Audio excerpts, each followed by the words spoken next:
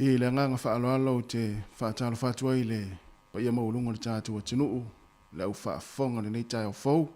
Ia me se fo ila tau mai mo mai lungo tātua penga te whailangi le si fonga le lau mua Wellington. Ma lo le soi fuamanuia, ma lo fo ile langi ma vi ele alofa le tua.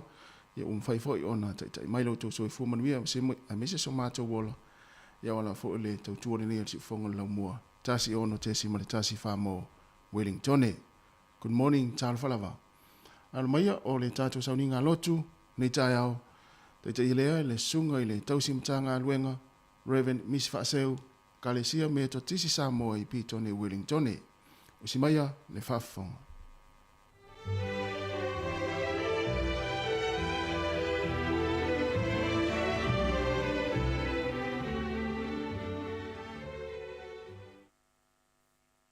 Talo whailo wala whai mai Samoa I le nei tai au.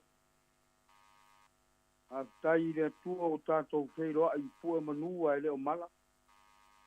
Tātou wheiroa I fo I maunga o au. Ai leo maunga na liulau mea. Mua pea ia I le atua le vi inga le mamalu ma le whamanu. Wa o ia lava le afuanga o nei mea uma. Ma lo le soifua maua. Ma lo le langi mama. Ma lo fo I le whātua toa. Ai o mai ati o tātou momori la au fonga ai ala I le nei tāpua ima. O lea tātou tāpua yatu I le atua. O te vivi yatu ia Yehova I lo ngutu.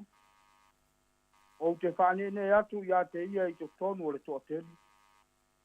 A wae tū lai o ia I le lima tamatau o le wapua ngā tia. Ina ia whaola ia te ia. I e whaasala ia te ia I oti.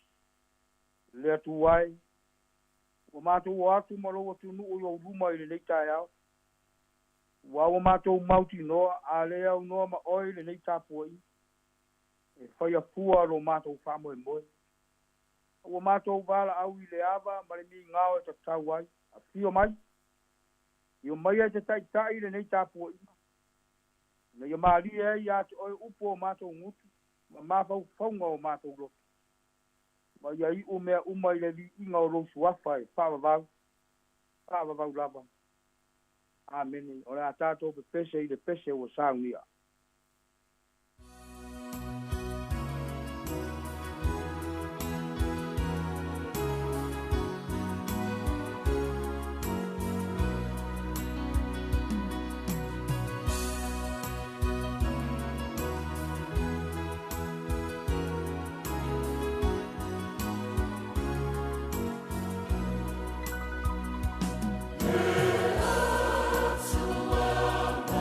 Atua,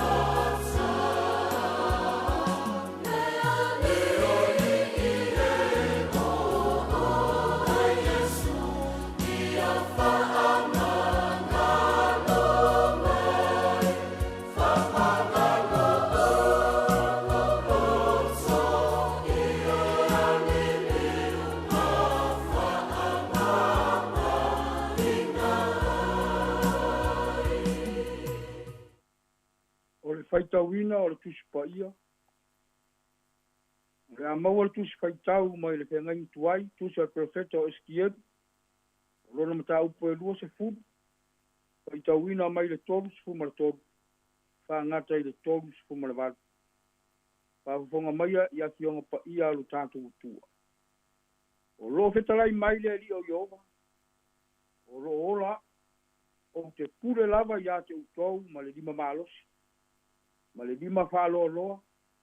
Ma le ita tele o sa sai natu. O te au maia o tou ai nu ese. Ma o wha poto ina o tou ai nu ese ese. Ua whata ape ina ai o tou. Ma le lima malosi. Ma le lima whalo loa. Ma le ita tele o sa sai natu. O te au maia poi o tou i le vao nu. Ma o wha masino ia te o tou i le mea. Ka tou o te sanga i maa. E pei ona o wha masino i o tou ta maa i le vao. O le nuu ai kupito. E wha pea ona o wha masino ia te o tou. O lo fetalai mai ai le li o Iova. O te wha au iane fo ia te o tou i lalo o le toto. Ma o wha o ina atu o tou i no tanga o le whea ngaima. O te wha te e se ina fo i o tou, ia te o tou, o e fau vale mai ang sala ia te a. O te ave ina atu i la tou, ai le nuu o lo la tou au mawai, ai la tou te leo mai le lau ele o te roa evi. O te ilo ai o au lava o Iova. Pa manuia le atua i le whaitawina o lana tuspa ia, tu mau pea ia te ia le vi inga le wha manu ma le whanetanga. Nei e whaavavau lava. Amene. Nā unga le suafa malu le atua le tamā, le alo ma le anganga pa ia. O le autu o ma whaunga wha le anganga mo oe ma usa moa i le neitai au. E wha autu ina wha pea. E toa sā le atua, ona o lona alofa. E toa sā le atua, ona o lona alofa. Ua manino le vaenga o le tusi sa whaitawina. I le mapua anga ma mea na tutupu. Nā fua ai o na toa sā le atua ia Israeli. E mawhai o na whaamatala ina pe whauna ina le vaenga o le tusi lea sa whaitawina. E whaapea. O le atua na te whaasala. Ma whamangalo. O le atua na te whaasala ma whamangalo. O le anganga ma le whamoe moe lea o le autu. O mawhau whaunga o le nitai au. E toa sā le atua. Ona o lona alofa. O le whawhenga iai o le atua ma Israelu o le wā ua uma o na papai. Ua uma o na mamani. Ua uma foi o na tuumata manga mea uma. Ua uma foi o na osi le whenga inga. Israelu mo le atua. Le atua mo Israelu. Ua ta oto au lape. Ta oto tapu masa. Ta oto tula hono. O mea ia e lima taita ina ai le ola o Israelu. O mea ia e ao ne tau usi. Ma sāwawari ai ta ngata o le nuku o le atua. Ai ta alofa. Ta rofa ua manunu le to awa uki. Ua solo le palute. Ua masofa foi le pā. Al vesiri ai sia. Ua sori tapu ma sori sāre nu. Ua sori au lape ma whāwae o le whea ngaima. Ua siri ai o na sori tu la fono. Na tu ina e soi fua ma ola ai ta ngata o le nu. A ole me ofo ai le loto. E a fua mai maunga nei mea uma. E a fua mai toi ina ma taitai o le nu.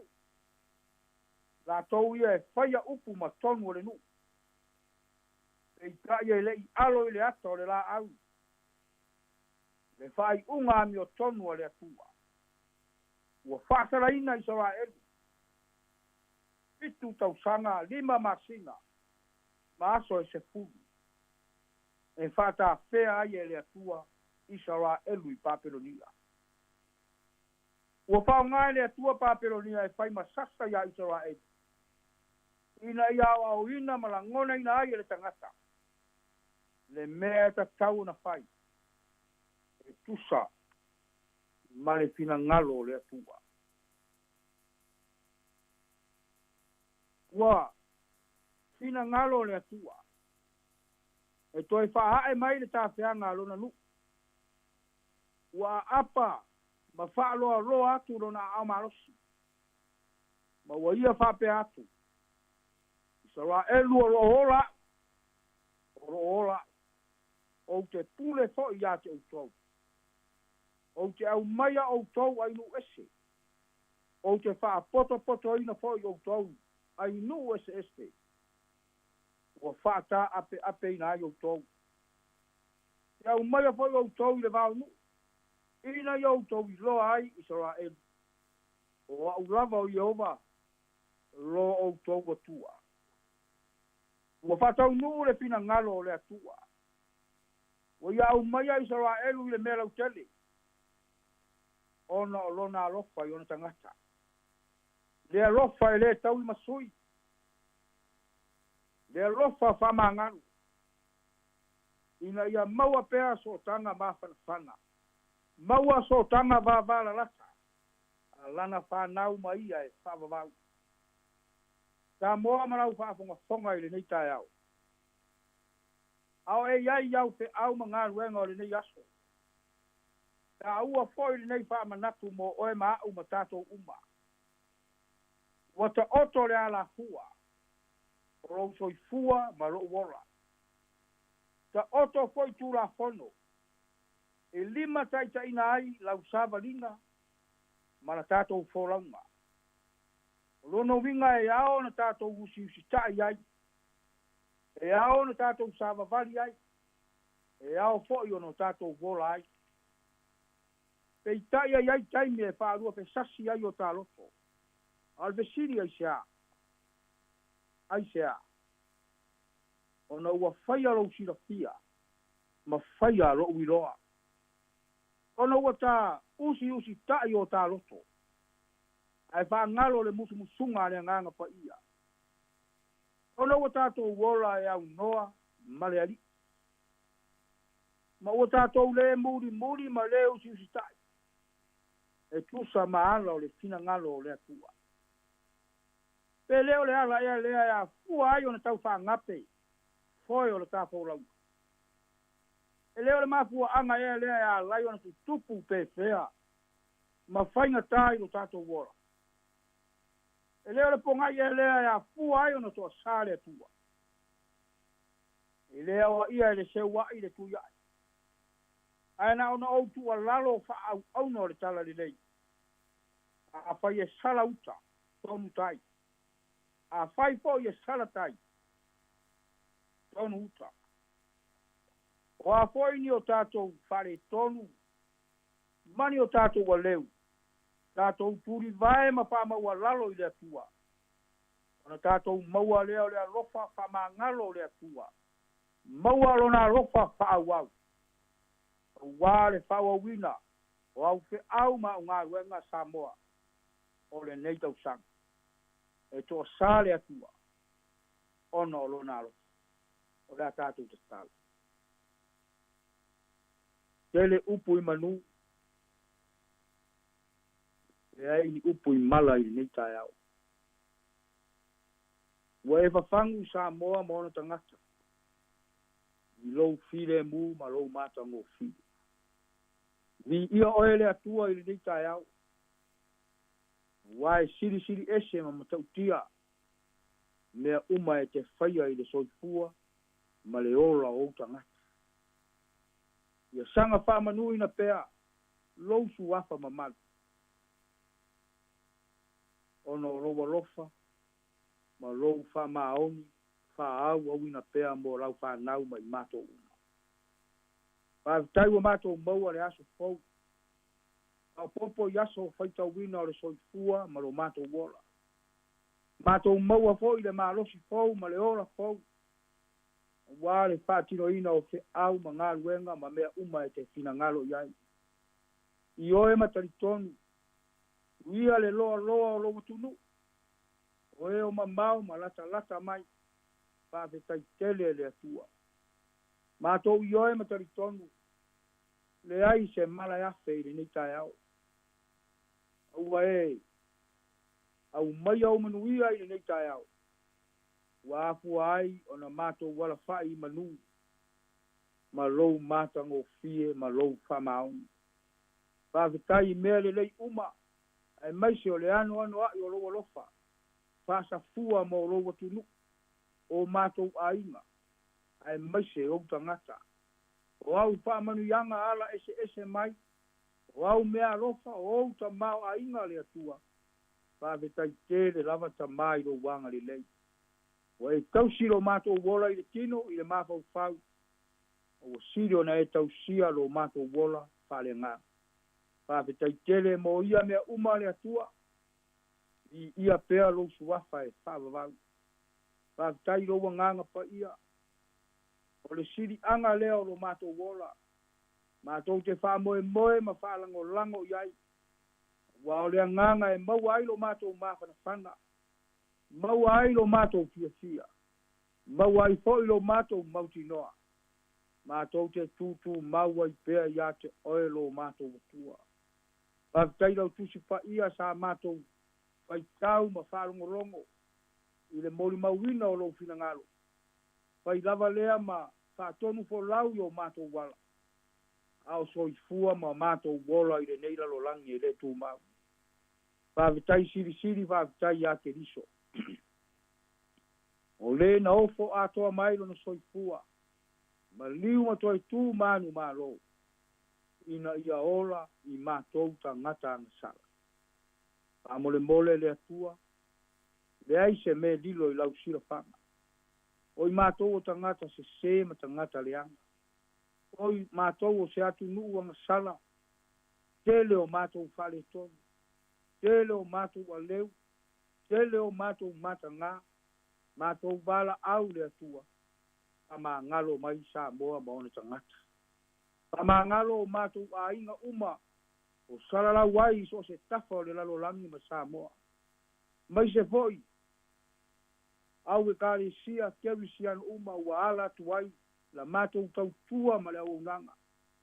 Mātou mauti noa lava. Mātou te leo whamaoni i se au ma le ngā ruenga. Ai mai se lava. Le mori mauina o rou fina ngalo. Mātou wala au le tama. Wha mole wha ngalo mātou uma. E ala i le toto pa ia o eke liso. Mātou wala au e mo mia e rogo tunu au wha manuianga. Wha mole wha manuia ma se saa mai o manuia. Ia sa moa maona tangata. Mātou wala au. Manuia o mātou a inga ta ape ma salala wai so se tafa o le lalo langi ma Samoa. Ia o atu i airo wanga le lei ma rou fide mu ma rou alofa. Anga le lei po iau e kare sia kewi sia uma. Ua mātou au auna ma tau tua ai. E ala i rou suafa. Ia mātou maua pea lea nganga o oelo mātou atua. Au mātou whenga i ai. Ma le fola ina ma le mori mauina o rou fina ngalo. Le tu wai. Aua te tu lafoa ina mātou. Uia le ala leu ala tuai le nei. Tala le lei a wā Samoa. Ma le anga i ruma. Le li pule ma le uwhainga ruenga. Maua le malosi le tino. Ma fau siri le angang. A wā le tautua ina o rogo tu nuu maone tangata. Ia mātou ta talo le atua. Te ngā soloa i Samoa i le nei tai au yalo fe au ma ngā ruenga. Aua te tu lafoa ina la tau. Ia malu lo lato wola i oua au. Ia mātou ta taro foi. Usua i o nei a mātou whanau ia o onga o le nei tai au. Ia malu lo lato wola i ate oelo o mātou tua. Ave ese whainga tāma, pupua ngā ma le tele o whawhita au. Ia e whasaunga le muina le soifua ma lo lato wola. Ia mātou ta taro le atua. O a mea uma o le a mātou whaia i nei aso. whaamamalu ma whaapaolo mai o wa au whaamole molu. La mātou tataro lea, e ala atu i lo mātou wali o Yesu, ua mātou wole ma vala au tuai. A mene tu mau ilunga o Samoa ma one tangata. Tu manu ia tele le atua sama, le alo male anganga pa ia. Nei e whaavavau lava. Amen. Amen.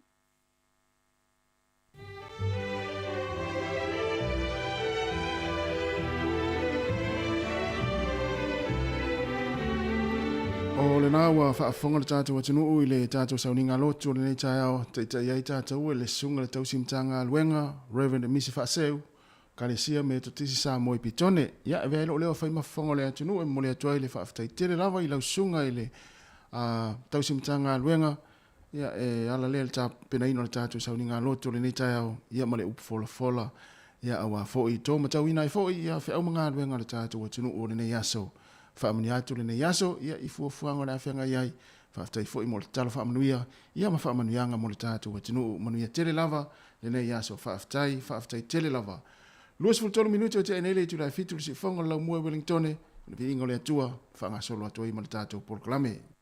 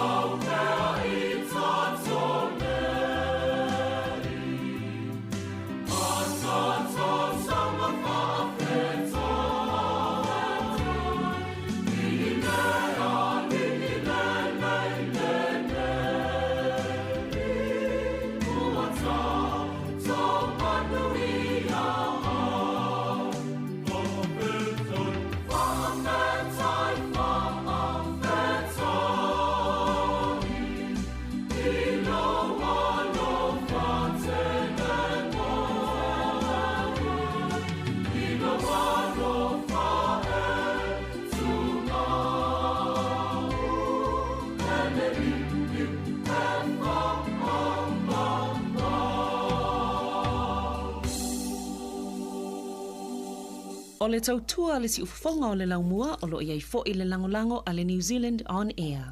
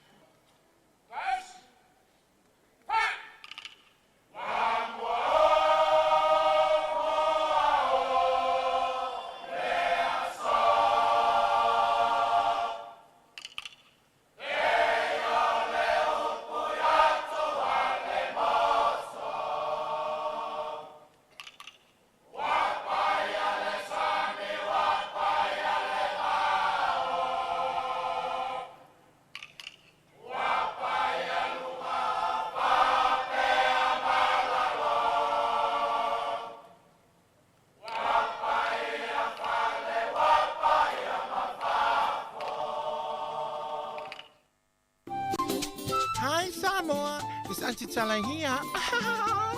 Instead of Fifi Falun, ile atau le tayao. Laugh of the morning. Amat semel apple feet to the vanveal, su fongalo mua, atau le tayao.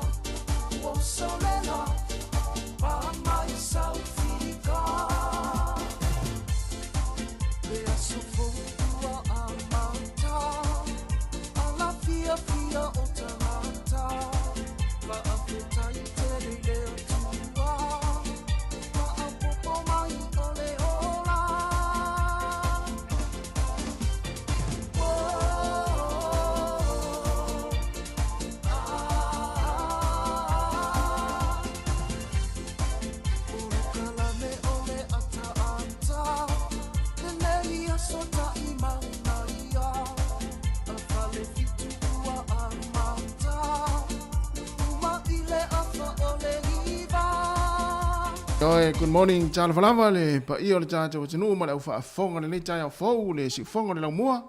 Ia e maisa i o le tātou poklame a mata o le nei tai au, le ata o le tai au. Ia, e whaatara whaatu, i le pa ia, ma le mamanu le tātou tinu.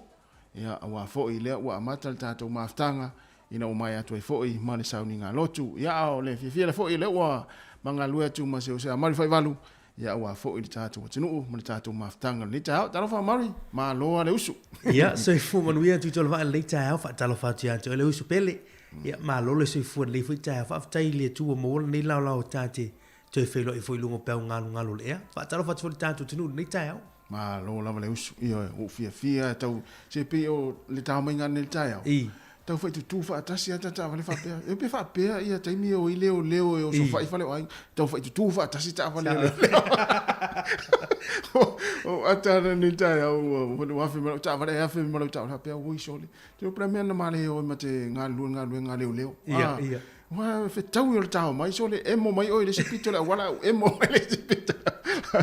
Ia e fa tai le tu ia wa tatu mafuta ho i ma tatu wa tino o le tai au. Ia se la fo i la ngona le tai au. Ia o isi ala fa mai ia e fia. Ia o isi fo i ala fa mai ia ele o atu fo i le malosi. Ia ai fa tala fatu le tatu wa tino. Ia sua yo fa la unga le tala lei. Ia o na le tua i so o se fata fai taulanga. Ia fa pe fo i ona fata la fatu mo le nganga fa alo. Nai matua wa amata fo i ngā ruenga o le pō mai o le whala e matapo i mai fo i a inga. Ia e mai se fo i tono mauta ngase o lo whaafonga matapo i mai niso matua. Ia ma tono fo i o whale o tangata matua. Ia o lo whaalongolongo whaafonga mai ai nisi o nei matua. Ia o lo ono whai whaatala fatu nai le pa ia maurunga le tātua tinu o nei tai au. Ia e whape fo i ona whaatala fatu le au ngā lulue. E le malosi o le tātua tinu i la tō fo i wāla usi fo i ngā luenga o le nei tai au. Ma lo fa ma lo si o le o tato ia ile afo le nei vai aso le aso lulu le nei lua se fulu ma fa ma sina o kuso lua fe lua se fulu ma le lua pa ta lo fa foi ma fa ma lo atu ia te o le sa nga lua le po na po ia e la foi le mato manatu ma le ngona ia ua mo foi o tole vai o le tino i nga luenga sa fe nga i le po na po ia e o fa manatu la vai ia i time fa pe nei ia i le toanga ia tuai i toi foi atu ia inga ina ia ma tala fo i lunga le wala o pisi fo i lunga le wala i mga ala ese ia e fai fo i la tau wanga ia tu ngā luenga ia auto fo i nā ua mai a ngā luenga ia wanga i mai fo i a inga ia o le saunga le mua wha mua na fai leo se malo longa ia pe atau nu i a inga ai mo i tātou lea ua ala usi fo i ma whaonga mai fo i le toa tele i tono fo le fai ngā luenga ia ngā luenga a mata i la tau fo i lunga le wala nei taimi ma whaonga mai tono o tauta avale ia tau sia pe le saunga le mua ia awa fo i langa ia tu ia i ngā ruenga o le nei tai au. Si whanga lau mua ma le tātou pukarame le ata o tai au. Ia le la tātou uewa atu ai fo i. Ia se ia pa ia la fo i ia le tu lai se fulu mai a fo i leo le pukarame o le ata o tai au. Ia e inisio pukarame ia e ngā so au nātu le tu lai se fulu. Ia ma tātou mafuta atu ai la fo i le tautua si whanga lau mua. Le tasi ono te si ma le tasi wha mo se i pa i le tu lai tasi. Ya, ai ole o to luas futolo minute ia ona tale o le valu ia la tale tato pese lea ia ona fanga solo to le tato poklame si fonga la mua tato poklame ato taya good morning talo falava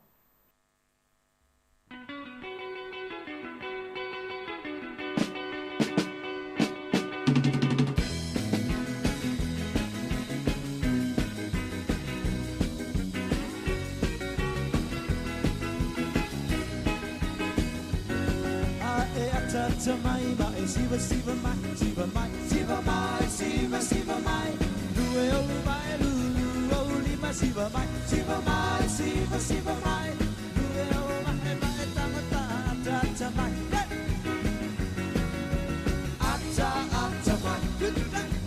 ata mai,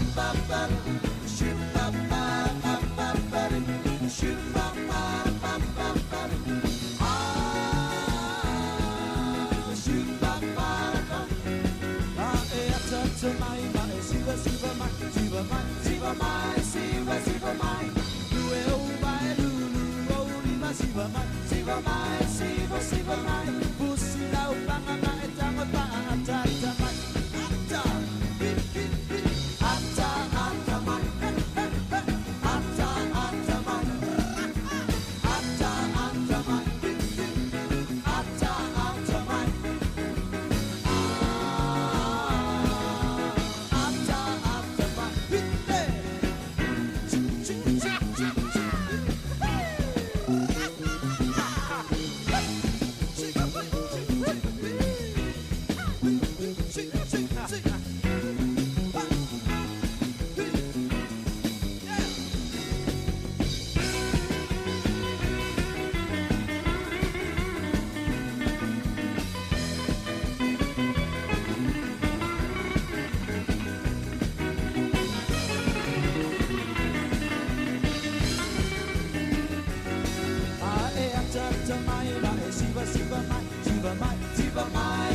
siva mai lue o vai lulu o lima siva mai siva mai pusi lau panga mai tama pa ata mai ata ata ata mai ata ata mai ata ata mai ata ata mai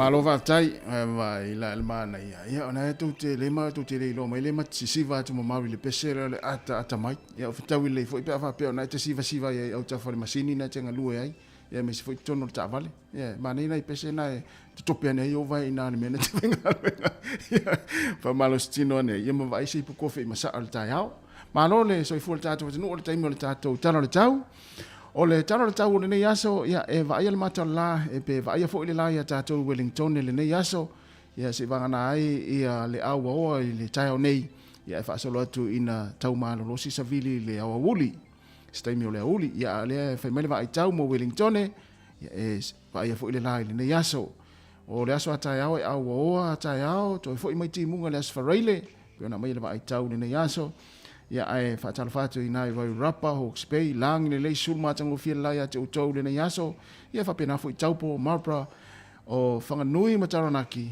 ia manu atu o le whaimele vai tau ia e au aoa e tere na au aoa o utou le nei aso lona winga ia e se ase ava ia le matarala ia te utou le nei aso fatalfatu le motu i saute ma lo lava le ala usu i whi au mga luenga le nei tai ao ia o utou ina i Nelesone e langi le sulu la ya te utou e awa ni so taimi Christchurch e ufitia o tou le ao le nei aso ia ma awa foi Queenstown e sulu le la ni so taimi awa ni so taimi e fa pena foi i inwakako mataninen o le malulu le ele tau nei mo le motu i saute lua le iai ia Queenstown winga faisi malulu le tau ia e pitosili la ona malulu inwakako ia e o fa mawina e ole ye le to malulu no winga malulu te le utou kale stete le e fitu le malulu ya te utou le tau nei a o ina i Nelson e iva maulunga ma fana le ea mo le motu isaute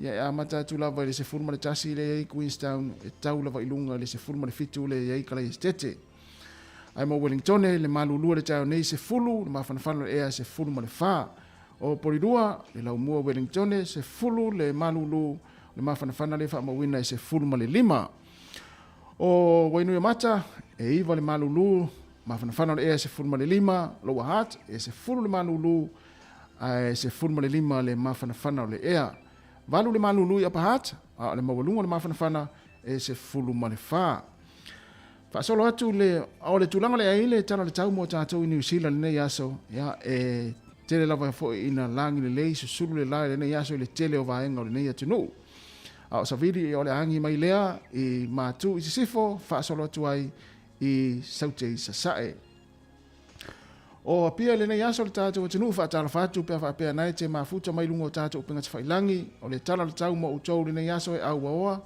le mafanafana o le ea e lua se fulu ma le fā, o le vevela e lua se fulu ma le fitu. O suva I fiti, ia sampura vinaka, vakalevu. Le lei foi lau wha fiti eri. O le mafana, e aua oa nene yaso, e se fulu ma le fitu, le mafanafana, le vevela le wha mawina e lua se fulu ma le iwa.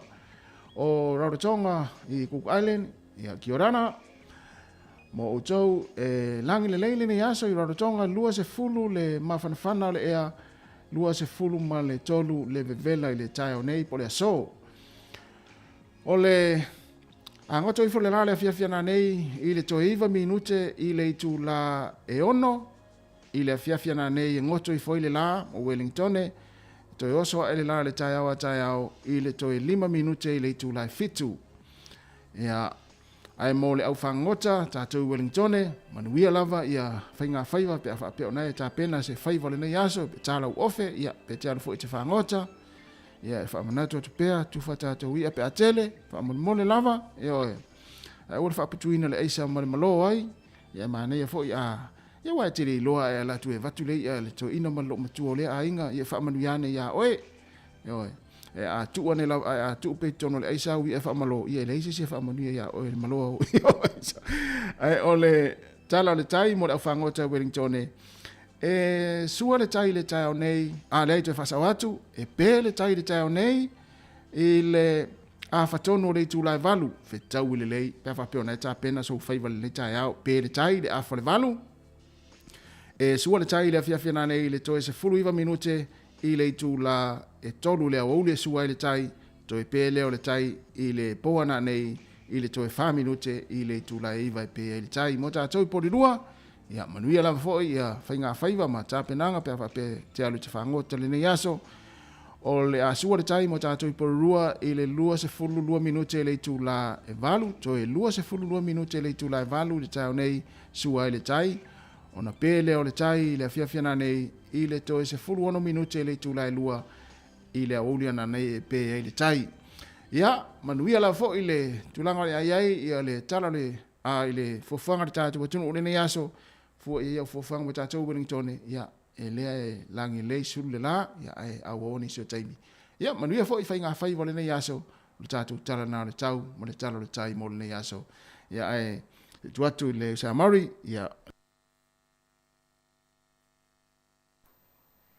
Ia o le tātou tala le tupe le nei tai au, ia mo I lantou la fuina lantou se leni ai ngolo o whaamuli mai Samoa, tasi le tala New Zealand nei aso, maua le tala 5 sene Samoa. Tasi le tala New Zealand maua le tala 5 sene Samoa. O le malosi le tātou tupe New Zealand fiti nei aso, maua le tala tolu sene. Tala tolu sene. Malosi le tupe New Zealand e Amerika le nei aso, tasi le tala New Zealand maua le ono tasi sene. Ono tasi sene. Ia ma le tātou tupe I Australia nei aso, maua le valu iwa sene. Samoa lava I le nei aso, tasi le tala New Zealand, maua le tala 5 sene Samoa. Manuia la foina o tau seleni I le nei aso.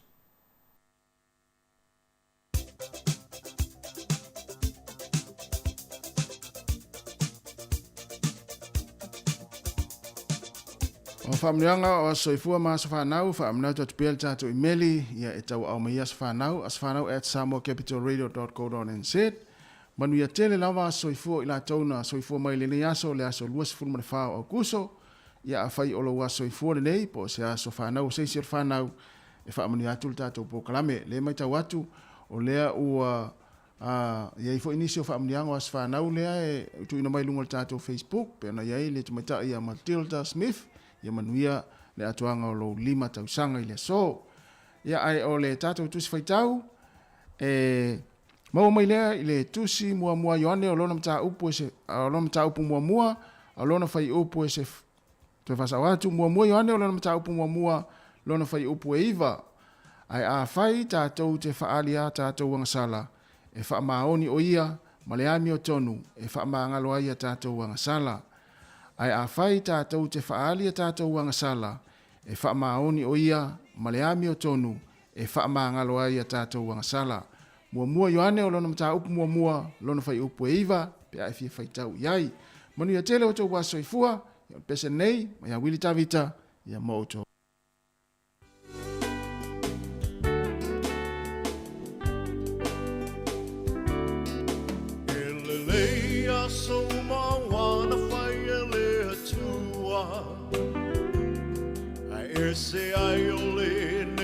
aso malona taua. Wa atoa I se si tau sanga wha au popo I lo soifua. Mono le lofa o le atua malana pule wha a soifua. O ai ele tangata wai o manatu mai ai. Le tele o nei tau sanga wai a foa I mai. Fohi le atua le vi inga le wha manu ma le wha whetai. Aua ua ono mea matatau ai. Ia manu ilo waso whanau. Ia manu ilo waso whanau.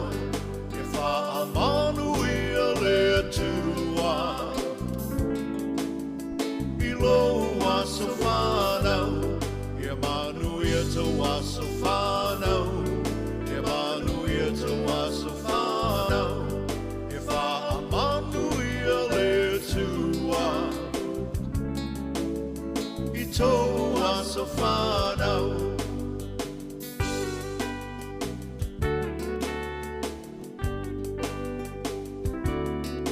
Le atua e le mase ualo na whina ngalo. A sa moli moli lenei aso e ale le tatalo. Le atua whaafofonga tatalo. O le atua e tali mana o ia fo'i. E mali e ai o tātou mana o whaafita o le whetai ai le o langa.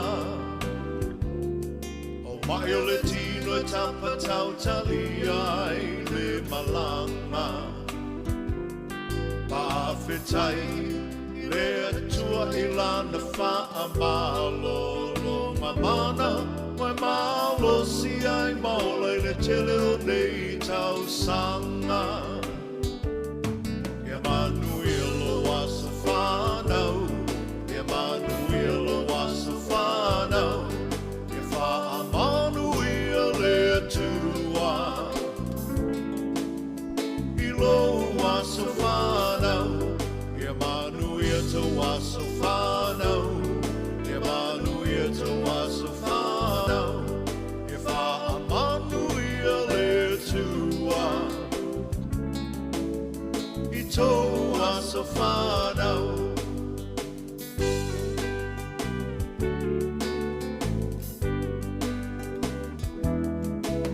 Ia whia la ia le tele o au me alofa.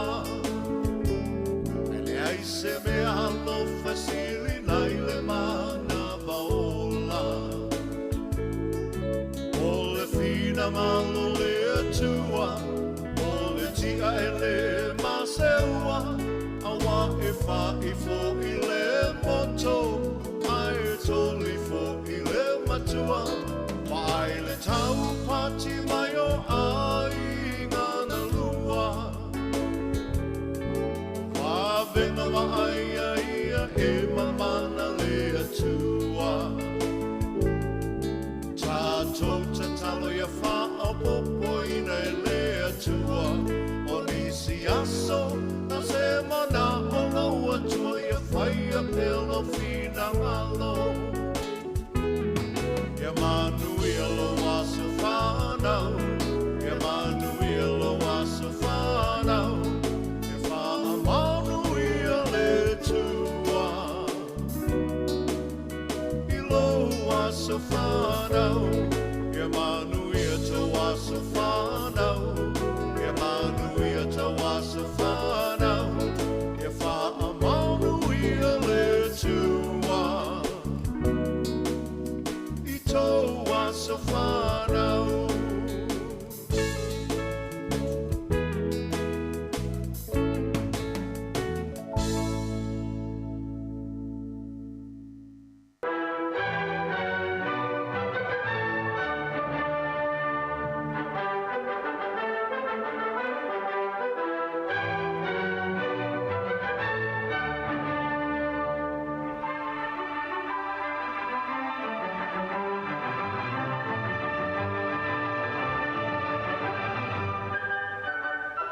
E whatala whātua le tunu usmail whaafonga le wawa ile ina i tala fo i o le mena tupu le aso le tala whaasol pito le langi tau sanga mwai i le aso luas fo malwha i a o le masina le nei o kuso.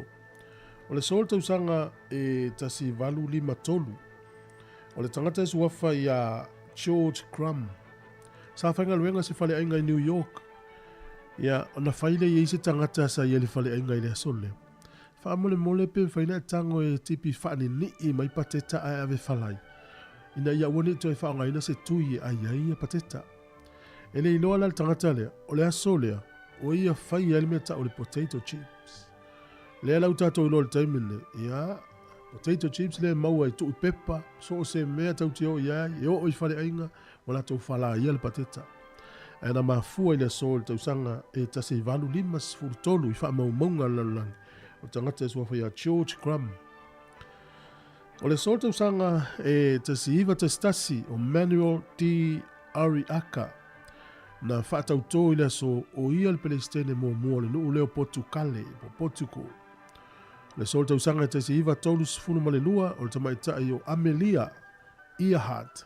O ia le urua i tamaitai na lele i se wha lele i to tonu Amerika na o ia. Na lele mai le nuu leo Los Angeles a ngai i Newark, New Jersey. O le sol tau sanga e tasi iwa tasi na wha maa vai ele tangatea leo Mikhail Kobakhev sa whai ma wha urulunga o le pāti komenisi a le nuu leo Lucia. O le asol nei tau sanga e tasi iwa tasi na wha iloa i le nuu leo Ukraine o le atuto tasi mai pulenga Soviet Union i a po o Lucia foi. O le sol tau sanga tasi iwa lima na whaataua i tua i Amerika i mātū i a le vea ile malo tele o meleke i a le kompania le Microsoft na software ta o le Windows 95. E to tonu o Wellington i le so i le tau sanga e tasi fitu valu na tatala ai i le kovana i le taimina ia ni no fo afi la iti na fe wa i to tono Wellington e na taua le company o le the Wellington Tramway Company ia ona fe malanga inga na amata i le aso lua tasi o kusol tau sanga tasi valu fitu valu ai fato atatala i le so ko i le kovana i le tau sanga level na tasi valu fitu valu no fo afi la i na fe wa i tono Wellington i Lambton Key, Saui Kiupa, Watu Vivian Street ia mauti o mai i New Zealand e utile o toi vai ui e train. O ana nafi na sanu fulu tonu tau sanga tasi valu tonu sifulu na o tuai ia Ioane Viliamu male au malanga. E feiloa ia tu ia mali etoa vai inu upo. Mali etoa vai inu po o sapapari isa vai. Ma ave ini mea lofa o mea whainga alwenga o fieisa amala ia o toi. Ia o Jesus me fo ie e o tuangalo te olfa Samoa ia ma fatasi ai malo minga ale lamo sa na ave fai mea lofai ia mali toa vai inu po o ana nafila na o ave ile sulufuru tolu tasi valu tolu sifuru a o neila na toe oa i asi ia mali toa ia le nau ta inga lava o le misionari ia mata mai lunga o le talia le tala lei o na fai ngofie lea o na solo ifo ilalo ia le utatou faatala leina tātou de tala inga na misionari ale Lamosa po le London Missionary Society mai Peritania. O le wawaina i tātou tala o mea na tupu i laulangi ne yaso ia toi maua le whapoponga i le aso atai au toi masani whaftai lava.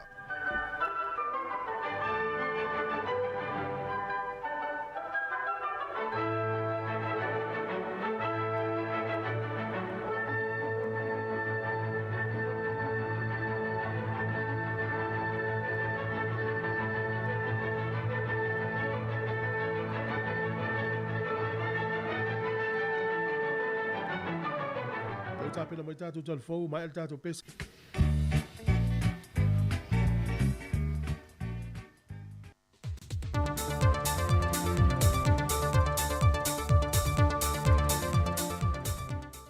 Toi whatalofo le tātou tunu ule o ngā tutonu le neiva yaso I tiute whea o mga ruenga.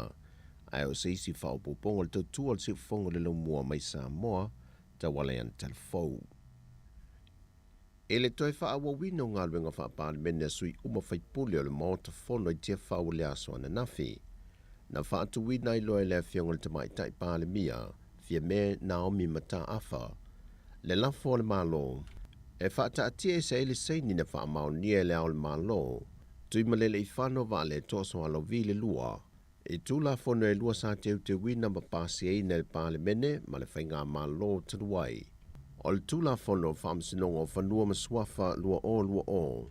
Ma le tula fono le teu wina o le whaavae lua o. E o fionga I le whang fitalai. O lea I le awa ma le whaalo alu tele, o te whaatuina ai se lafo e whapea. Mua. Ia whaatatia ese taimi whaatapula aina, o le tasi le masina, I le tula fono tu mau, se lau se furutolu, pui lima, pui a. E mawhai ai ona whaale au ngā ina.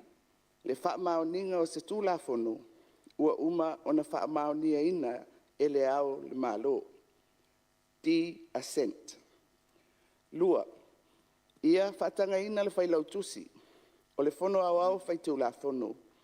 E amata whanga solo loa tawalumanga o le whaale au ngā ina, o le wha maoninga, o le malienga le au le malo, tawalumanga o lo wha le au ngā inai, o le wha maoninga, o le malienga a le au le malo, di assent, o tula fono e lua, e pei ona tā ua. O nei tawalumanga, o loo ai e ia mai I lalo o le tula fono tū mau, se lau se furu tolu, pui lima. Ma le lona tolu, e tu sa ai ma le tula fono tū mau, se lau se furu tolu, pui wha. Ia whaatino ina loa tiute o le whailau tusi, o le fono au whai tula fono. E vave whaamatu ese, tula fono e lua, o le teunga o le whaavae luafe lua se fulu, ma le tula fono whanua masuafa luafe lua se fulu. Ma toe tu ina atu tula fono tau whaofi moni, na pāsia e le pālemene, mo le whaamaoninga, reassent, e le fionga I le au o le malo. Leo fionga, mal whaalo o le lapu. O le lafo whaatule le whionga le tamai tai pālemia, e nisi o minista o le kāpeneta, ma sui mai le tua ngai, o ne whina ngalo nisi o sui minista o le kāpeneta, e te tau ona toe au mai e tu tonu o le pālemene le tula fono a toi e lua, ma toe lau li liu a toe lona whainga me masani ai, a o le itu I nātu le ao le malo, mō lona saini e wha mao nia. Peitai, na whaalia te whina ngalo se tasi sui o le tua ngai. O te leo tūla I atu e whaise bandatu le tūla fono. Na pawasi mele fia watu e se whafisidi laitu, leanga le e maua le mātou whalongolongo atu. E peye ese le vaenga le e saunoa e ia fionga I minsta, ese le lafo le au mai, o le lafo le au mai e le fionga I pānia. E le toi au mai tu la fono pāmene nei, e ave e whai lau tusi o le fono ma le ofisa o le fono teunga. Ona toi ave la e whaasaini le au le malo, a e le toi au mai le fono pāmene, ma le anganga whaarara. Leo mai malo whawhakai. Peitai e le tali whaitau o le whionga le tamai tai pālemia e whilautoa inga le pālemene, na ia sau no manino ai. Alo foi o lo whaalia, I le whangasolonga mai o le tūlafono. Ia, o te whasisilatu ma le whaaloalo I lau whionga le whongfitalai ma le mamalu o le mauta. E ei le avanoa, tātou te toe asi ai le tūlafono. Pe a mai atu le whangasolonga le whainei, ai toe au mai lani teuteunga. Teuteunga la ia e fo ia ai. Ia le toa, lea o iai le whamsinongo whanua maswafa. Le whionga le tamai tai pālemia le te itai o le atuno o fia me Naomi mata awha. O le posisi le fia le mamalu le atuno o le whontanga na iai le pālemene le aso ana nawhi. Le o toi wha awawinai mo le isi lima tausanga, le nofo inga lona lua a le whionga le ao le malo, tui malele I whano va le toso alo vi le lua, malona whale tua. Peitai e le whaala wilo ai e le whionga le tamai tai pālemia I te tonu le maota tō whinga le o toi wha awau le ao le malo. Na ia toi whola sia I nisi o vaenga o teu unga la tamai o le tula fono lenei. O le whiriwhiri ai o le tō whinga lenei wha ao le malo mai le tausanga I lua fes fulmaliva. Wa ave e se le upu mamalu, sa whaalupe e le ao le malo o le ao mamalu o le malo Samoa. Ma le upu whaalupe o le masiofo sa tu inatu ilo na whaletua, ai ua whaongai na nei le upu whaletua o le ao le malo. Na whaailoa e le fionga le tamaitai pā le mia vaenga o lea tū la whono molon teu teunga. Ina ua tuk malo le fionga ma le toa tan ma whili le lua, sai lalo le tū la whono le malo ao so whatasi sa tu wafo la tu tautua, na suia ilo le tū la whono, e le tofi ai le ka peneto se tasi e anga waa e a vea maa o le malo, mai na o le 5 tausanga. Peita i le nofua inga le tama a inga tupua tamasese efi, na sosoo ana nofua inga e lua, ma ua whape na fo se fina ngalo pe na wha a lia le tamaitai pāle mia, e ala i le tū la whono, i a le silia ma le lua nofua inga se tasi, e se e le nofua au o le malo. Na mamoli le whamnianga le tamaitai pāle mia le toe filifilia i lea, o le fionga tui maleli i whano va le toa soa alo vi le lua malon whalitua, e tau aveina tiute whaao o le malo Samoa. Ua pasi el kapeneta se tino tupe ono se fuluafe tala, e tu inatu lele ka le se whapot putonga kerisiano i Samoa, mo le whaamana tuina leo le mata niuwhenga i maleantai le so, aso lulu, luas fulmalfa o kuso lua fe luas fulmale lua.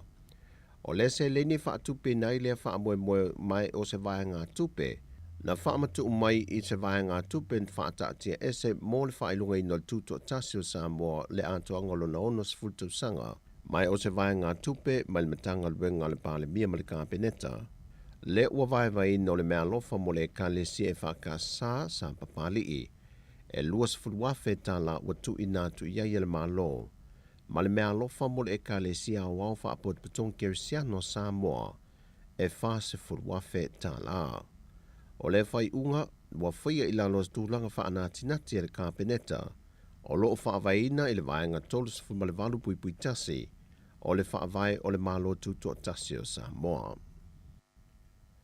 Wa tuetu watu e le whaamasinonga le asolu se fulmalefito Februari o tausanga faulua fe luas fulmaletolu, le whaawawina lo le vala wina moli maua le tua leo, e au ili ai mau e whaasanga le molianga, o loo tua ia ai malele a tofu paulo, ma le mai whai oso sione.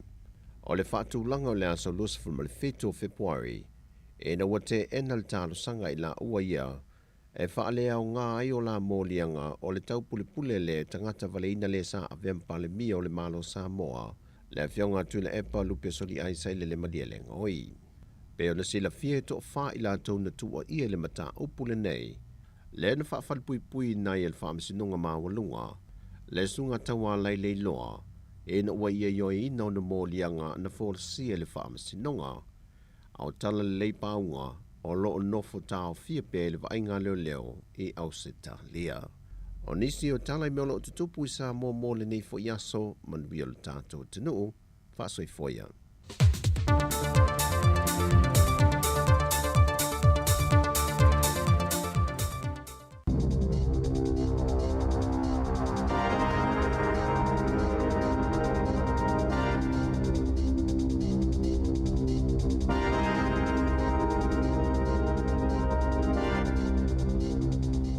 Talo flaval fa wabonga mo telefon malesi o fonga le mo mo le nei tai au luas fulfa au kusolua felua lua.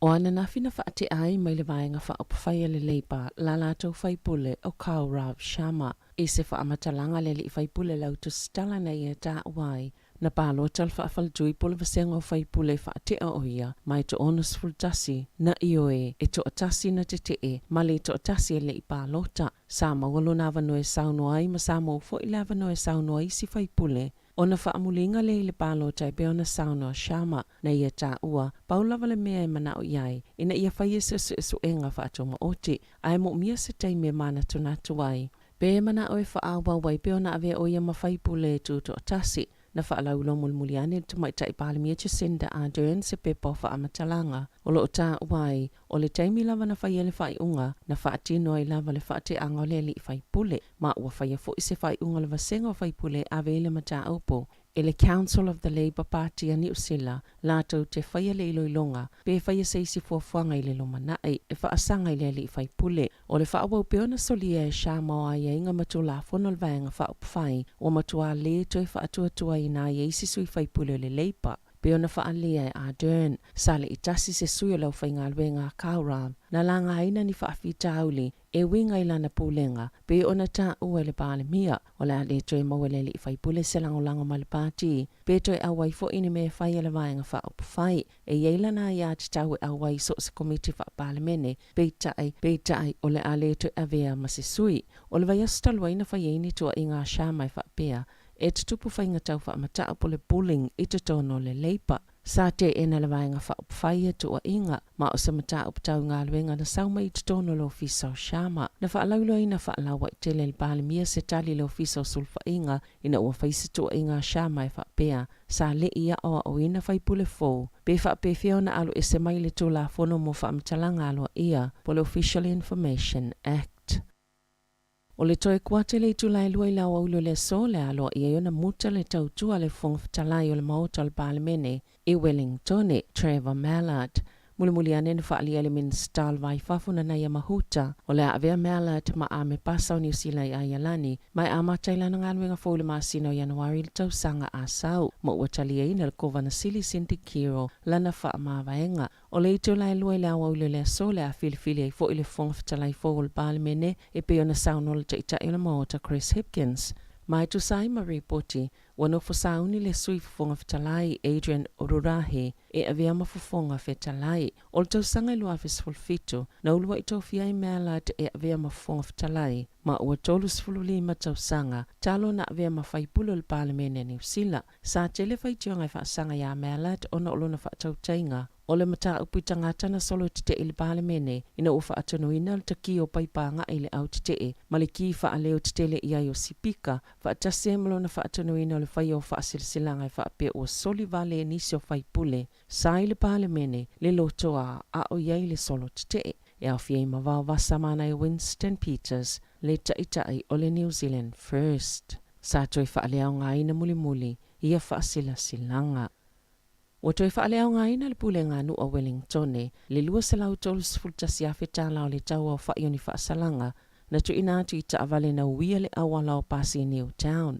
E awhe lima se lau whaasful whape po whaasalanga, e ta i se lau lima sifultala na whaasalaina i awe taavale, na uia le awala o le Hall Street, ma le lua se folo Rediford Street, e whaafsanga i malwhalama i tele Wellington, i le vao le aso sifultasi o Iulai ma le aso sifuluono au kuso, na whaasisila il pule ngā nuu, wa whaalea o ngā ina i a whaasalanga, ma o le atu i whaafo i tupe a tangata ua mai o na titongi a sala, o na o le whainga o le awala. Sa tele na whaalua whesasi e mawhau a ve taavale, mai le lavala pata inga na tu ina atu i tangata e winga, i suwinga o whaalilo o le awala, o whaailoilo e whaatitau le awala fomo pasi na tatalaina, i le asolua ioni, sa muli ta iai tu unga mula saunga le mu peitai.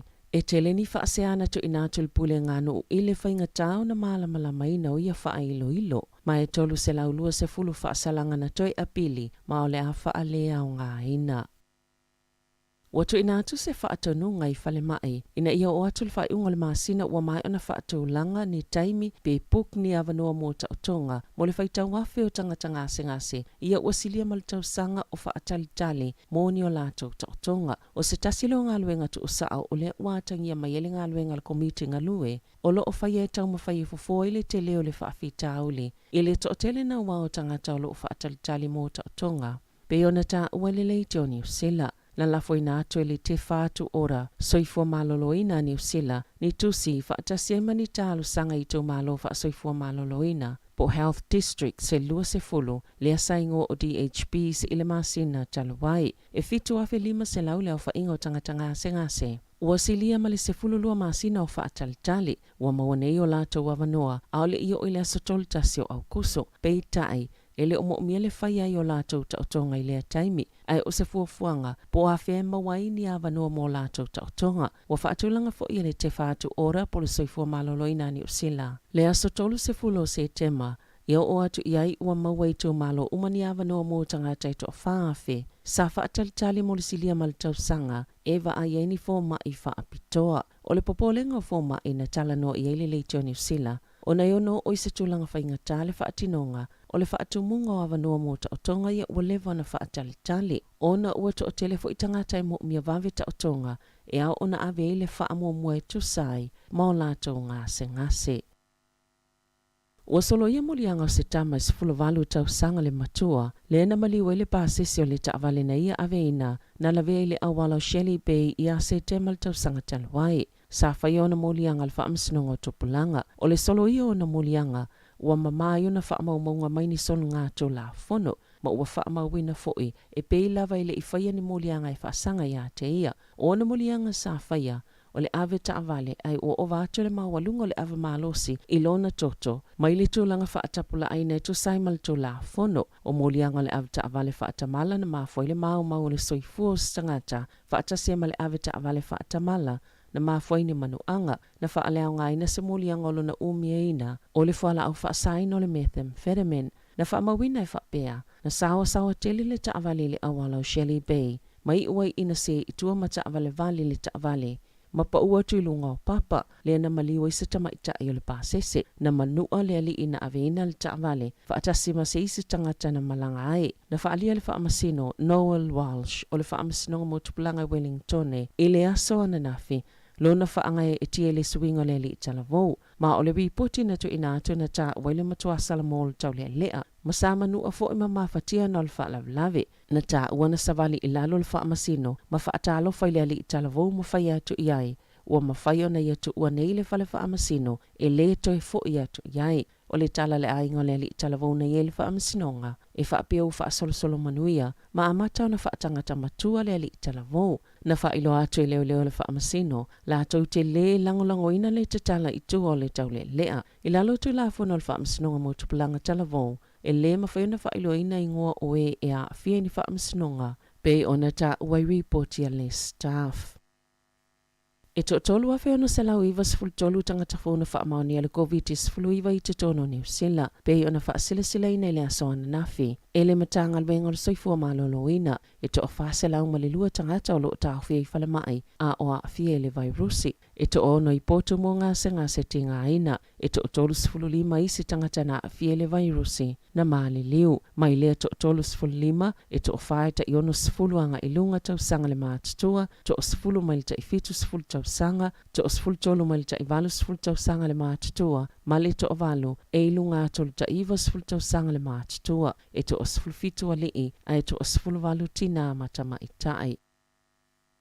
E fitu sifulu lima tau sanga le tina matua i atangisia sane levi o maangele i Aukilani, na leilo mai le taia ona na fipeo na ta ua e leo, o le taimi mulimuli na va ai, o le taia o le asolua, sa fa ilo le popole o lo na ainga, fa apea leo mo le saunga le mo le tina, mo o talo sanga ina fo inisi na va ai i atangisia, ina ia fa ilo atu le ofisa o leo, na li potia le popole o lo na ainga ona fa apea, na leilo mai lo na ainga, aile o alu fo ima avela na pamo.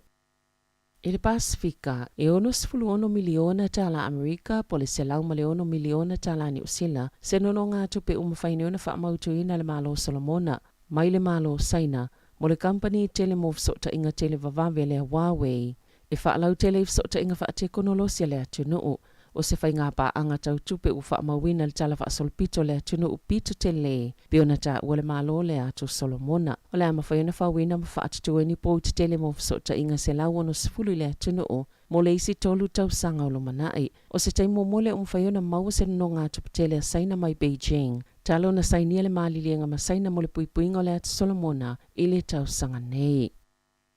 I ta alonga, ua whaamaoni o le atu e ta alo le tamaita i Amerika o Coco Cough. I le ta amarsanga tennis le ASB Classic i Aukilani i le masino Januari le tau sanga a sau. Na si itia le tūlanga le tamaita i talavou sifulwalu tau sanga le matua i le numero sifulmalilua le whaatulanga ngau teine tennis o lalangi. Masatulanga lima le whaatulanga ngal WTA i le tausanga nei. O le tausanga lua whelua sifulu. Na taalo le taamlusanga tenisi au kilani. Au le tau fia mo tausanga ilua no le whaama i o le COVID sifulu iwa. Na ta wele tamai ta ilo na fia o le atoe fo imai New Zealand e tau wahai. O le taimi nei o lo numero tasi lalangi. I tenisi whaipanga po o tenisi ta ito olua. Ina ua manu malo le National Bank Open i Toronto. Tala whawia ma le si ufonga le lau mua. mo lenei vaenga o le tae au.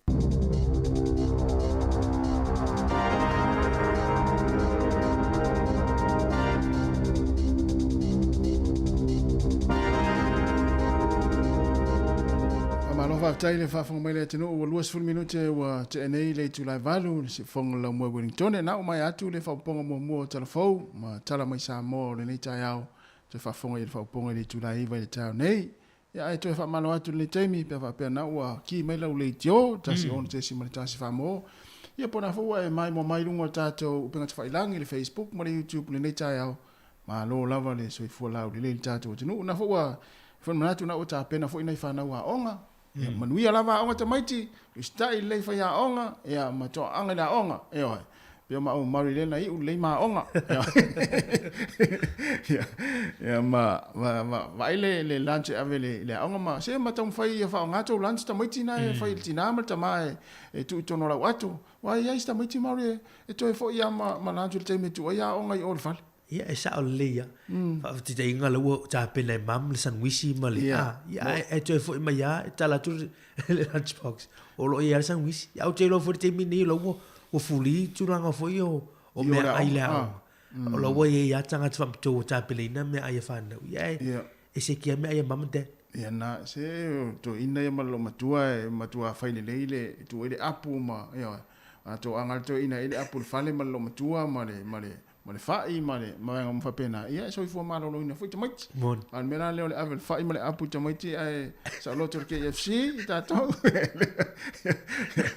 ya malo la yo ma ne fo ile telefo ina i vaenga ia na i mata upu ia ma vaenga le na mai ta telefo ya ole vaenga mo ya ole na lu ngala lo fo ile le fai pule le party le pa le wa mai telefo le wa fa te male lato vai fai yo ia o le wa mai ta telefo ono su tasi la tu na lango ina le le tu langa fo ile le ave si fa te alo le su fai pule le ia ono tu langa fo io la butu ia le fai pule le tu langa fo io sa wanga ma pulling i tono le va fai le me se tono parliament ia o te lo fo io ma na le lipa ia tau ave se fo ile sui ia e fa la fo ile la tu fo va fa fai ia o lata mai pa lota lata mai ai o te loe o le manatu le leipa ia ele to fai nga pa lota fai o le alo yo tupe o le malo ia le fa tu to tasi pe o le sui le le ala na mo ma wina tato e mi tato e fie mata i fono parliament ia ala wa mo wala na no foi pito ai tua puto vai pasi voi sa mo vo le no foi ia vai vo le tu pula tala vo mo fa long i musica i tu pito tu pas ia na mai tawa tu na fo ile isi fai pule le ia la no fo mo le pito ai tu ale mo lungo le pito sa fa ia ole tu le ma na ia fo isi fo fai pule le pa wa fo le lo fa te amal la to va fa ia tu e pela ma no ai se umal nei pa ia inga ia wa e fo le la fa sa oi tupe ia ma se fa umal le fo na ia o te ro a fa pe to ia lu le fa nga pa lo tale la umal lo winga la alu atu to tas pe to fai vo isi ana san party pe o te lo ipe fai na wa isi party le tu langa le pa sui pe le fa pa lo to son fo mo to ir tu la fo no fo le waka jumping tu la fo le le te mi Winston Peters vo le fai le ma fai ona e kolosia si va fa ia au te lo i langa fa te mi nei le sui tu to tas ia ma tu la ia e fai tu langa na ia mo va nga yo mo lianga ia le mo li tanga tele bile tu ia e fai pule le ia oni tu inga ngonga lo no inga e te wana fai ni sui nga pe fai e mo i mai e le e te wana vai pe sa o pe monia tu inga ia o lo tu ia le sui ia sa o le ia o mama o tu le me o no fo mai fai pule ia le no vai ia tu le solo te ele sa fa le so na fie ele ta i vole le Destiny Church ona ta o ele ngor fai pule le so no le tangata na o tamati ia vai me tala ta na e vala watu ia i le fai pule le ia vala watu ia wa le la fa tu lan fa fai fo le all Freedom New Zealand sole ia se fai ya tu sole Ia mo me ta longa por kiki. Ole wala ta mai foi fai palota. Ia foi lele ia le ia mane foi ia tu o le avano sia fai pule se fa umolene pa inga ia na vai pule ia pole asa. Te o sau te walu fai mesana ia party fo. O i nei loa vai ngana o le terminal por kiki e te le loa po le al tulanga o no tupu mai. A mesala tu e lango malo si. Tu nga sui tau va nei ma sui fai pule nei. Ia ese fo ia le lango fo o to te lo start. Sa o le. Ia sa o le tau fai su enga pe pe wa na wa i tu singa ma ni fo o vai nga pe on ta o le su fai pule na. E tau fo i fai ona su le po ini vai nga fa le ton wa e wa taimi nei wa su le si pati ia vai nga fo le va tu tangata o so fa i le si pati sa o le ia o le si vai nga le na mai tanto telefone o le fo fete lai ia o tanto palme ia le wa tatu tama una vale le o le fa tau mo le tamo o tema melat pe o te kuata i le lua nei le fa mai ai naila na tautua i o stangata ua leva te le le le tangata io te le foi tua inga ma vaenga foi le sa tua iai ia le la ma le la mai ale le la na ia a unanga e ma le ia tautua le parlamento New Zealand ala le fonftalai ia a le ai atu i lisi ngalu ia o tama ni e o malisi ngalu ai ala o fori bai lisi ngalu o tata we umaloni ngalu nga foi lo fa ma vai ma ngalu nga fiu si me la fiu si me to tam fa ye ngalu nga ia tama ia e fa ma vai atu male ngalu nga ia la fo ia si ngalu nga tu ia lampasa foula le o fo malo New Zealand ai lani ia le lai to finga foule la aga ia tu ia Trevor Mallard il mai era to finga le fo fete lai le so ia si na me le tu pu tatu pale mini mar tatu malo ine Wellington wa na fa pe o lo te ia lo te yes party ia o tanga te o la u vai ngo te mo tanga fa te ese o tu sani miti ia tanga te lo ele nga va il mato party o tu sani miti o anjele aliva ia o samasoni fai la unga le awali uma na te loe le nga va ai sa party fai ala pe o fai sis va ai o me ngai ui ia o te loe a fa pe te o fai sis va fai ai mai ngai ale la fai nga malo te loe a mona to palo ta pena futas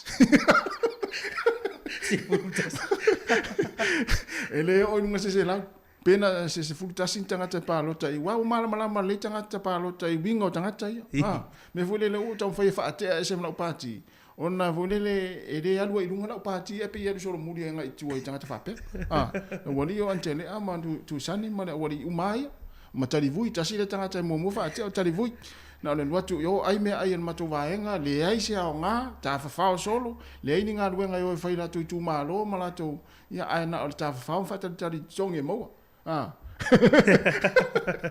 Luas for 1 minute te ai nei le tu live alu si fonga la mo Wellington ya se vatu tato fa fianga le ya vatu ini se ona fa la wilo ya mata tato tal no tele ya ifo ini se mata pu tato fa so ni ta ya ma lo la vale nga lu ni ta ya tato tinu ya i le fa fonga mai foi ya ma mo ni ta ya nei matua se vai tato ia vai nei matua se vai pole ase maluta ya sto ina masilo matua ma vai pe ini la appointment no le yaso ia ma vai la fuala auna ma se nei no pe a umana tau sami fa mole na fa manatua ia nei pule a oi a va vera o mi ka dal to ina malo matua va ve foi la fa ve velo la tau mftanga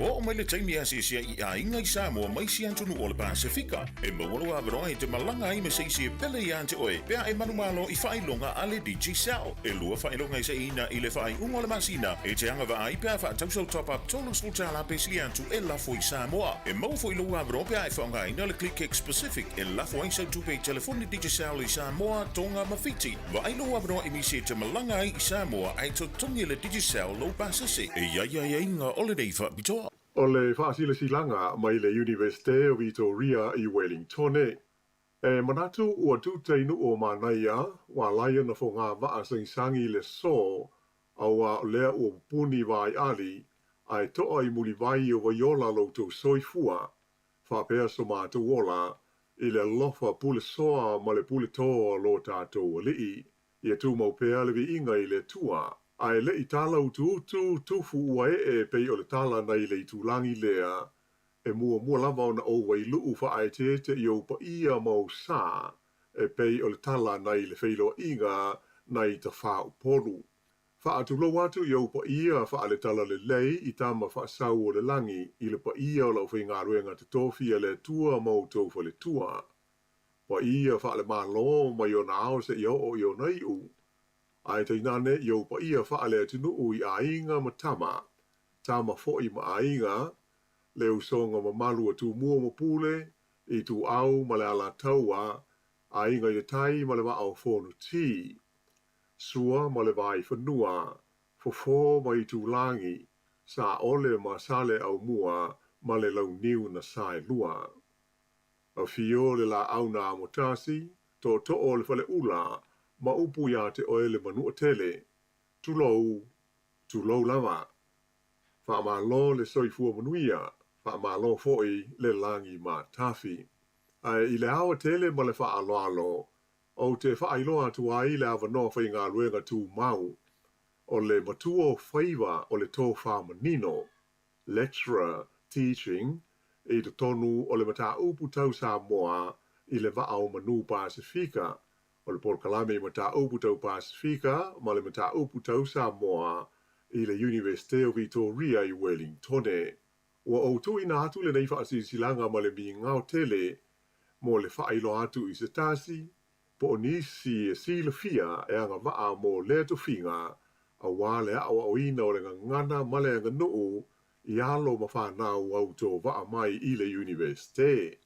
Mole e sila ane I whaamtalanga tā mau mai e inga tusia o le ngā ruenga e pei ona whaapipi atu I le nei silanga.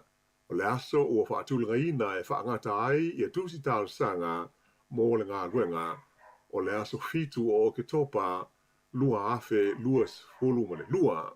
We are excited to announce and invite applications for a position in Samoan studies at the level of lecturer teaching in Va'o Manu Pasifika School of Languages and Cultures at Te Herenga Waka Victoria University of Wellington.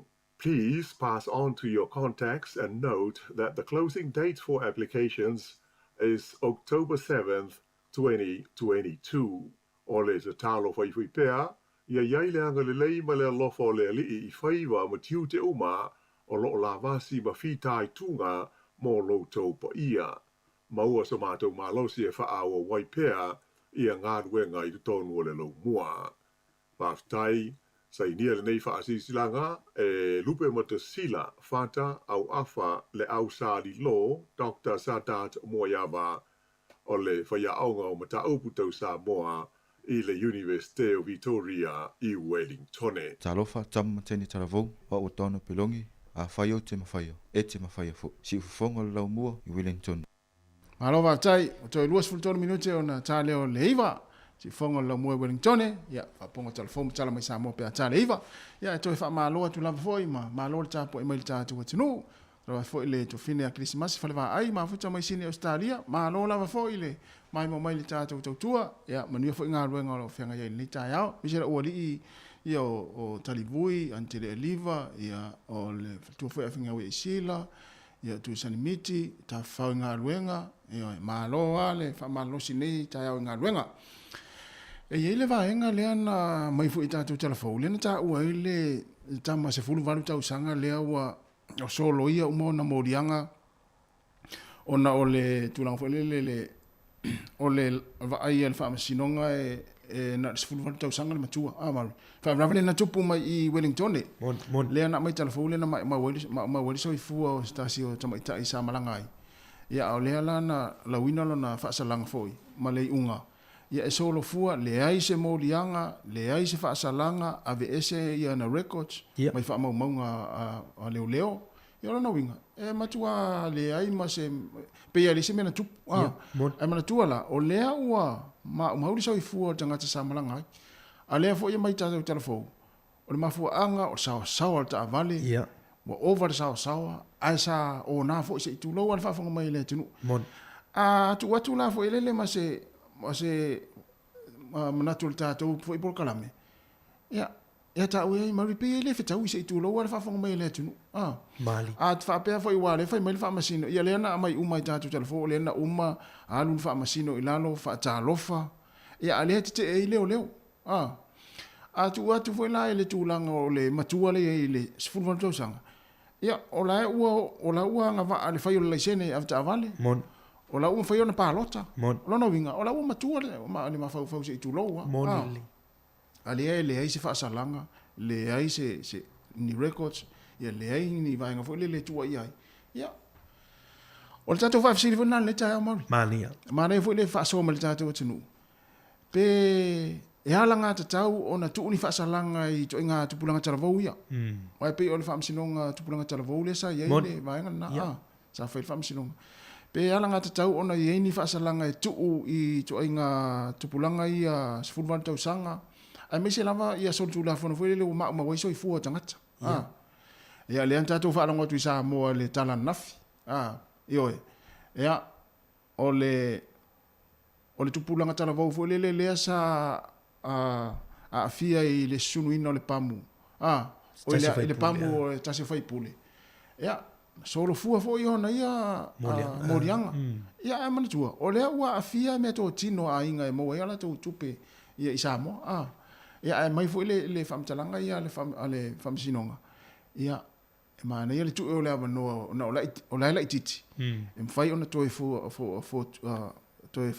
tuai ma toi fa nga leilo na taimi ona telefo ia ole tatou fa afsili na le taia ma na fo ile tal no mai fa so ma tatou no ia ile tatou fa afsili na pe ona va tu pulanga telefo le wole se moriang ma le yo le ta pu tu tol va le we mai fo ta ta noi o le wo mai tatou telefo e ile va nga le tu fai ta wa tu ina te ma lo sil mtanga luongo le ele tūlanga le ole o le whai unga le sa whai le whamasino ia mara tūlanga o le tala ia le whamasino o ilana vai ia ua le ua whai ngā luenga le talvou ia o pe ua I se tūlanga fo le ua toi fotua I fo ia pe ua toi tonu ma toi salamo fo le o le tūlanga o le talvou le mena na tūlai mai ai il tūlanga ai o le tūlanga fonu ia o le ua a fiel soifua mai maule soifua o le tama itai soli tūlanga fonu lolo winga o le sao lungo la tele le au mai o vanga o mani e tauna ini ai o le whaafitau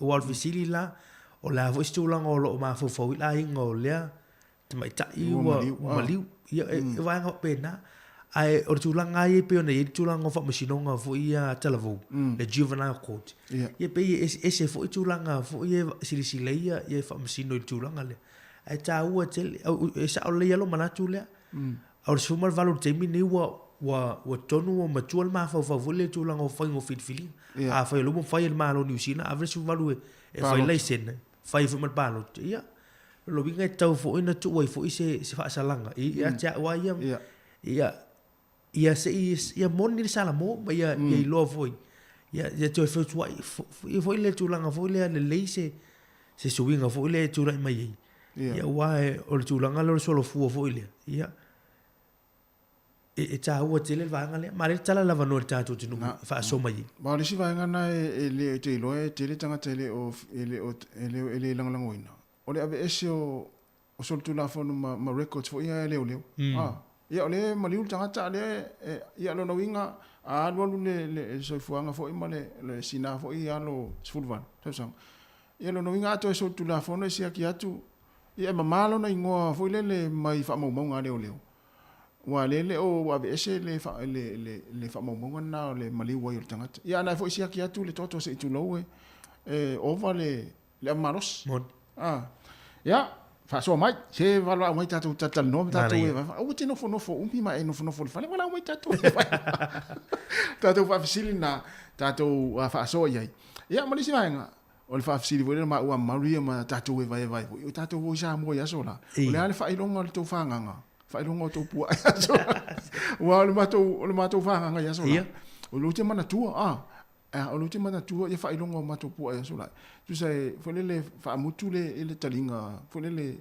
tau ma vale ta fasila le talinga nga vale o le au te mana tua yo o man taimi nei e o le vano nei la te mana tua ia fa ilonga ma to ai nga ma to me fanga wa le sa nga sa mo ni fa ilonga ina la to fanga nga pu mali al tato fa sidi au tuna ta ya ya la so fina ngalo e ono mea ma langa tau o na ye ni fa salanga o fa nau nei a me so tu la fono nga ye wa fi ya ton va lima do fa tasi ya te va au mai si ta pese ya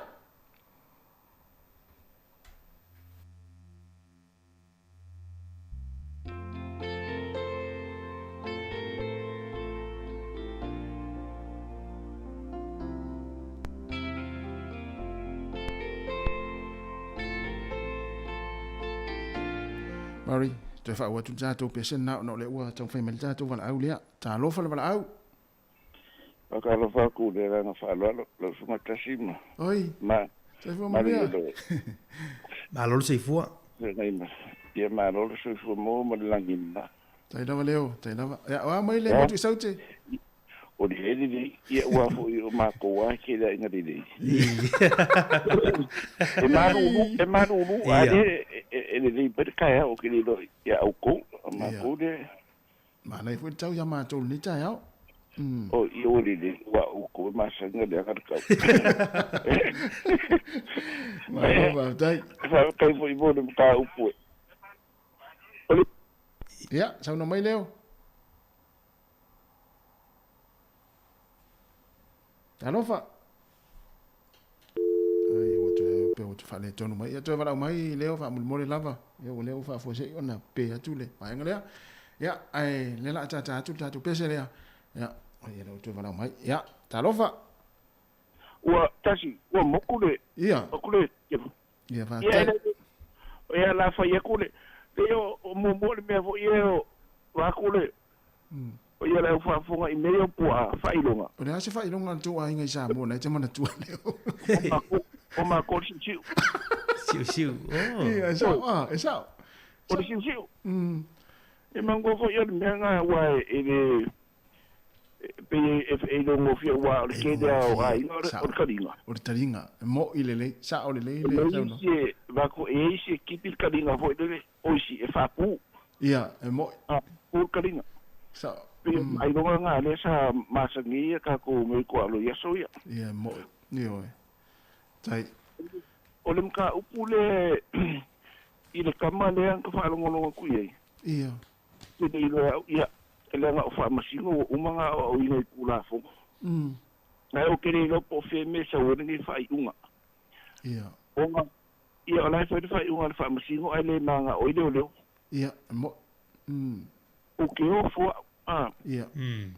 Yo fo la va o pe na ka o mal se fa ia a se masinga po se ku ia. Ku sa o mele le o kupu ngai ni sila pe la mele fa yo kilang. Ia. Ika bisita. Ko le o ke ele kan kai yo kilang. O le fa ina. Ku sa o ku le va mo i kan kai i kan miki ngai. Ia. Mali. Ku sa o pu le la ko. O fai eva vai a manga ola ko yo le peki se fale ma nga ko fai ala e ku la fo ku sa o loko ia kupulanga nei mal mele fa pe o ga sa o le ya sunga kasi o se fulu palu kausa e fa te tera o pu ka ko o ka ma ku sa mo nga o la ira iki mo o le ala le o ngala fa ngai a le ia kusi ka maki ia i le bele fa pelo ka maki a i le ka ko fa i wala le mo le va ngo ka ko Ai mau kua, o kau ngā leanga i o ka maki o le sifuru o ngosu fik suru wat. Ia. Ia i o aku le lua sifuru. Au kere, foi lea, whawhiwhera le ai ngai anga le kangaka. Ia umani. Mon. Koe o ngā, kere, o kasi kere o se wha le kongu le i le mene. Ia le fo wa ese mo na fa mo mo foi le mai le i va nga le na tupu le i mai le i fa mo mo le le tu sa le wa ese mai fa msin. Yeah. Was I just without conviction. Ia, mon. Le ai mo se me kasi o fa ia. Mo. O kere ia e ko for ka mo ngo si la fia o ke foi ku. O kere lo po fe e fa ia nei a le me ko e lo ko fa msin o lo fa ka lo for kam. Mon. Ia. O ai me fa pe ia kai o ka ko ai por fa pe se fa ke chiang o lo fa pe se fa ke chiang. Mo. O soli kula fo ia fa ole ia o le fo se ka ka mo o le me nga fa o ka mo e o nga. Ia. Ia le winga nga la fa so o le mele le ringa Trevor Merritt le o. Ia ko su fi ko sanga. Mo. O le wa kering fa pude ko malo. Sa kero ko sa ngir ka malo nga ia ka ko nga ka mai sa mo. Mon. Ini kay bila ngayi sa lango maro siya ang makanga mayo kanga umay. Udah sa dia fakwa. Iya. O le nga ia ang umur nga ru nga sa nga aru ang pasay. Ya lang ia po. Iya. Ya ikaw ke si wifi kiyo. Ya lang nga wala po de malo. Mon. Wala ni fa kay fo ide kamali lang au nga sa ilkelo kausang. Ya e pe o ai fa so o nga koide o ai e singa o ku emo men modi ai o fio au tai tele la maleo au tai la matma ia fa so mai ia monia fo ne aso lo vat ni ia kele lo kiu ke tai la se fuia ma nei mata mai al motu isauti ia le motu maluru ia ta pelta to leina bala o mai ta tu fisilina ia e pei ona tu inatu le ua to e se fulu minute ia ona tale o leiva e ile va enga le na ta ua ile ta to tala talo mina tupu tala fa sol pito lolang ia le na ta ua ile le ta yo malo le o i foi Portugal le tau sanga tasi valu lima tasi pe ya le tau mau atu tasi le ai tasi valu tolu fa tasi valu tolu fa na mali wai pe o sao e le tulanga pe ona mai le tato le tato fasol pito ia pe o tai le malo Portugal na amtaina ia le tunu pe na fa vai na le tunu to sa ta si valto fa o petro ia le so fa petro le fa o le talala le tati fai tau le pepa le tai o le nei le tangata le e pei o lo na maliu le tausanga na tasi valtu fa i lo na matua tolsu lima tausanga ai ole ana amai tatu taramina tupu ai ole ala tatu fai tau tu pepa ole ana fa ilonga ina na ise va ngfole ro fa ilonga ile tunu ia se la to pe se tu tasi po se va pena ai se tu lo al fa fo mele ole fatu la ole presidente le po ta yo le malo le o Portugal ia na teu i te tonu o se fangu foi lea. Ai teu tonu se madu. Mauri. Ea, o lea la na mai tau te foi. O lea na fai ei wha alo longa foi. Le pea o si singa fua. I tātou i Samoa. Ea, lea la na mai leo le fangu na. Lona winga na maliwa ia le taitai na. Ai, abe ese lona, ai le tunu ia lona fatu se itu lo matu tono se fangu fo le atu tono se malu tapua ia le ala na mai le fa longa ina o se po le pia se tu do tasi fo el malo le fa longa se asol nei na la na mai ai la le fatu le na se itu lo le ia to fo il tata la no le uta mai fa mai le mala talo fa bala fa tai on sai mai talo fa morning tasing ma mari oi talo fa Rachel ia malole Malole ngā luenga i kai au. Mai au kilani, mai tau au kilani Rachel. E pua oa. Ai mawhangwhanga i le la i le kimu. Mali. Mangai e kau le wa makanga Ngā mai. Mane. Mana ia. Ia, me sini O nai. la o whaasola i le kamakikinga. Ia. Kusa ai e o lea poi. O longa kupukupu ai. I ko kongo o ngā mākua.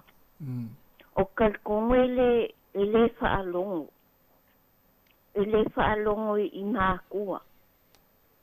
E ka kaulai i mākua o kamaitiki. O ngā ke le se awa onga. E ko iai se warning whanga le i le kōtes le ngā whai. Ai iai la maunga mākua. E ka kau o ngā ko iai se advice whanga le ai fo i e sa awa leo. O le eiti le wai ngei. Wa makanga o ngā whaalongo kaka. Mo le whaalongo i mākua. Mela ngā lea fwoi. E o lau whaukuanga. E māfua mai ai kokongo le.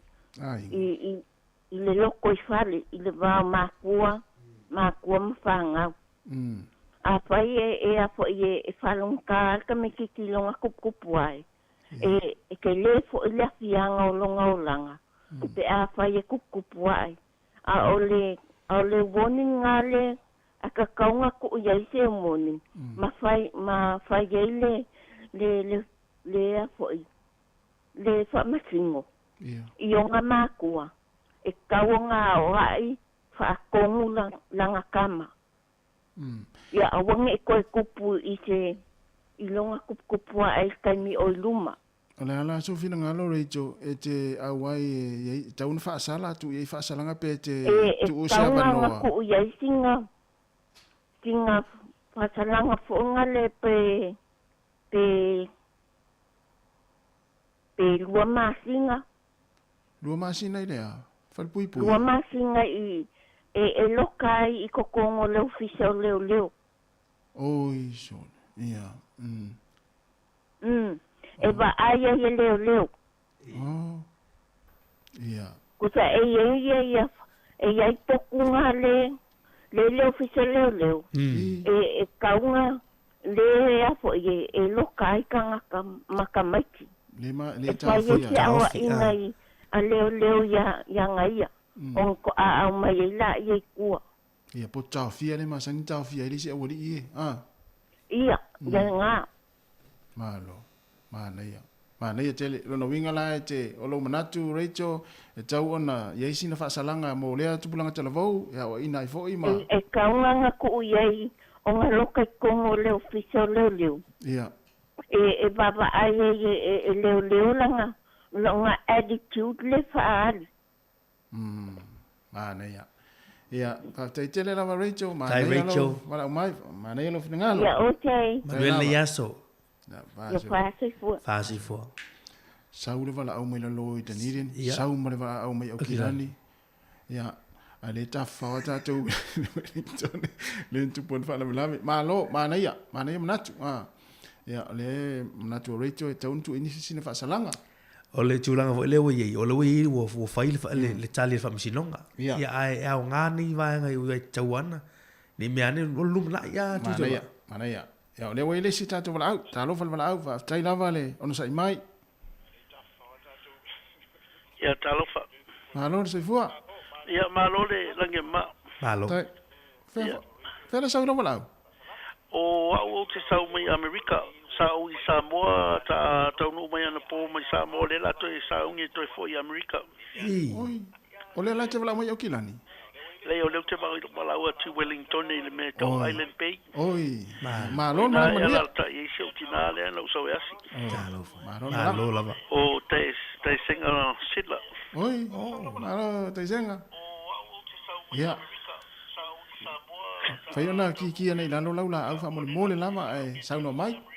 Ia, lenei. O le ma tango fie le fa longo atu si autou por kalame. Ia, watu foi sina fa soa ile tūlanga o le tamaititi na ma le mea o iel fam si oka. Mfaiana kikia nei lalo lau nei tiona e tau ngala mai tua fa mo le lava. La avi la yo lo mo. Ia. Ia. Tai. La ku yo lo mo le. Le ole mana ole mena e ia ona ole mai tau atu. Kiki lo mam e lo e fai lo. Ole foi nei ole mai tau atu ile mena e foi nei ona ole tulanga ole nai botunga afa foi tu atu ia. Ona ole meta tau fai tau nei se fasalaka. Ia. Tau nei se fasalanga.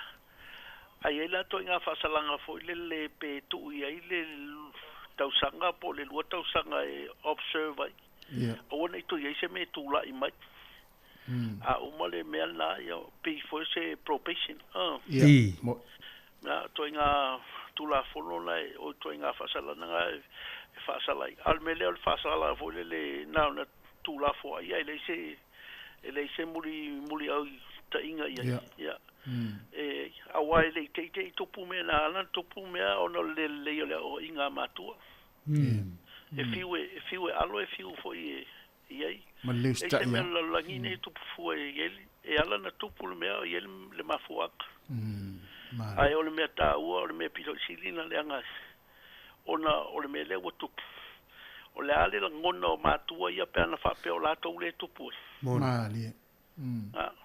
Langa e tinga e ona ele taunga ngofie ai atula i se fasalanga ona vele o me na fai vai malu i matua i na tu poi fa vela ia mali ai ole tula fo i fa per e fainta io mali la falo longo to ai male to o fai fe au o te fai fe au ile o te fai fe au fa u ina le kalesia le Assembly of God in America.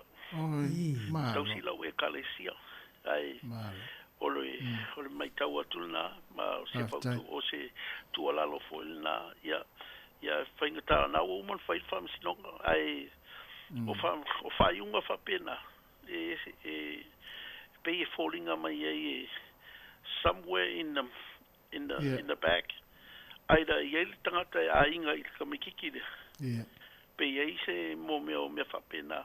Ia nā lai ala i ona tūlai mai mea i. Ale mea mo i alna, ole una tali tonunga tonua i ai. Ta tauna whai se whasalanga e tu i se awa noa e propate. Na umala i ole tausanga po lua tausanga. Ia na mai le whai le evaluation. Tai. Ma lo fa tai. Whai le evaluation. A wa a whai atu ai koe kupu mai e se si me. E ko kofu kongo ole me whainka. Malo. Tai tele lawa la sunga fa fa tai wana mai. Ya. Me tai fo na la ta pena fo. Tai ya manuia mare ya lu por kalame. Lo fa tu e nga leima o tu pupu ina foi o lua i tulanga o manatu ma me o me fa so ta to no. Ya ko nga me ye ko kupu ai mo fa mai ke. Mali. Fa tai tele ya lawa. Wana le ya manuia tele le aso. Na foi. Mali fo toi malanga tu i America. Ja. Ja, dat is wat van mij of tijd wat mij. Ja, so voor. Ja, so voor. Ja, so voor.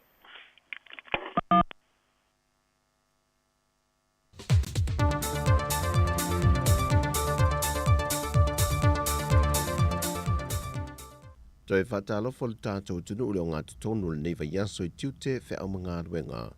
Ai o se isi whao popongo le tautua le si fongo le lau mua mai Samoa, ta wale an telefou. E le toi wha awa wino ngā ruenga wha pāle mene sui uma whaipule o le maota fono i tia whao le aso ana nafi. Na wha atu wina i loa le fionga le tamai tai pāle mia, fia me Naomi mata afa.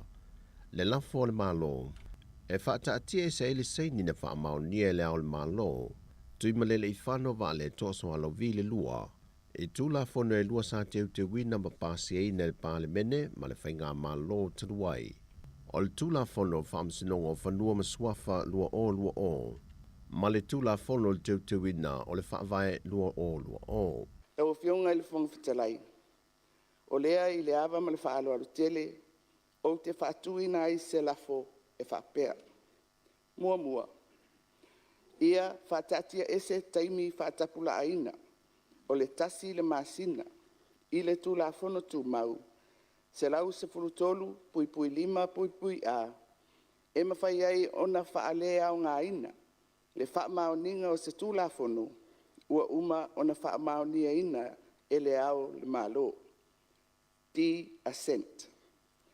Lua, ia whatanga ina le whailau tusi, o le fono au whai tulafono, e amata whanga solo loa tawalumanga o le whaalea o ngā ina, o le whaamaoninga, o le malienga le ao le malo, tawalumanga o le whaalea o ngā ina ai, o le whaamaoninga, o le malienga a le ao le malo, D-assent, o tulafono e lua, e pei ona tāua.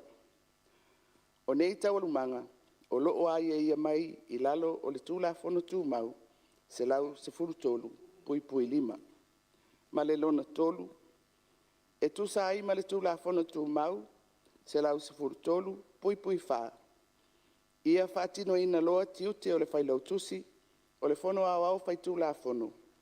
E vave whaamatu ese, tulafono e lua, o le teuteunga o le whaavae luafe lua se fulu, ma le tulafono whanua masuafa luafe lua se fulu. Ma toe tu ina atu tulafono tau whaofi moni, na pāsia e le palimene, mo le whaamaoninga, reassent, e le fionga i le ao o le malo. Leo fionga, mal whaalo o lapu. O le lafo whaatule le fionga le tamaitai palimia, e nisio minister o kapeneta, ma sui mai le tua ngai, o ne fina ngalo nisio sui minister o kapeneta, e te tau ona toe au mai e tutonu o le palimene le tulafono a toi e lua, ma toe lau li liu a toe lona whainga me masani ai, au le itu i natu le ao le malo, mo lona saini e wha mao nia. Peitai, na whaalia se fina ngalo se tasi sui o le tua ngai. O te leo tūla ia tue, whaise bandatu le tulafono. Pawasi mele fia watu se whafisidi laitu, leanga le e maua le mātou whalongolongo atu. E peye ese le vaenga lea e saunoa, ia fionga e minsta, ese le lafo lea au mai, o le lafo lea au mai e le fionga e pānia. E le toi au mai atu la fono e pāmene nei, e ave e whai e le whai lautusi o le fono ma le ofisa o le fono teu teunga. Ona toi ave la e whaasaini le au le malo, a e le toi au mai e le fono e pāmene, ma le anganga whaarana. Ia, leo mai e, malo whafkai. Peitai e le tali whaitau o le fionga le tamaitai palimia e filautoa inga le palimene, na ia sau no manino ai. Alo foi o lo whaalia, i le whangaso longa mai o le tūlafono. Ia, o te whasisilatu ma le whaaloalo i lau fionga le whongfitalai ma le mamalu o le mauta. E ei le avanoa, tātou te toe asi ai le tūlafono. Pe a mai atu le whangaso longa le whainei, ai toe au mai lani teuteunga. Teuteunga la ia e fo ia ai. Ia le toa, lea o iai le whamsinongo whanua masuafa. Le fionga le tamaitai palimia le teitai o lea tudo, fia me Naomi mta afa. O le posisi le fia le malu lea tunu o le fontanga na iai le palimene lea soa na nafi. Le o toi wha awawinai mo le isi lima tausanga, le nofo inga lo na lua a le fionga lea o le malo, tui malele i whano va le toa soa lo vi le lua, malo na whale tua.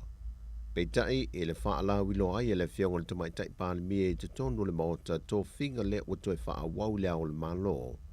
Na ia toi fola sia e nisi o vaenga o teu ngala tamai o le tula fono le nei. O le filifili ai o le tō finga le nei wha ao le malo mai le tausanga e lua fes fulmaliva.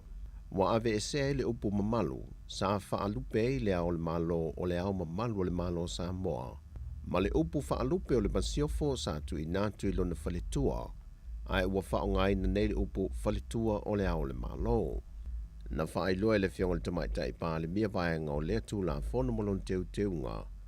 Ina ua tuk malo le fionga ma le toa tan ma fili lua. Sai lalo le tūla fono le malo ao so fatasi sa tu wafo la tu tautua. Na suia ilo le tūla fono, e le tofi ai le ka peneto se tasi anga waa e a vea ma o le malo. Mai na o le lima tausanga.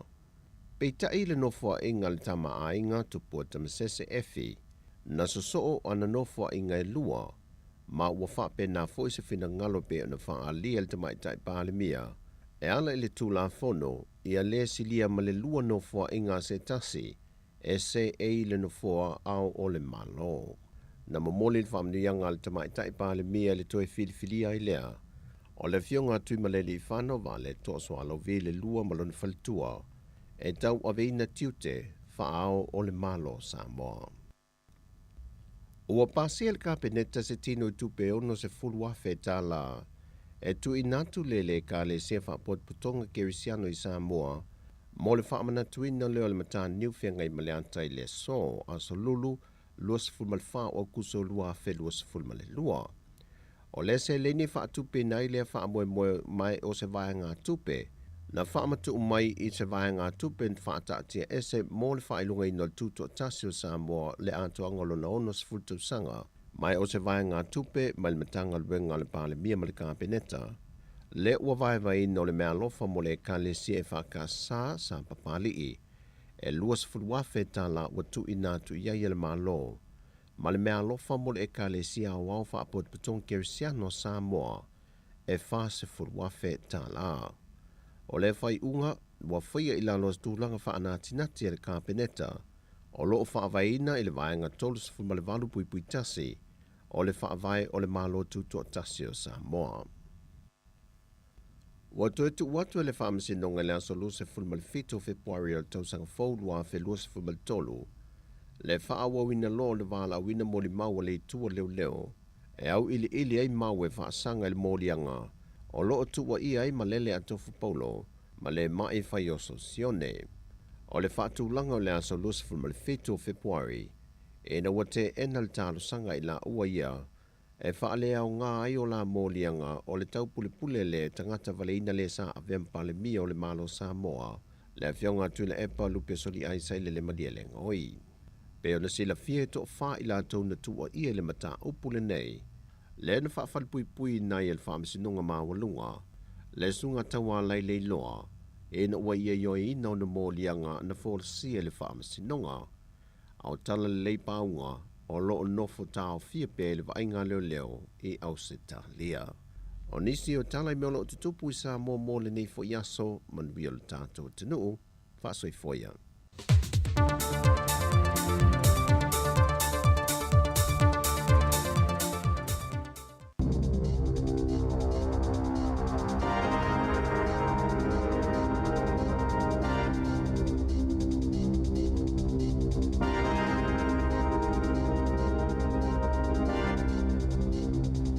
E toi whaatalo whaatol whaapoponga o telefon ma le si ufonga le lau mua mo le nei vaenga o le tae au.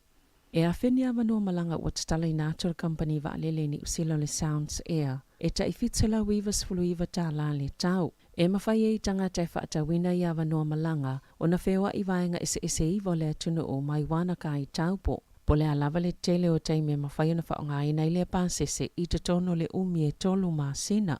Na whaelua le pulisilo le Sounds Air Andrew Crawford i le checkpoint o le ua pasi e se atu le Omicron ma le COVID-19 ma le atu nuu ma alo i ele whaanaunanga o tangata e toi whaawa wai ngā malanga peitai o lo whaatu wai pea. E se fulfitu a wheno fua sāwa noa le taimina whaatawina ai ma o le wala awa le puli o le company wa alele ia i la tau wa whaatawina i awa noa ina ia matua fuli e whaonga. O lo iai pea wanoa o lo o tutoe, na saunua fo i Crawford, o lo tāpena le Sounds Air ni fuafuanga ina ia a vea makampani wa alele mua i le lalolangi, e whaia malanga whaito malo e whewa ini wa alele e le ai se kāpone e mawai.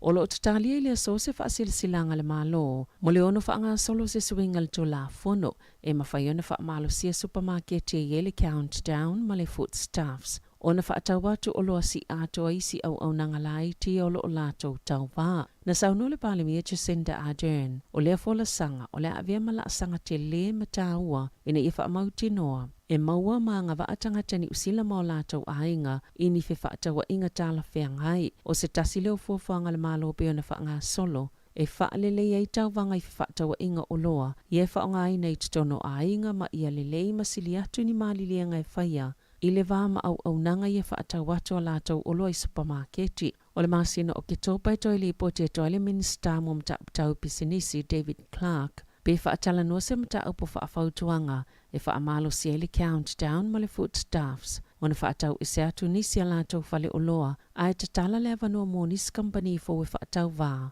ma lātou au nanga.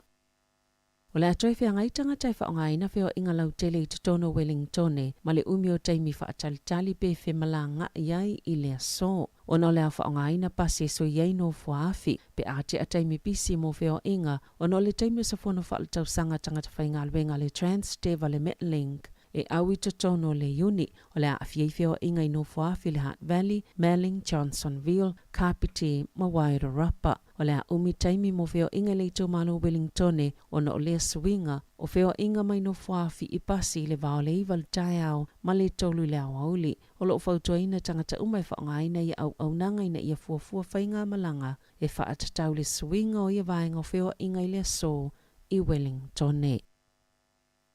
O ana na fina whaate ai mai le vaenga whaopawhaia le leipa la lātou whaipule o Kau Rav Shama. E se whaamatalanga le li whaipule lau tu stala na ia tā uai. Na pālo tal whaafaltui pole vasenga o whaipule whaate o ia mai to onus fultasi na ioe e to atasi na te te ma le to atasi e le i pālota. Sa mawalo na vanoe sauno ai ma sa mawfo i la vanoe sauno ai si whaipule. Ona whaamulinga le pālota e beona sauno Shama na ia tā ua, paulawa le mea e mana o iai, ina ia whaia su enga whaatoma oti, ai mo mia se taimi mana tunatu ai. Be mana o e whaawa wai beona ave o ia mawhaipule tu to atasi, na whaalaulo mulmuliane tu mai tai pālimia Jacinda Ardern se pepa o whaamatalanga. O lo tā uai, o le taimi lava na whaia le whaiunga, na whaatino ai lava le whaate anga o le li whaipule, ma ua whaia fo i se whaiunga le vasenga o whaipule ave le mata aupo. E le Council of the Labour Party a New Zealand, lātou te whaia le iloilonga, pe whaia seisi fuafuanga i le lomanai, e whaasanga i le li whaipule.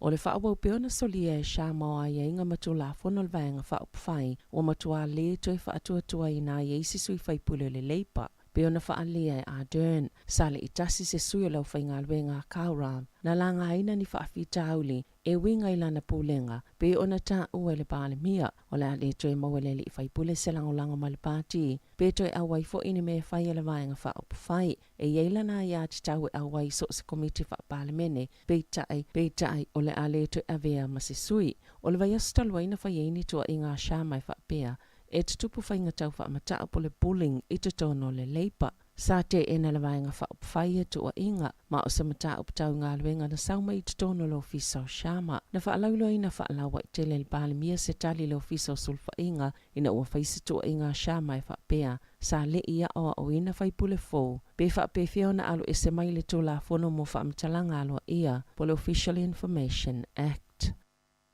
O le toi kuate le tulai lua i lau aulo le so le alo i eona muta le tautua le whongwhitalai o le maota le pālemene i Wellingtone, Trevor Mallard. Muli ane na whaalia le minister vai whafuna na ia mahuta o le avea Mallard ma a me pasa o New Zealand a Ialani mai a matailana ngaluenga fōle maasina o Januari le tausanga a sau mo ua talia ina le kovana sili Cindy Kiro lana wha mawaenga o le ito lai lua i le awaulo le aso le a filifili ai fo i le whongwhitalai fōle pālemene e pe ona sauno le taita i le maota Chris Hipkins. Mai tu sai ma reporti, wano fosauni le sui fufonga whetalai Adrian Orurahe e avea ma fufonga whetalai. O le tausanga i lua fisfulfito, na ulua i tofia i Mallard e avea ma fufonga whetalai. Ma ua tolu sfululi ma tausanga, talo na avea ma whaipulo le pālemene New Zealand. Sa tele whaitionga i whaasanga ya Mallard o na olona whaatautainga. O le mata upi tangata na solo te i le pālemene, ina ufa atonoina le taki o paipanga i le au te ma le ki wha aleo te le ia o sipika, wha atase malona wha atonoina o le whai o wha asilsilanga i wha apea o soli vale nisi o whaipule, sa i le pālemene, le lotoa a o iai le solo te e au fiei ma vau vasa mana i Winston Peters, le tai o le New Zealand First. Sa toi wha aleo ngā ina muli, ia wha asilasilanga. O toi whaaleo ngā ina le pule ngā nu o Wellingtone, le lua se lau tolu sifultasi a whetala o le tau o whaioni whaasalanga, na tu ina atu i taawale na uia le awala o pasi New Town. E afe lima se lau whaasful whape po whaasalanga, e ta i se lau lima sifultala na whaasalaina i ave taawale, na uia le awala o le Hall Street, ma le lua se folo Rediford Street, e whaafsanga i malwhalama i tele Wellingtone, i le vao le aso sfultasi o Iulai ma le aso sfuluono au kuso, na whaasisila il pule ngā nuu, wa whaalea ngā ina ia whaasalanga, ma o le atu e whaafo i tupe tangata ua mai o na titongi a sala o na ole whainga o lea awala. Sa tele na whaalua whesasi e mawhau a veta avale, mai le lavala pata inga na tu ina atu i tangata e winga, i suwinga o whaalilo lilo o lea awala, o whaailoilo e whaatatau le awala fomo pase na tatalaina, i le asolua ioni, sa muli ta iai tu unga mula saunga le mu peitai. E tele ni whaaseana tu ina atu pule ngānu i le whainga tau na malamalama ina o ia whaailoilo, ma e tolu se laulua se fulu whaasalanga na toi apili, ma o le a whaalea o ngā ina. Watu ina atu se whaatonunga i whale mai, ina ia o atu le whaiunga le maasina ua mai ona whaatulanga ni taimi pe puk ni avanua mō tautonga, mo le whaitau wafe o tangata ngase, ia ua silia ma le tausanga o whaatalitali mō ni o lātou tautonga, o se tasilo ngā luenga tu usao o le wātangia mai ele ngā luenga le komiti ngā lue, o lo o whaia e tau mawhai e fufo i le te leo le whaafita auli, i le tootele na ua o tangata o lo o whaatalitali mō tautonga, pe ona ta ua le leite o New Zealand. Na lafo ina atu e le te whaatu ora, soifua maloloina New Zealand, ni tusi whaatasiema ni tālu sanga i tō malo wha soifua maloloina, po Health District se lua se fulu, lea saingo o DHB se ile masina taluwai, e fitu afe 5 se laule au whaingo tangatanga ngase. Ua silia mali se fulu lua masina o whaatalitali, ua mawanei o lato wavanoa, au le iyo ile asotol tasio au kuso, peitai, ele o mo'omia le whaia i o lātou tautonga i lea taimi, ai o se fuafuanga, po a whea mawaini a wanoa mō lātou tautonga, wa whaatulanga fo i le te whaatu ora po le soifua maloloina New Zealand. Le aso tolu se fulo se tema,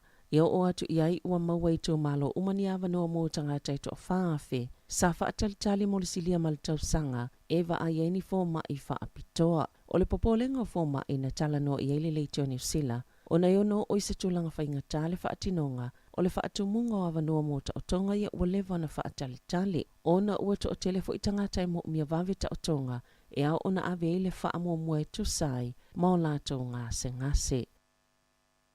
Ua solo ia molianga o se tama se fulavalu tau sanga le matua, le ena maliwa le pāsesi o le taavale na ia ave ina, na lawe i le awala o Shelley Bay ia se temal tau sanga taluai. Sa whai ona molianga le whaamsinonga o tupulanga, o le solo ia ona molianga, ua mamai ona whaamaunga mai ni solo ngā tō la fono, ma ua whaamauina foi, e pei lava i le i whaia ni molianga i whaasanga ia te ia, o ona molianga sa whaia, o le ave taavale ai o wātu le mawalunga o le ave malosi i lona toto, mai le tūlanga whaatapula aina e to saimal tō la fono, o molianga o le ave taavale whaatamala na mawhoi le mau le soifua stangata, whaatasema le ave taavale whaatamala, na mawhai ni manuanga, na whaaleo ngaina se molianga o lona umieina, o le whala au whaasaino le methamphetamine, na whaamawina e whapea, na sawa tele le taavale le awala o Shelley Bay, mai uai ina se itua ma taavale vale le taavale, ma pa ua tuilunga o papa, le na maliwa isa tamaita i o le pāsese, na manua le ali ina aveina le taavale, whaatasima se isi tangata na malanga ai, na whaalia le whaamasino Noel Walsh, o le whaamasinonga mo tupulanga Wellingtone, i le aso ananafi,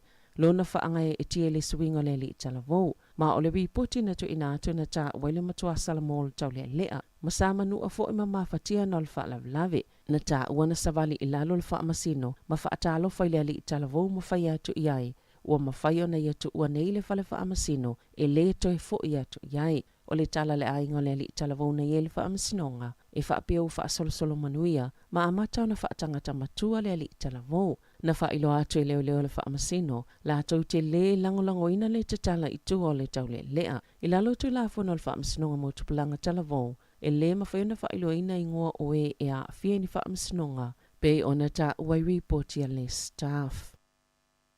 E to tolu a whea no se lau iwa sifulu tolu tangata whona whaamaoni ale COVID sifulu iwa i te tono New Zealand, pe ona whaasila ina ile asoana nafi. Ele matanga alwenga o soifua malolo ina, e to o whaase lau malilua tangata o loo tau whia i whale mai, a o a whia ele vairusi. E to ono i poto mo ngase tinga ina, e to o tolu sifulu 5 isi tangata na a whia ele vairusi, na maali liu. Mai lea to o tolu sifulu 5, e to o whaeta i ono sifulu anga ilunga tau sanga le maatutua, to o sifulu mailita i fitu sifulu tau sanga, to o sifulu tolu mailita i valu sifulu tau sanga le maatutua, male to o valu, e ilunga tolu ta iwa sifulu tau sanga le maatutua, e to o sifulu fitu alii, a e to o sifulu valu tina matama i tai. I ta alonga, Ua whaamaonia le atu ta alo le tamaita I Amerika o Coco Cough. I le ta amersanga tenisa le ASB Classic I au kilani I le masino Januari le tausanga a sau. Na si itia le tūlanga le tamaita I talavous fulval tausanga le matua I le numerous fulmali lua le whaatulanga ngau teine tenisi o lalangi. Masatulanga lima le whaatulanga ngal WTA I le tausanga nei. O le tausanga lua whelua sifulu. Na ta alo le ta amersanga tenisi au kilani au le tau fia mo tausanga lua no le whaama I o le COVID sifulu wiva. Na ta awelea tamaita ilo na fia o le atoe fo I mai New Zealand e tau wahai. O le taiminei o lo numeratasi lalangi I tenisi whaipanga po o tenisi taito olua ina ua manu malo le National Bank Open I Toronto. Tala fawia ma le si ufonga le laumua mo le nei vaenga o le tai au.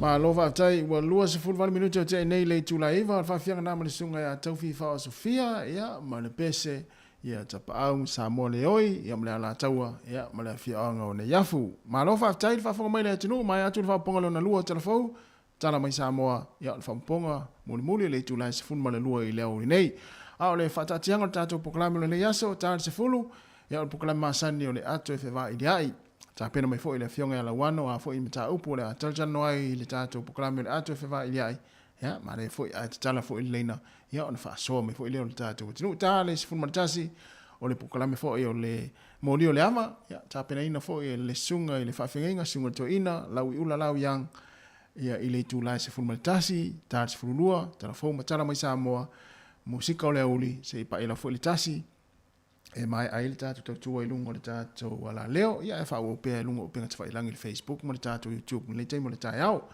ua toe a ua luas fuliva minuto te ai nei le tulaiva ia nau toe talatu le tato leina ia e te wala au mai ai ia awa fo le tato fa afsili le tai au to te le la toina mala au mai au o le taimi o tato telefon matala mai Samoa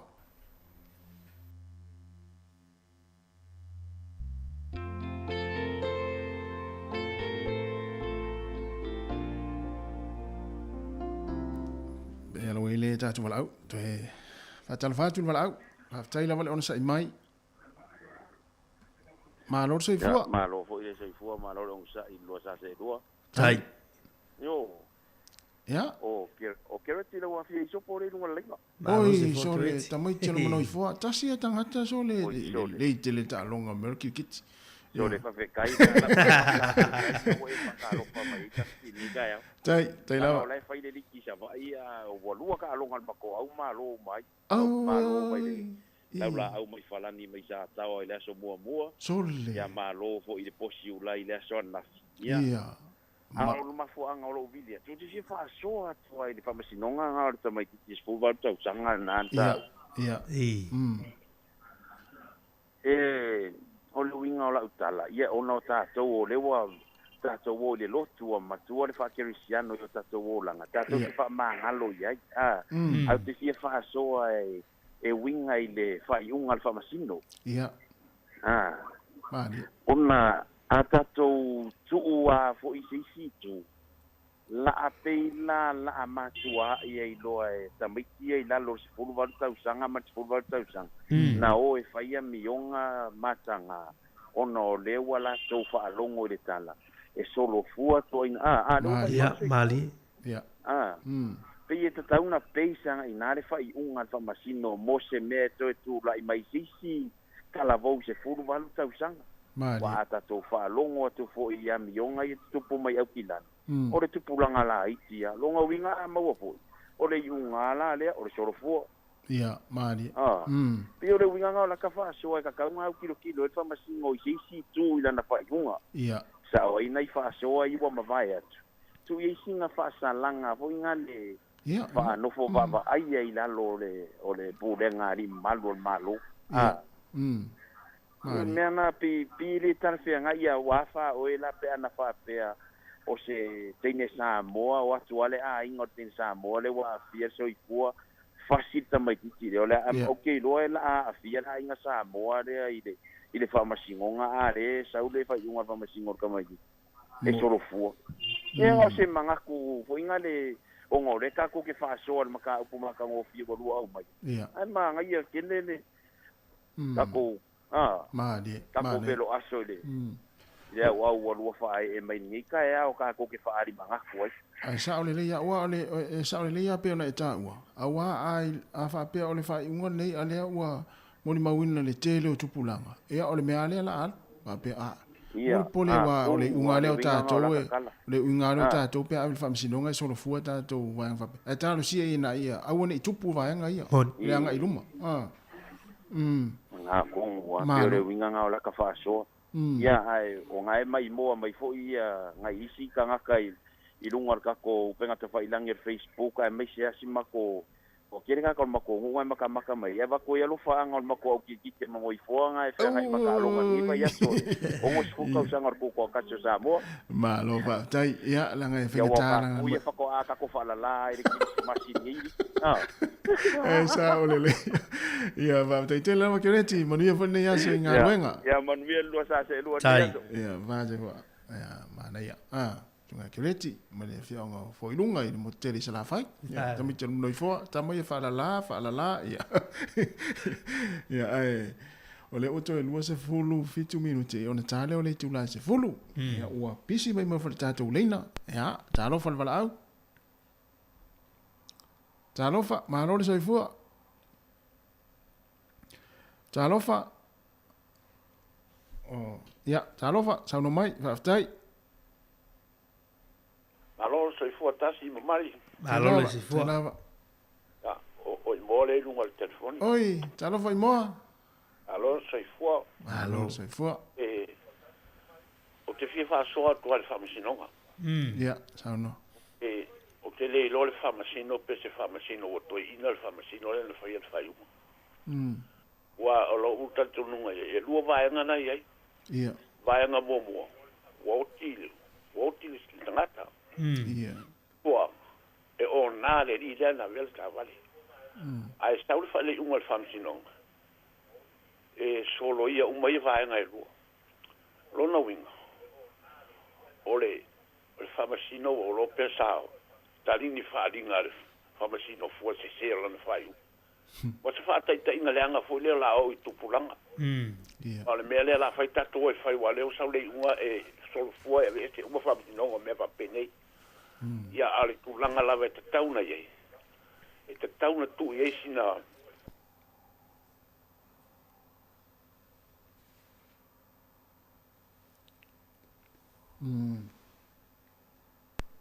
Ya.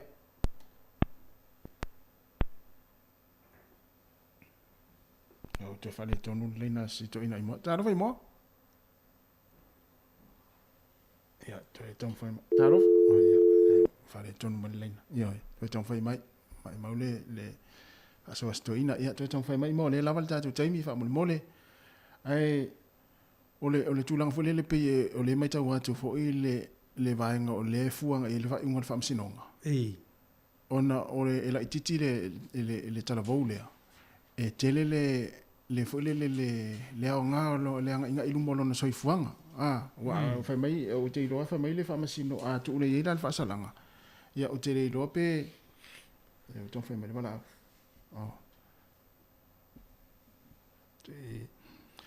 A tu el fa salanga lona winga o le a fia ilo na ia soifuanga fole le ile anga ilumo le olona olanga pe ole vaenga na pe na mai tau tu fo ia ile ia tu langa pe ona ia ile ta ro fa vala to ia vala ia ia to tong fai mai ia se ta to pese ia ai ma lo la va te tele la vale on sai mai ta tu tinu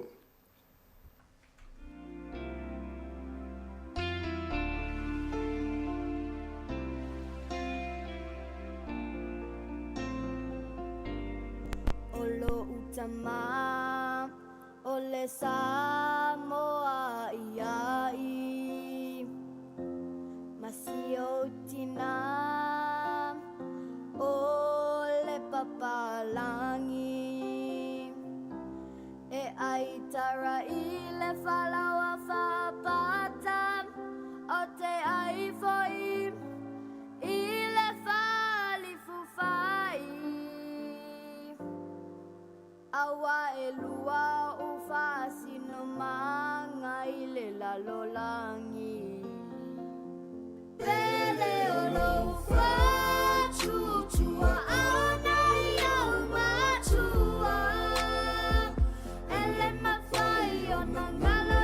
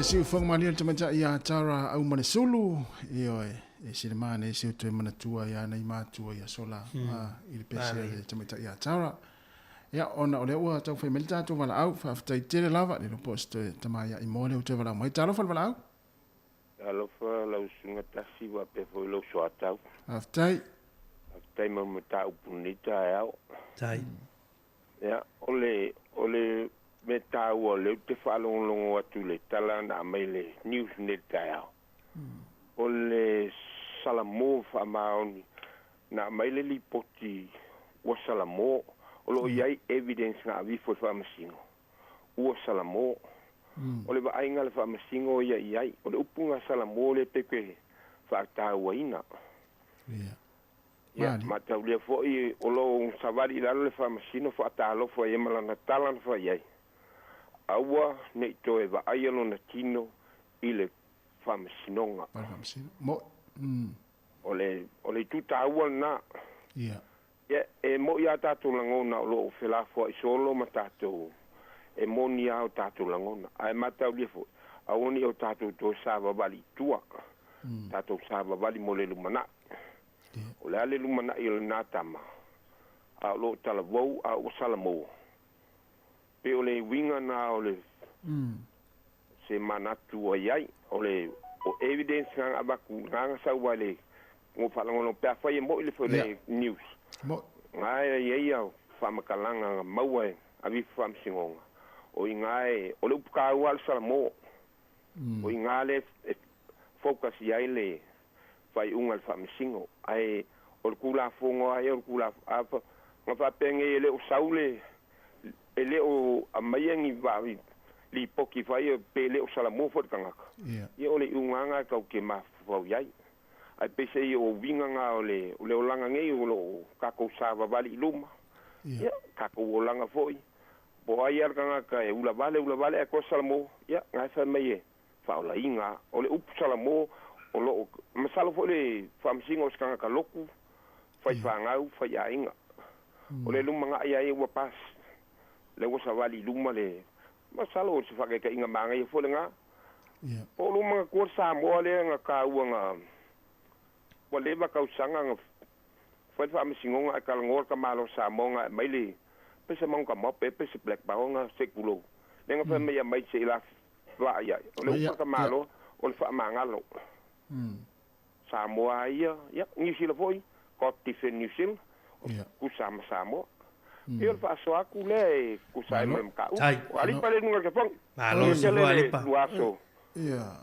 va te te la ali pa fa se fo tai te wana mai ia se la foi tanga tama na tu mana foi le fringa no tama ya ali pa le tami mai ali pa tu la foi le salamo ia ai te te fisiri la ia a fa nga ni ndar salamo i solu tu la fono uma fa fela le tu la fono ia ma nei voli tu le mai le tama ya alipa malia va fa pena ia ona o lo tom fa me pelta tu tunu ia tara pelta tu lena tu le avanoa ia tu es full minuti ona tale o le tu la se full ona tala foi le la fa o tala pelta tu lena te vala mai ai fia fa so fina lo tatu mata le tupu le tunu le potuko le na alu le tata no na wa pisi tata le ya ole sa foi le fa mana tunga foi le pese vai ngai fa mana tu le tau sanga le tau sanga le tunu ale la sa mai ye la le fatu se tu lo ale fa fo mai le tunu ole tupu na potuko le tata na petrol le fa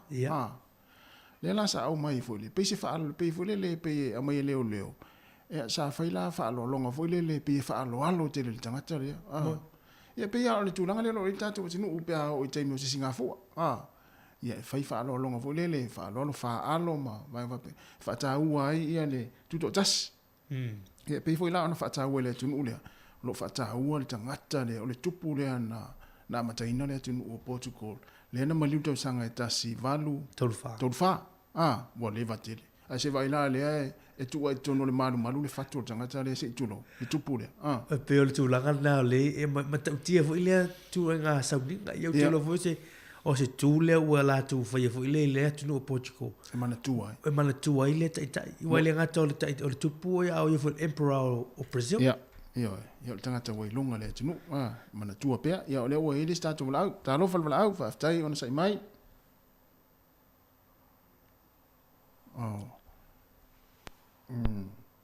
talofa le valaau ia tatu pese lea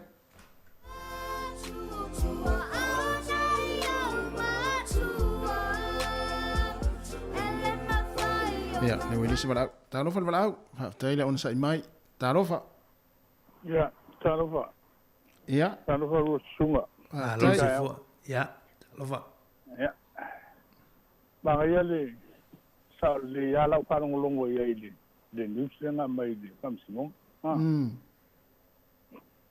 i lau kau mahofau iai sa kauga isi fomaʻi siaki famasigo ia akau ke le lope sa aisa le famasigo la koe fai famasigoga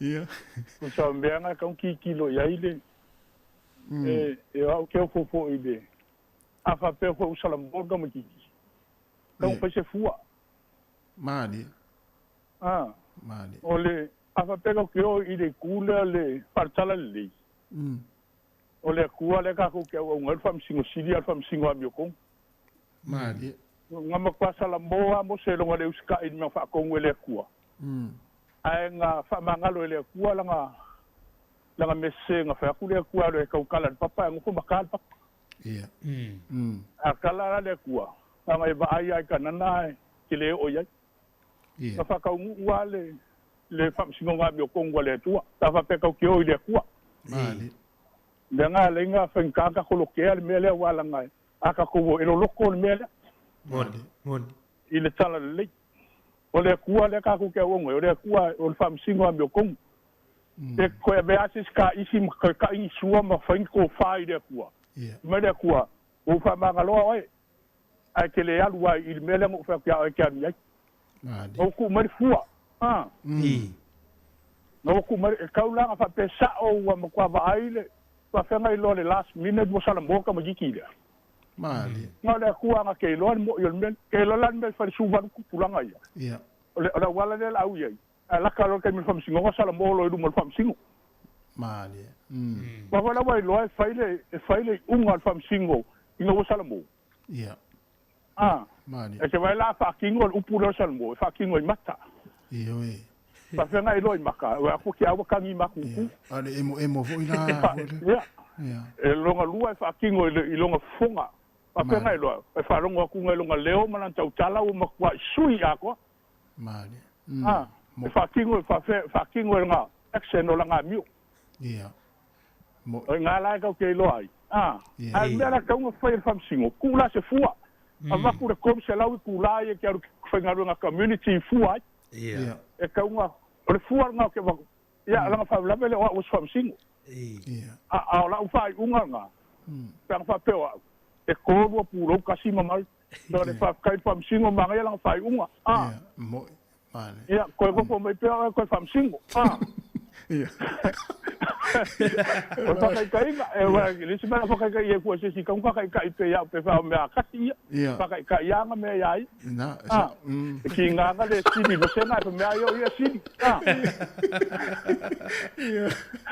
ia la ki kilo ia la so song kasi ia ia ka wan kom fa ko kala ngol mele ka wan ko mai se fo mai si aki fam singo ko le longa ma fo pe le ai wa le si wa le si tu la u fiong sa sunga tpai sunga fa venga ia ole si tu ole ape atatu mai tau toi ole la ave ese ai ma le soli tu la fono nga tangata le mai ona fa mau i records fo ia leo a fo yo le awala umma le la uia ku ai mo ile le la uia ku pulanga le la se nga mala unga le o ki vole le nga pule lo la ka magi ia ala ku fe au nga o ke ole sam ke kusi le sam ko fa ku fe mai o nge yoki wo fina ngalo ya ile tu ola boy a ole a pule lo la ya bi a ole ikilo ku ma ku pulanga e so ka la bala wala ke alwe a ole ngala wasi si lo u maya e ko me ki ole a ole mane usa le ya mal mel malaka no ko me dunga i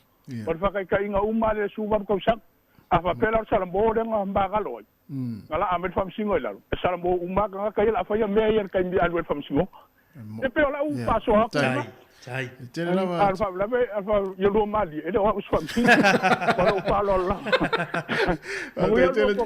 Tai lava. Tai lava wala mai. Yo, mana ya. Ya. Mana ya tele ese afina ngalo le tunu.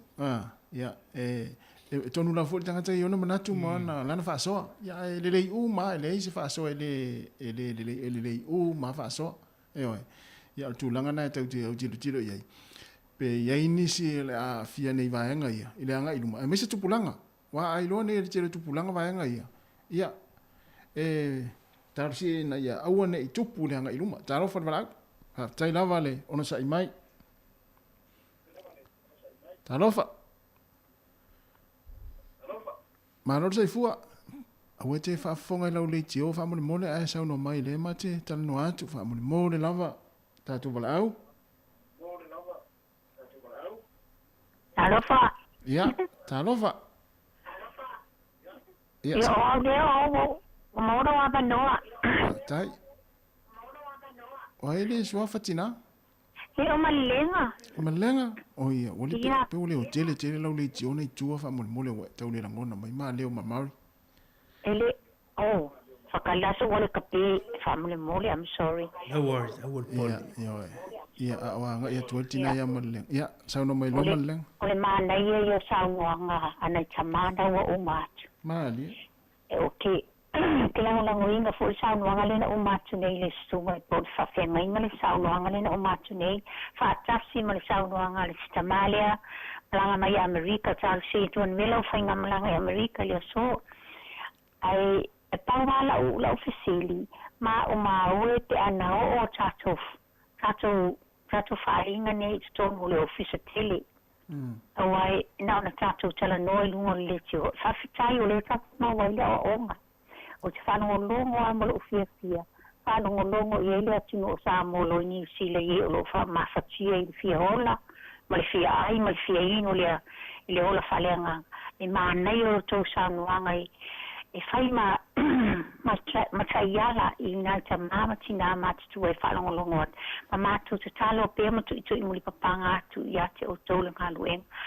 Ai o te whape ma o ue o tatou fulasanga. Pe ana se yo iai le vaenga le whai wham sinonga. Ma ue le ma nei o tatou fulasanga i saulungo le ea. Ai o te talo pea. Kalau sia ia tato forasanga ni fai atu i loto langa o fai unga pela o ia i lope mai le ulo nga famasingo ka ilo e sa no nga fai mai pele malo si famasingo a famasingo ton wana sa no istamalia tato se talo pela ia nga famasingo ia fai unga o famasingo le nga o le atua ia fai mal ton fai mal sa o le tele o sa no nga ia fai mai nei lungo le ea e sa o le lei foi a fai o oe e te masani ia e fai unga le fitawi ai ba maui piana fa pe tato te tau fai loto te tele te talo le ali ia o le mana o le lua moni o le famsino sila le atua i kangata o le o fa baiale e nei mata upu le sosani na lo matua tai lava malenga ele atua i lo to office malu nei asu vi ele tai lava la mai ya tai ya o pisi militata o lino mari ya ona o le o tape na militata pula me o ate fa vai dai ya tonu fo ela ini simta upu le atu na atu fenga la wano mo to fine ana fa solo ya wa fo le pokla me o le atu fa vai dai ya pe o le vala ustina ya malelenga mani mai mau pena oni tato ya tele lo ia ma fo le fa masino ya ole ngal tato poklame ya e vatu fo imta upu tato tel no ya nga ya tato fa nau mo tato ainga ya tulanga pe ona tato tel no atu ile asom le aso ya le mta upu tu inatu ma le o se mta fo le fa tu manatu tu tel va ya nga fo le e nga fo le te longo fa nau fai tete ai tulanga fo i o fai unga fai me siala al fe fa pe wai o le me tauna manatu ya long fa nau tato e ya e tawana ya o me uma there should be a consequence for everything pe la temini la lia me telo fa fi taulo a fi tu pulan telo le sa fa fi tu langa le nga oi o mea fu i olo tula e mai telefon ia tau ana ye ele e tau ana ile tau i o mea fe tangata ia na malo fa tai ia ua vai atu o lanu mea mata fa solo mai tatou leina pe o lanu mea mata o lunga le langi le mo tatou telefoni ia fa malulu atu ona ua mai al tatou proklame ia o le o tapena mai proklame o le atu feva idia i le itula se fulu tapena mai le fionga la wano ati lawa ia e sina fa silanga le tuna atu nei taimi e ile fui ki le sa pa ui o le fa tsinga le ale fast le sa fai o le hola le kalesia va tonga kerisiano Samoa ia i porirua Cannon Creek ia afa pesa le lo sa fui ki o le ta mai fa ilo mai o le matua tele o kira ia o lo i foi ma ki o le ta vale o lo i foi ma le fa ili pe se fa tangata lau fa li tangata le lo na fui ki ia afa pe ona sa le lo sa ki le pole ia e mau ala lau ki i le numera se lau ma le iva Casta Crescent i porirua to fa fonga tasi lava mau lau ki i le numera o le fale o le tasi o iva por se lau ma le iva Casta Crescent i porirua pe fa pe ona ua lu fe se i mata male ainga portina le ainga su enga lau ki ia na pe fa pe sale lo le pole to 5 minuta tar se fulu ia wa mai afo mata tu kalame ole ata le taiao fa tai atu le tatu tinu la to fa so mai tatu por kalame fo i mata tu Fesidio le taiao ia malo lama ia le lango mai ia le vala mai ia manis fo comment lo mai ta watu lungo tatu Facebook ia malo lava fa te tele la fo le mai mo mai malo tapo ia le tatu mafuta pea ia i le tautua le si fonga la mua mo le nei yaso ia mo le taimi ia mate fatu mo le usa mari ia wa fo tatu proclame ole ata le taiao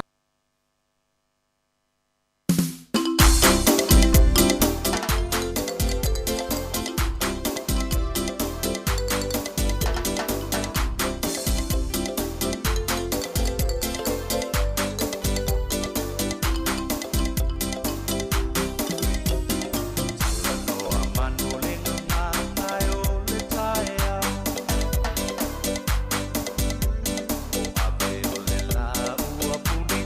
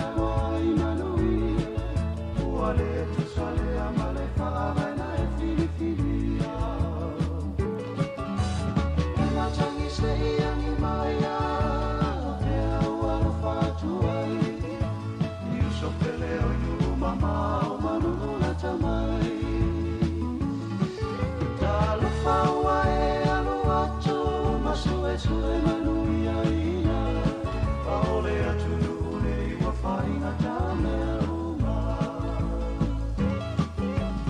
E matangi se iangi mai a O te aua na whātuai I uso pele o iu mama o manu na tamai Tala whaua e alo atu Ma sue sue manu ia ia Aole atu nune wa whainga tāme uma Ia toi whamalo atu ia na whaumai at fo il tautua ia ale sunga ia tasi tuturo waa ia malitoangani a Murray ia matpokalame o le atau tai au ia le foi wo mai fo i le taimi o le tatou pokalame maasani o le atu whewa ili ai ta pena ina lea e le afionga ia lawano ati lawa usi mai er whafonga.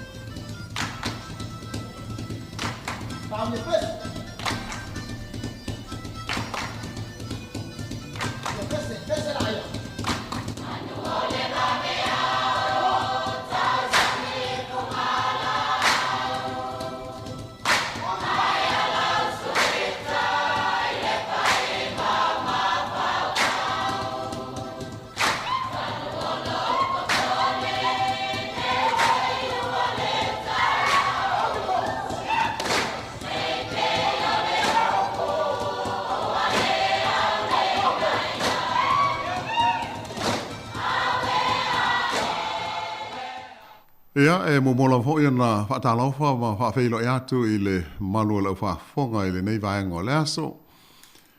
O le itula masani ho i le nei o le tātou Paul Kalame i tai au o Solulu.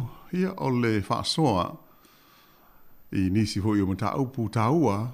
Ia, e tau ono silu fia. Ia, whapea ho i o na mawaise au ngā mō tātou uma i lo tātou nofua i le nei atunu o New Zealand. Ma lole langi mamale soifua manuia i le manu o le tunu ma lau whaafonga.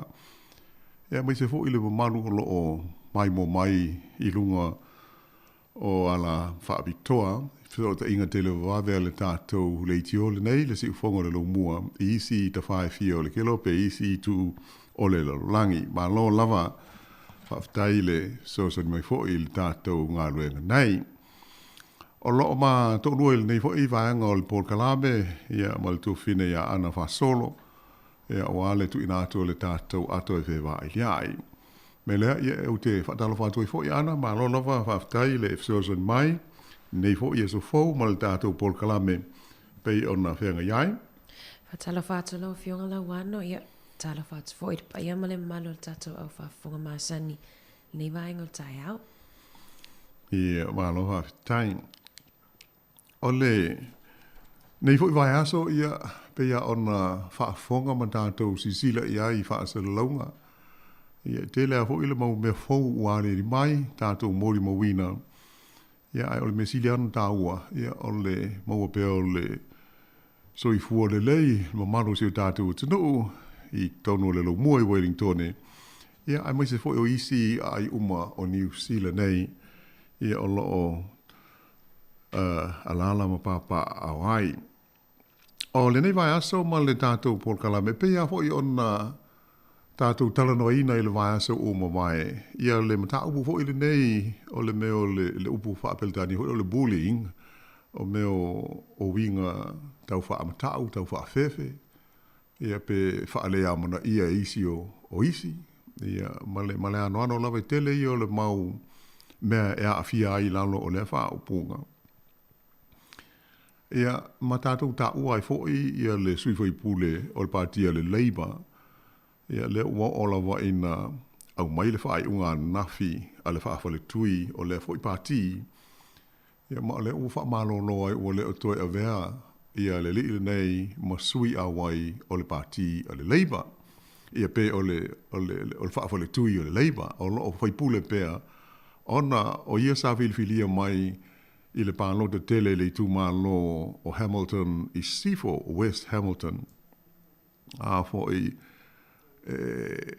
le whaingatā la se a whai e whaamawai. Ia pe o le ale tūlanga o iai, o no inga e mo mia le whai o le pālota le titi, a e le mo fo i ono wha pea o whaatea pe turi e se le Labour, ia le whai pūle mai le pālemene, o lo winga la pe on dato mai te wina. O le mele o iai, o le o toi talia o ia o se sui, o le mele ta o le caucus, le whaafale tui o li ima fwoi pūle, a matamai ta i fwoi pūle, o le partia le Labour. Ia mai o no winga a whai o lea, o no winga o tūto tasi na o ia lava i leise partia iai, e le ma fwoi fwoi lao na alue, a fwoi e join ia pe a vea masui o sesi parti o no lai ele tu la fono ho le nei e whaasa ai. Ai, pe o le mea e le mwhai e le parti le Labour o na whapea ua whaamalo lo o ia e le toe a vea o se whaipule, o lai lava e whaipule, paulea ua le o toe a vea o ia masui o le whaafale tui a le vaenga whaupwhai a le Labour. Ia ma o ia vaenga taua pe o na tātou mōri mauina. Ia tonu le ase si o sila fia le mau wha o punga a le li whaipule le ua o ele pāle mia ua ia tau pepelo ina. A fo ia ma le ofisa o le pāle mia wha pēle ofisa le o le pāle mene, le parliamentary service. Ona e nau o ia, a pe o le mana o le whaipule lau mai tau e whai se suenga tuto tasi, suenga e winga i ona langona ia maona manatu whai tio. Ia ai pei o loo sauno mai i alta mai tai pāle mia, a mai se le pātia le Labour. E le moni ia tu o inga. Ia mai o le ala nā le le eise suenga e whai e iai. Ia atonu o se vaenga tā ua tele mo lewa o tātou iai le nei teimi whai ngā pālota hoi nei o filia o pūlenga whaale nuu, whaaitu mā lo, ai o le tausanga fōu, o le pālota tele, ia mō le pāle mene. Ia tā ua la i se langona le tātou pōl kalame, ia le tātou mahalama fōi ma manino le lei iai i le whaanga solonga ma le whainga o matanga whaapōl kiki e māfu ai ona vevesi whapea. Tā ua fōi leisi tātou pōl kalame, tonu ua matua whaafia ina lava le partia le national. Ina ua tupu mai le bevesi lea whaalauta i whale a le partia le Labour. Pe ua ave se ai i a whaitionga fo ima manatu o tangata matala noanga e winga i le national lātou mano lātou whaipule fo i le nei ia na tele i ai whaupunga ia ona o winga lava whapea o le Samoa ia ma winga sa whao li mai inisi a o tala vau o ia, manisi a fo i anga i pei ona tātou mōli mau iai, o le o tai ai ase tālai au mai le media le nei taimi, e tusa o le hoi pule lea wai, lua wai aso lewa pe e whai ai la lātou suenga. Le hoi sa manino mai, a umaru suenga, e le whaalau i tele ina mai po le a le me o iai le suenga. Ia ai pei o le tulanga na le ua ave uma, e le Labour mano lātou hoi pule lea, ia le tulanga o talanoanga i mea tupu i te tonu o New Zealand. Ia ona o le onga hoi o ia tulanga, ai pei o le mafua angalava, ia tātou te foia i le upule o le bullying, ma winga ia e mafua ai ona le fia isi tangata, i isi tangata. E pei fo'i ona tātou manatua, o le li le sa avea tanuaima pele stende o le malo tele o Amerika i a Donald Trump. Ia tonu e mawhai ona ave i aile whaapunga masalo o le bully pito ma tau tia le o tātou i loa. I ona winga, ia mana ngā yo inga whai, e le ngata i whaamtalanga e la lafo hoi nei ma whaasara lau. E ui ai na le moni, ai whaasara lau pēr. O lea nei ua na o a fo i le taunu unga o le palota Amerika. Ia whai lava whaasara lau ngā le li o Trump e whapea o ia na malo a ua ngaoi e tangata se tu lo ia le unga o le palota le o malo ai to ina Biden le e tu lai nei ia le ma fa tu salia i se sia taimi ia i tu ai nga winga ia male upule pe ona tatou tala noa so iai ona ele tasi se winga e a fia ile pepelo ia o le fa tu putala ia o le faa matau faa fefe e le ngata le malosi a fo ile a physical ia o malosi faa le tula fono e tai nane lava ele moni se mea o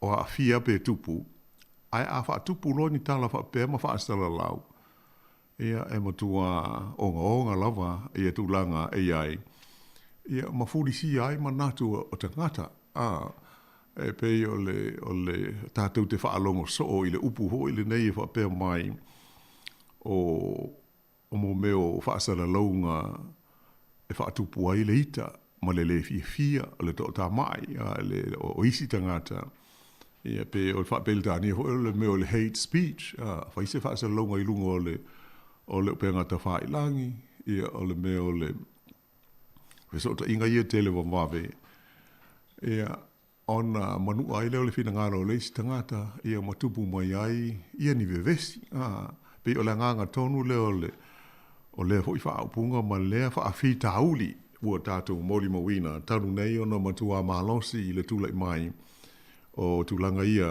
o tau fesota inga fa te kono losi ia mai o le mea sili ano matau tia i nei mea o le fa salawina oni fa upunga le sao o le fa peltani ho le meo le misinformation ia pe o le fa matalanga le moni e taita i se ai tangata e fa longo iai o se fa fita uli tele o le o tatou loho e tatou via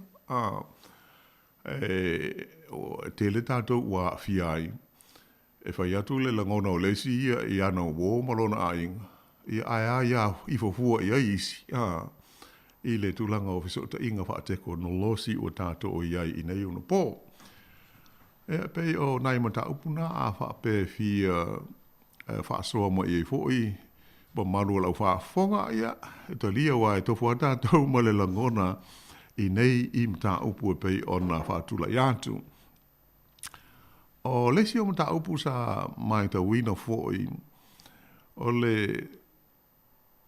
le so ele mai ai le to finga o le fofonga fitalai o le Parlamento o New Zealand ia Trevor Malland o le lua ele fa be e alo ia ai ona le to ave o ia ma fofonga fitalai ona o le ua tofi ele leiba e ave o ia ma ama pasa fou o New Zealand i te tonu o le malo a Ireland ia mai o te saule ta vale o whaalongo te fo i talanoanga i wale si whaasara lau ala au papai. Se o whai tio ina fo i le whai ungar malo. I le tauna ved i maladi o tarwai ona winga taipe ato e fo i aile upu leo le bullying o winga whaafia tangata whaaleke kea i isi tangata i tonua fo i ola na ngā luenga i le maota o le Parlamento. Ia mai se taimi le sa faiele te vo ile nei sa tatu mol ma wina vai aso lo ful tol. Ia sa ma mafa fai tionga fa sanga ile li fongu talai. Ia ona tu mana a mionga ai mai se o tanga sa faia ma fa tununga sa faia ile tau fo ia o le fa vita auli. Ia lela o foi mai ho nisi. Ia ai longa e te tau na fetaui ia le veo malad ma ampasa awa o le tenunga o ia tangata o seisi a veo ma ampasa o le sui alo ia lea o le malo ma tangata uma o New Zealand i do tonu o seisi malo le laulangi ia to ilo iai pe o le langona na o nisi la u whalongo ia e lea hoi po o le aso tau fi iai o le mea e le tau ona tātou manino iai mea nei o to finga nei o to finga fa upu fai o malo pe tau fa fingo fie o to finga fa porkiki lono winga e pule le whai ngā mālo o lo tū i le whoe. O le teimi nei mō le si le fia, ia, pe ia ana tātou manino iai. O le leiba, o te ita ia le whai ngā mālo, po o lea e whaatau teia le mālo ni usila e nei teimi. E mafua lea ono le unga o le pālota taluai, an tātou pālota umai. E ono se furuma le 5, lea whae i ono 4 o le pālemene na maua e le leiba. Mantua fo i o le pālemene se laurua se furu i ono sui. O noinga la, o le pāti ena te maua ia no foa e ono sfultasi. Ia tusa o le pāti na o malo, ua iai, ia le whaupunga ho ile nei o le fina ngalo fulisia po le fuainu mela fulisia o le maota o to tele o lātou sui fai pule. Ia mai o se mea matau tia lea mea awa ele itupu mua talu o na amata mai ia le whainga lea o le so whaatasi po le MMP le whainga lea o le o whainga pālota le alwei nei tātou o pūlenga wha momo pi whaatau ai le ai a tau o pāti la hiti. Ai o le teimi mua lea ua manu malo ai se pāti tele se tasi. E le mana o mia la e le leiba ia le lango isi pāti ia peitai. Pea on tātou silofia. E ui ai na le mana o mia e le leiba ona o le lātou numela lea e ono 5. Ai sa vala auria pea Jacinta. Dern ma le pātia le leiba, ia le pātia le Greens, ina ia lātou ngā lulue, ina ia whaau ngā iai, lea ngā tonu wā lea o le momo pi. E awe lea wanoa ina i pāti, ho inei e hei whaapunga more minor parties. Iso lātou leo, ito tonu o whai ngā filifilinga, ma whai ngā tonu. E ala lea la o lo o iai, ua au ta ua le numela leo le ono 5. Ona o le tofinga o le li ampasa fou mo ai alani. O le tofinga wha ale malo e mo i e le wha apunga hoi le o le kovo na sili e sai nia. Tai pia hoi o Samoa o le ao le malo e sai nia le pepa tofinga. Ia po le warrant of appointment. Ai o le unga ia e whai e le palemia marana kapeneta po o le malo. O le tulanga moni lal na e le o lo tele ina ngalo ele au fai tio ai mai se ale media palangi ia foi no mela nei na ali mai po le tonu unga o le fainga filifilinga o le pano te tele tanwai nei ni sila le tu wai le leiba ai mo le silfia da to ia au palota ia pe o le nganga tonu na mo le tu langa na o lo mafu ai nei fesuia inga ia matofinga ia po a lava ia whaiunga. A tātou whaafonga le ia i whaasara launga, i le aso ma le aso. Ia o sina whaiunga ai au mai le malo, te. Ia e moni le lei, e se fina ngalo ma langona o tangata. A e pei o le langona o se vai venga ho i le tātou por kalame. O whainga ia, o whainga malo, o whaate makalasi. O le pule, ma le pawa, o lae, e le tu o lo o furisia i aile, fina ngalo le au palota, ia pe o le pāti, ma le vaenga, o lo o tele o lātou sui whai pule i le tonu o le pālemene. E ala na le, ona le Atua, ona e se asa pe ona autau, e se asa ona ausia e se pāti, mai se ala pāti de tele ia o le Labour, ma le National, ia le majority lea i se whainga pālota whaamomo pi, ia e pei o le matati alna lea na aliri mai le pālota tele taluai a New Zealand, ina ua le pālota, e ono sfulu 5 ia no 4 na maua le pāti o le Labour. Ia o le tulanga na mo tātou, ia o tātou tā pena, ia nei vai tau ho o pālota. Ia ua o laso, o le masina fau, lea ua le tau mao, o le tātou o le vai aso muli le nei o le nei hoi masina o okuso. Ia o na tātou wanga ia tuwaila lea, i le tau ho i e tutonga e ai la au po le spring. Ia, ma wawe ai o na tātou tū vai atu i le tau mawhanawhana pe au lia o le nei tau sanga. Ia o na ai swinga umaia ai mō tāpe nangaloa ia whaalau toi whale. Ia e mana ia o le tātou manino le i ai awa tāpen penanga o le pālota. Ia me se foi o tātou pālota ia o lo whanga solo i le taimi le nei pe ona si sila ho i ai i whaasara lau ngā sui tau wāwha i tū mālo, whaapita nuu. Ia e whai mālia i ai ia le sa ilinga o le tau whāwha i mo le moe le mamanu o le tātou tunu ini o tātou sui e awe i ai le tātou lango. Ia e tāua fo i le mta upuna o whaalonga mai fo i ai le tātou pol kalame a mātau le nei aso i le tau tua le si ufonga le lo mua. I mea ia tau wha i unga al wha mesnonga pe ona tau telefoi sa fia wha adi mai aini o tau fina ngalo i le mta upu sa tu inatu fo i e tasi i a wha pe fo i sunga i a mari. Ia e talal tātou leina wala o mai ia ona tātou tal noa lea ia pe iai fo i se si mata upu o lo e fina ngalo i te wha soa mai ai ia talia ma le wha lalo. Il nei fo i wha awaponga o le tātou ngā luenga o le ato e whea wā i ai. Au onanga a le si ufonga o le lo mua.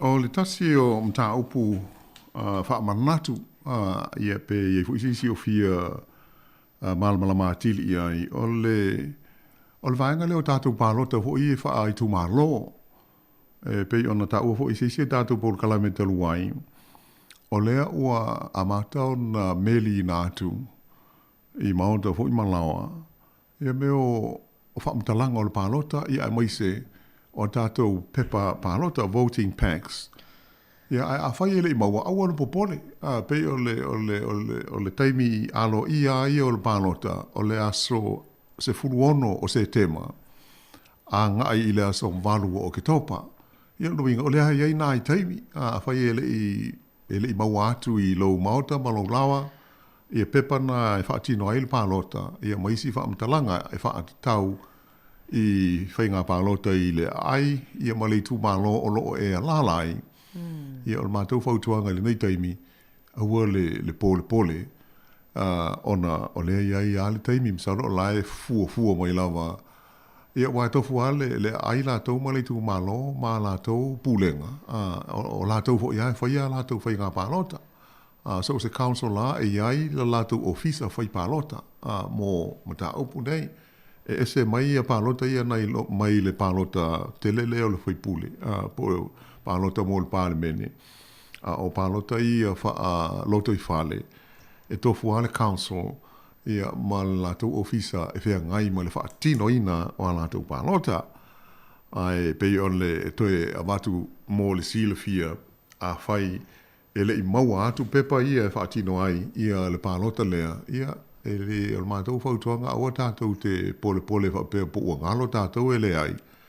O le mai te watu o le iai sin taimi le toi, ia msalo po o le vai aso, ia ua mata ona taun watu ona e le launga te sia i a pūlenga i taimi e isi wai a lātou pepa, e pūlea le council i le vai tau mo le taimi e tu ina tuai pepa ia mo pālota.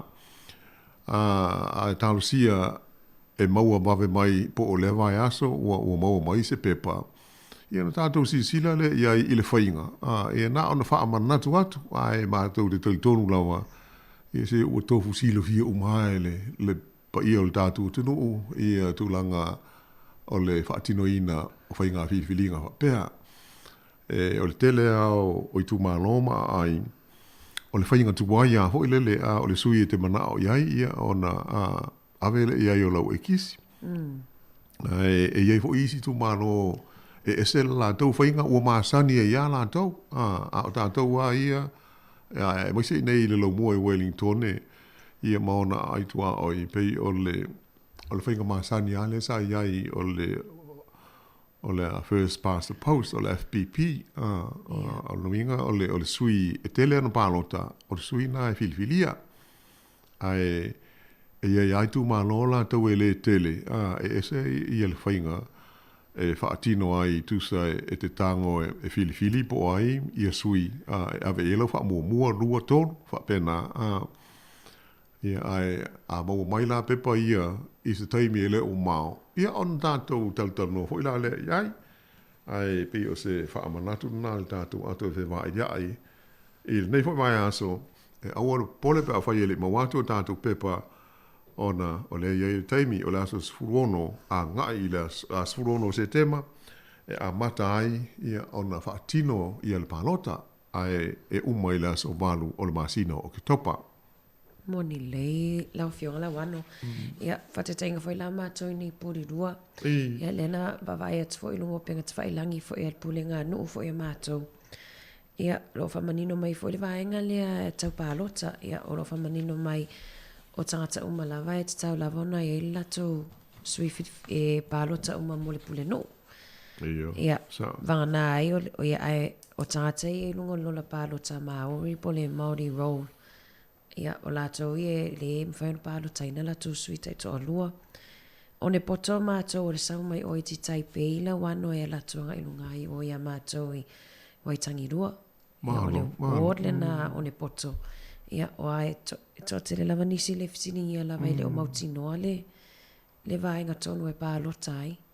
Ia, pe o le tasi ala nā vaenga tāhua. O le sile fia. Po la tonu le a fo i le vaenga o le ai o lo e ai. E te tau ona e pālota ai. Ia pe e le ngalo ia o le tele ao o pūlenga, po councils, e ia lātou upenga i o fesota inga, mo websites. Si mo nino le i ai la utala wau ma whanau. E a fo e te tala le computer. Ia ona whaitau mala le ia i au ili linga o lo o iai. Ia e pangalea. E tele au tātou, e le fia i le vaenga, a mai se le au mātua. E wha e au ngā tātou mātua e a ngai i computers. Ia, ma whaila sa ili linga ia, ai pe o le o tātou te manino le leima tātou malama ia pe o tamaiti a ma e whai ngā ruenga. O lavana lātou silo fia il melea. E o no inga, o le whai a il whanau se, sau il whaamantala mai le melea, lea, po lea, ma se whai inga ho ili nei. Ia ai pe o le manatu a ia, ma le soifuanga o iai i le nei vai tau. Pe o whaatahua lātou, au ala ia mo o sota inga. Ia ai o le whawhitau li la le mon tātou. E iaina e le fia iai. E o le pōlenga la, ina ne i le maua ia lātou ia. Ia whaamatalanga tāla whea ngai. Sa loa atonu o stasi fo o ngā luenga tau ona whai. Ia o le fisisao i le council. E sa usi si whaamal malama mai. Ia awards la ia pe ona e sao no iei ana. Wai a fo i lungo le tātou Paul Kalame nei. Ia atonu o stasi nā wai ngā tāua.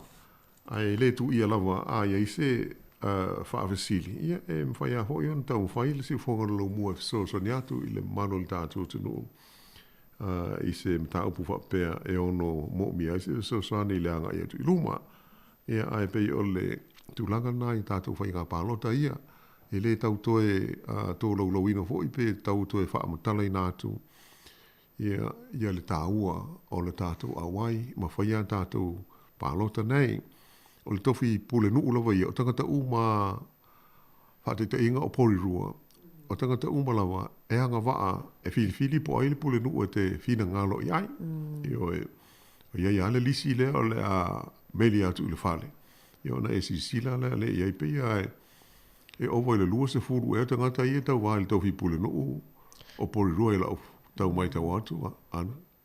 Ia, pe au le faipule lai ti fo faipule e to as fulu lima e le au candidates le tamu e tele o mautino pe to fi tangata le e o palo to e o mo le tofi pule no a pe o faipule to tele ma na ia tele wale sa mai foi tatu tala foi le si vai aso la wano le na to titita puni la vano fa aulo twaia ila to e fi tamu e palo tai ele ia to se to lima i si pito no.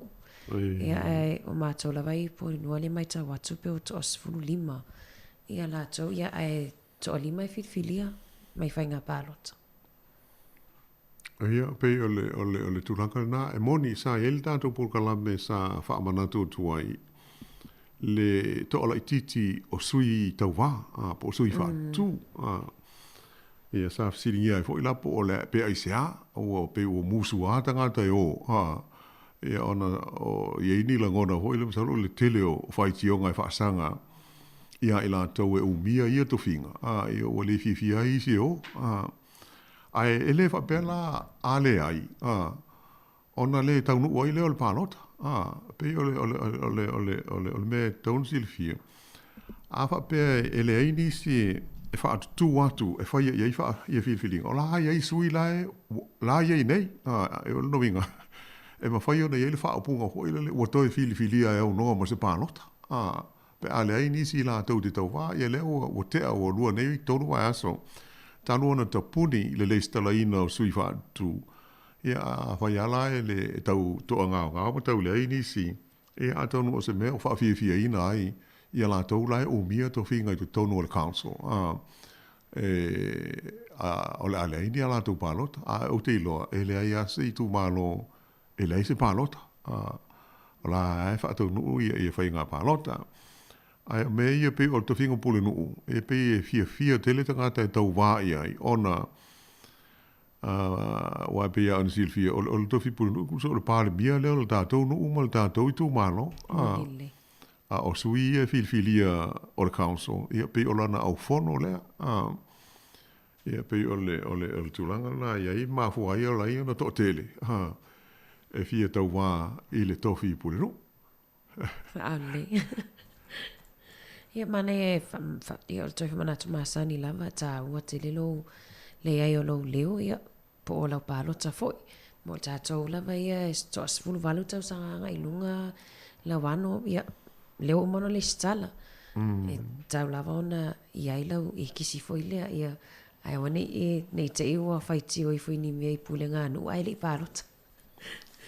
Ia pe o le whawhi tauri ma sani alna, o le whai o spalota, ia pe o le ngalo, ia ona e whapihi le tau, e le ia se mea suia o ia na o le tasi lau palota, pe o la ngona na, ai mantua, a whape e to se lau, pe lua se lau tangata ia la ngona na, ia o no inga, o mantua te le al whale tonu, ai, e tāua tele le onsai. Ia, e sila le leipo ai o tātou sui, awa e tele le mau wha whitauli ua ani le mai le niwa i tau le sui fuanga, tātou te mo mi ai ni sui le lei. Ia, e tau aveina ia u tau whingalo mau tātou manao, i tonu o pulenga nei e whai ei tonu. E ma whai unga, e a whiai lo tātou sui fua i le aso ma le aso. Ai o le tātou polkalame, ia o awanoa pele tātou leina awhia whai ele i maua sau awanoa ia Māori ma tāsi le mata upu tāua le sāla tala noa ai e winga i whai unga le whaamisnonga. Ia, whaina e toi wala mai wha lau te lea tuai ia le nāpo i mata upu, ai tāsi le nā mata upu tāua. Mo le si le fia fo i le tūpulanga te lo wau, maana ia le whai unga i lau mai tau, e ui ina e ele tangata na maliu li whaalawelawe na awhia aile talo wau le sfuru walu tausanga. Ia a saule i unga al whaamasino. Ia e a fo i whaalea ngā ina uma ia molianga whaasanga ia te ia solo fua a se whaaupunga lata mai. Ia ona la o le mafuanga o e moli poti fo ile nei e lango ai le tūlanga o le manino le lei o le antalo wau, i le onga o le mea ua fia ai, ona o le o nāma ave tā wale. Ia ai silsili, o le tāo fia le whaamsino, a whai nei ai whaamaonia, i le solitu la fono le nei talo wau, i no inga ua lea o ngā lona soifuanga ngā i ruma, pe o lau lea mai tau iai, ia ele ngata la ina le lei. Ia e pi o se mea ho e tele nisi la ngona e tutupu mai ai. Ia ona pangale o lea ua umare so i fua o leisi tangata. Ia e pe i fōlinga mai whaale ano i ai le whaamisnonga i le whaai unga ua au mai. Ia e o le so i fua ngalawa tātou te o iei nei. E iai ia mata upu whape nei. Ele na paulo se mata upu tele le mau mata upu. O tātou mōri mawina fo i ni whaai unga e fōringa e le mamafa se whaasalanga e ui ina ua mau le soifua pe ua mali wai seisi. A o le mai tau iai. Ia e pei o le tele hao mata upu o le whaai unga ai e whaia e le whaamsino. Ia i lona tūlanga ma lona tali tonunga i lana ngā ruenga malana matata ua filifilia iai. E whaia se whaai unga o le mata upu ma le mata upu ma ia i tu ainga o mata upu. E tā ua la ho i le tātou manino iai. Ia oai e iai ale taimi e ono a awhia ai seisi o tātou i ni whaai unga whape nei. Ia po o ni mata upu hoi whape nei. O la o whai ngā ngai ho i le whaamisnonga. Ia o te moli mawina laua. O le tele ia o le maumata upu whaafōlinga whapea, pei whaale mamafa se whaai unga po se whaasalanga e whaia. Ia, ai pangale, ona o le tulafono mo le whainga ia o le tulafono i nei. Sea, iei se whaasalanga whape whale pui eisis. Po le alawa le mamafo se soli tulafono e a fia aise si pe mo lia aise isi. E alu anu lava, e moi fo. Ia sau se whaaiunga. E matua le fia lava. Mō nā i tangata ia e a fia, mai se la, ia le side leo le victim, a po se si na fia pe ma liu, ia po lo na ainga. Mō whanau i esfur valtau sanga ala wano. Le e te sau noi ai. Le na whai whasoa, ono no winga pe lena e o wale wale wa whaisa e whanganuenga fwoi i whamasinonga. E tu salava pe tuonga pe te le se a whaina fwoi leo le victim pe ona e sau noa. E mā lava la le e le la tu sa pe le whasalanga pe o le vaenga lea le na whasoa mai ne maro la tunu an nei tai au. Ewe, pe ole tūranga nā, a iei whaai unga a hoi tāla whea ngai, iei hoi whaai unga tai peila o lea, e whaa tupu manatu. Ia pe wha tupu le fia hoi mō le a inga o le sa fia. Awa ili tū la whona ia, a whai ua sifuru waru tau sanga o le tangata. No winga ua matua. Ili tū la whona New Zealand. O ua tangata matua ua mawhaiona lai sene awe tā wale. Ua mawhaiona pālota. Ili pālota o filfilingo o tofi, o whaipule, ia wha alota i whane. Ia, alo winga, ua iai i le whaupunga na ua tangata matua ua leo toe talabau. Ia e pule e a whaamasino mao la tau langona. Ia, almea fwoi le ho e te leisi li poti a fia o le itu ina mai se whaaiunga. Ia, e so se mata upu lawa, e whaatonua e le whaamasino, le whaia o se li poti. A le vaenga hui le tau o le whaanofo waia, probation report.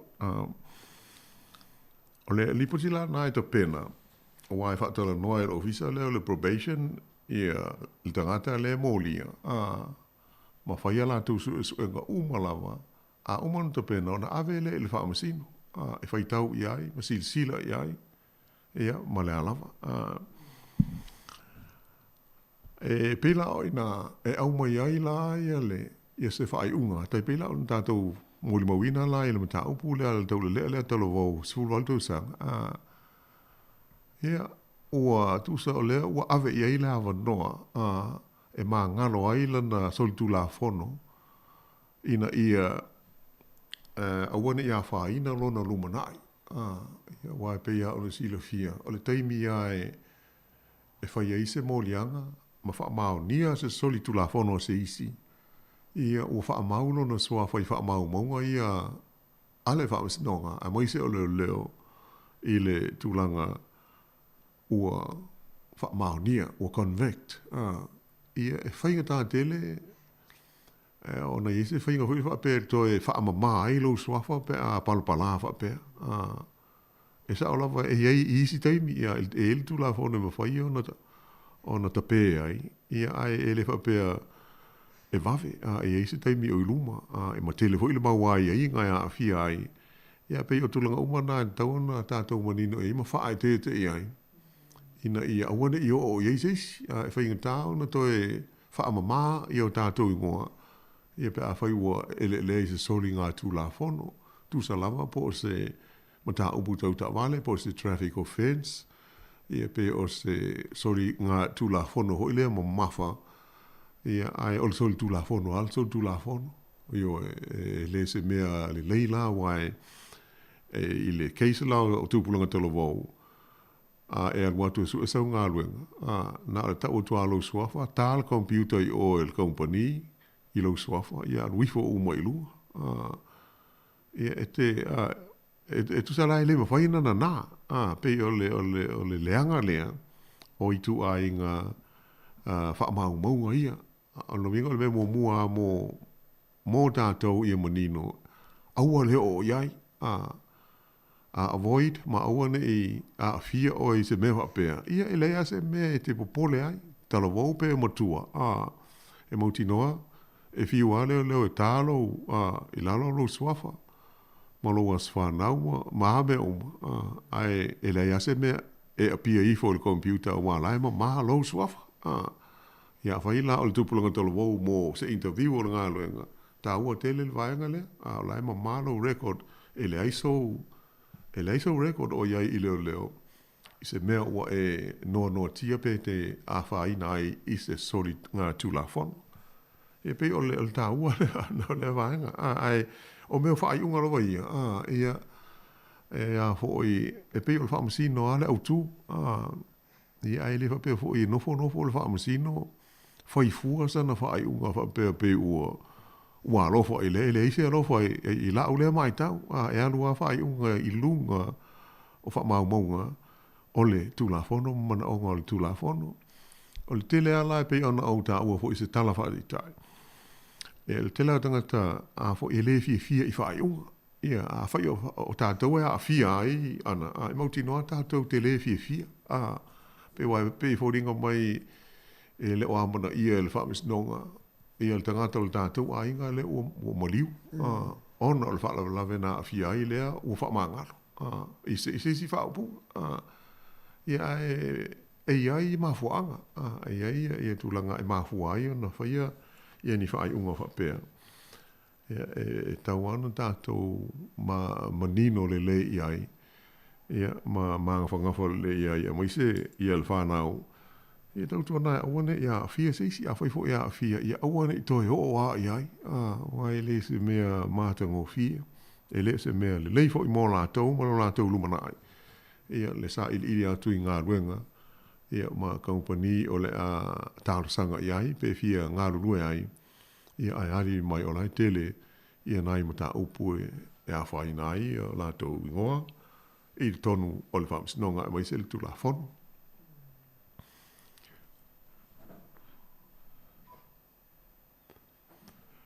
Ia o le tūlanga lana o iai nei fo i whaao poponga o mai te watu, ia se i hoi fo sinaka, malolonga to e whaao o tuai.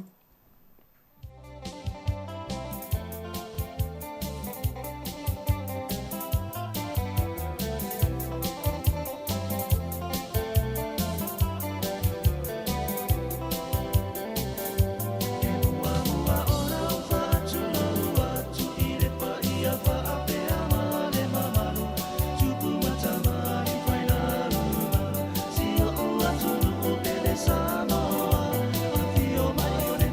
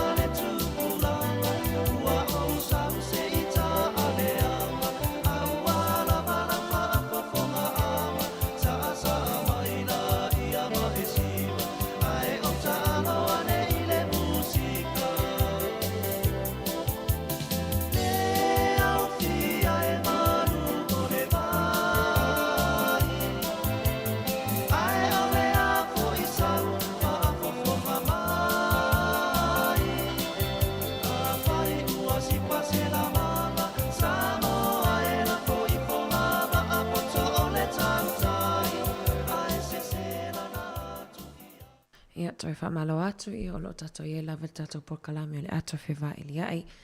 Ia ma le whionga ia lawano ati lawa. Lawano pe o le naisa unua la matanga lava I le vaenga le wo o iai ia le sia li whaipule fo I le o Shama. Ia o le ala le o le ali sila asanga mo ia pe o naisa unua la matanga a wa lefa mai le ia ana evidence I te tono o pāti a leipa o lo iai lava le vaenga le o le bullying.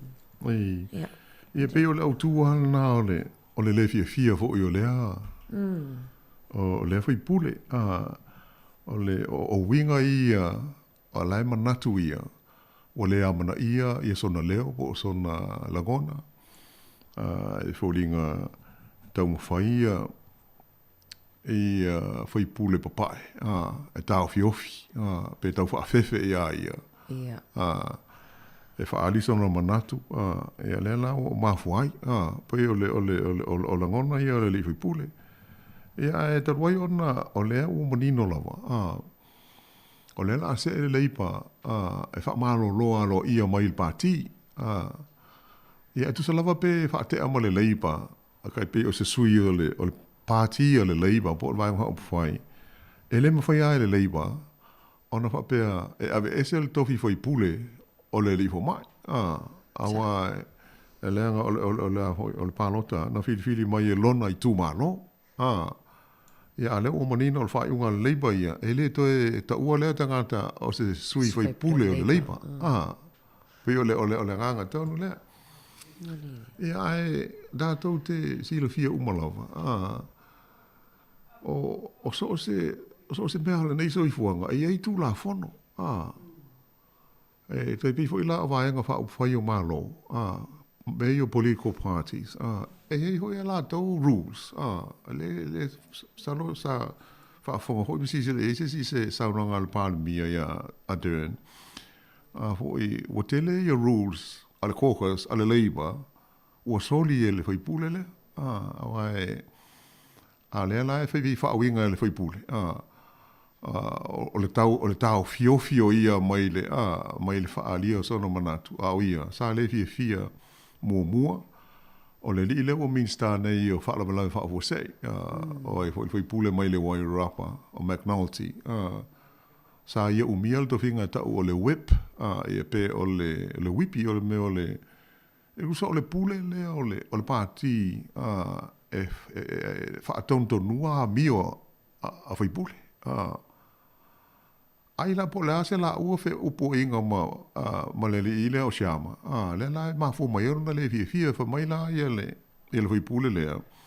Sa te tau I le pālemia ma le pūlenga o le leiba. Ona whaia se suenga. Ona mana o lea sue. I amionga ia, maanga ia. Sa whaia whaasanga ia te ia.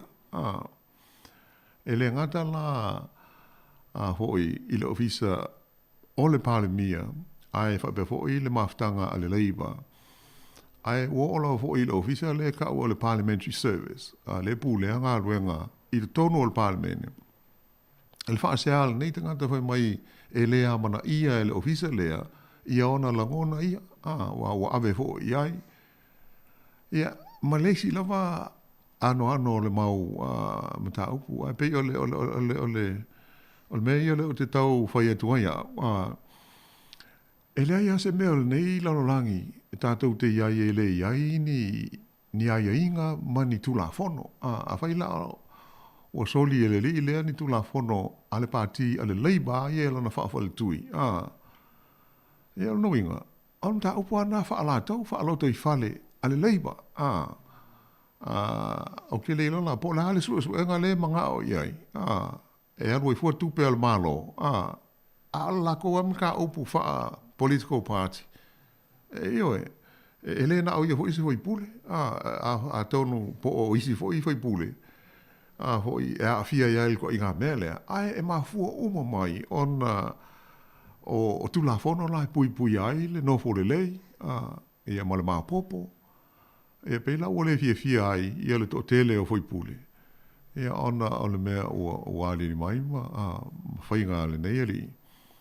Ia ai e whaano noa tele I loo le vai wainga ana. ona e fōlinga mai, e kuse, ke reilo, e le kāro upu Samoa e whai i tu ai ngā winga nei. E hoe. Ia ai, pa lala me le anu e ave il whaamsinonga, pe a whai o lona langona lana. Pe a la o soli tu la fono. Ai, po le lisi fisi. A lala me nga fia whai pule ai, pe a le ta lia. Ia tu ai ngā hanga ia, pe a whai o tūlanga ia, a le mai tonu o vaenga wha upu whai o mālo. Ia ta ilo, ai pa o le mani nonga ai, ma le mele o iai, o le o toi avea ma sui, whai pule, o le whaafale tui a le leima. Ia ai ona o le tātou teimi ana, i le tātou pulkalame le so mai. Ia whaafitai fo i le fisoasori mai, e whaamālua tu fo i le manu au whaafonga i se whaamtalanga o le tonu. Ia ai, le a sādi talatu le tātou leina, ia tonu fo i o foisi, pisi fo i le tātou au whaafonga. Ia ai le ise me o iai, o le fo i vai aso o tātou toi whēlo, ai se isi wha au popo, ngā o le a toi whē vai iai. Ia ai malo ana whaafitai, ia ai whaasoifua, whaatoha atu i nei vai ngo laso, malu le tātou tino u male au whaafonga.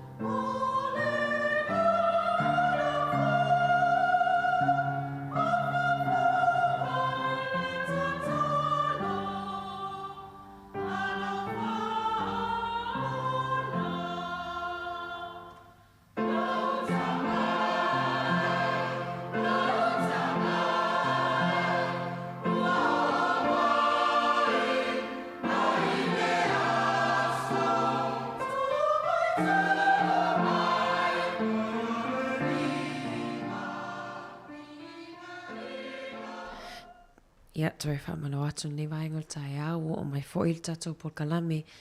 Ia e polkalame whaaleanganga maa sani o la solulu. Mo lia leava whatautaia lea le sisunga le whawhiangenga. Ia sunga toi ina ia Reverend lau i ula lau yang. Mai le e whaka e kalesia whapotopotonga i Yesu Samoa. Mātunu i whafo i Wellingtoni. Usi mai ar whafunga.